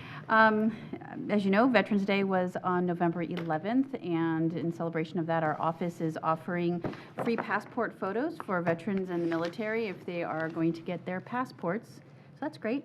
And also, on November 23rd, it is National Adoption Day, and the courts in Pasco held Adoption Day on November 8th. 17 families adopted 22 children on that day. Isn't that awesome? I love that. And So just trying to bring awareness to adoption in Pasco. And there is currently, I believe, 600 children in the state of Florida that are awaiting adoption. Last thing, I just want to say something fun.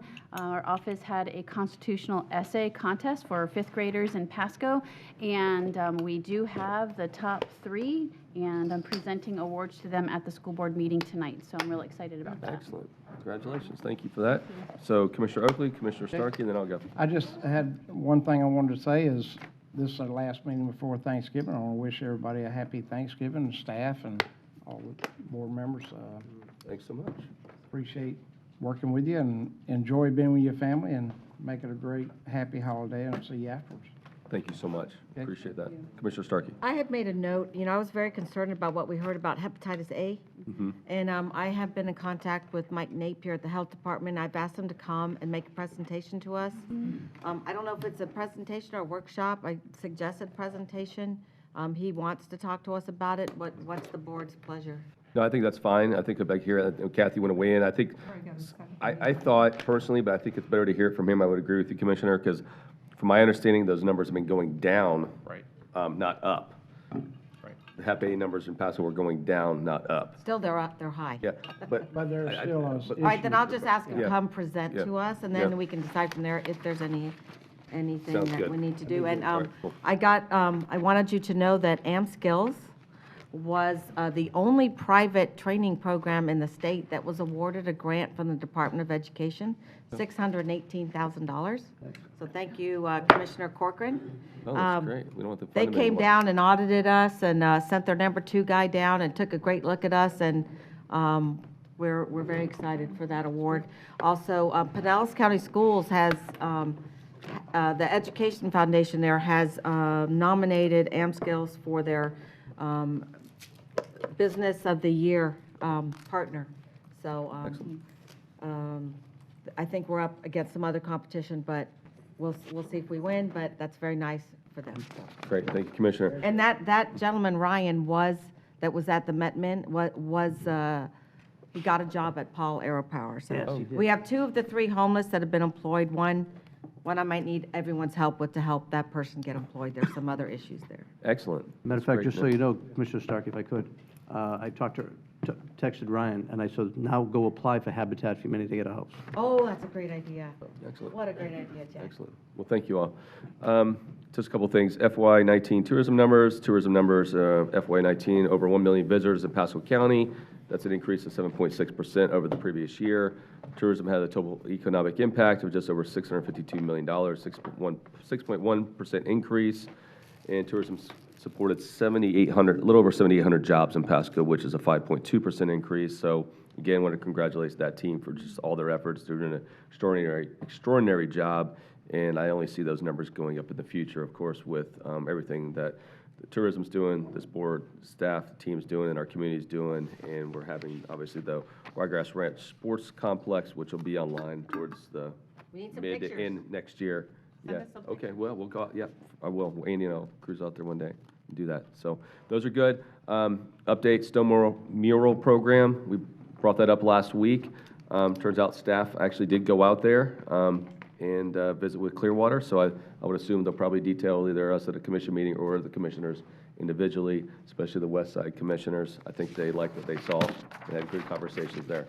So Great American Teach-In, I'm doing it tomorrow. So I want to thank the staff and the team for your items that you contributed to give out to the kiddos. I think I'm doing 3 classes or 3 combined classes tomorrow. I don't know if anybody else is doing it, but Working from 10 to Jack, and I'll be 10 to 2:30. perfect, At perfect. Woodland Elementary, so. Beautiful. So it's a fun time. So I want to thank, obviously, staff. Andy and Terry have been putting bags together the last few days. So thanks for all those items. This morning it was talked about about homeless numbers.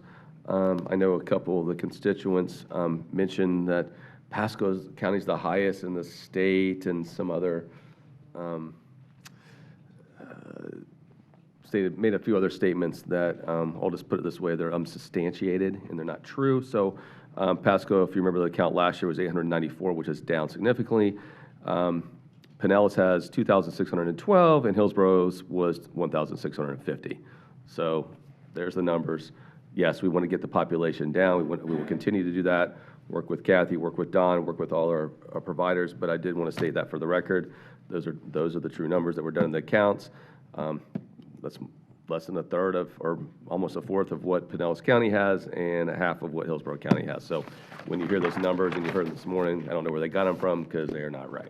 Commissioner Moore, continuing on what you're saying there too, some of what we heard today referenced California, and many of those states out west have passed ordinances that allow for the homeless to live on their sidewalks. Right. That is not going to happen here. No. And so that is, to compare us to those kind of cities is not fair, because that's not happening here. Yeah. So I want to, again, thank Kathy, your team, everything, all the efforts, you guys have done to help with that. The numbers, I'm sure the numbers will continue to go down. So with that, we're adjourned. Thank you all so very much. Happy Thanksgiving.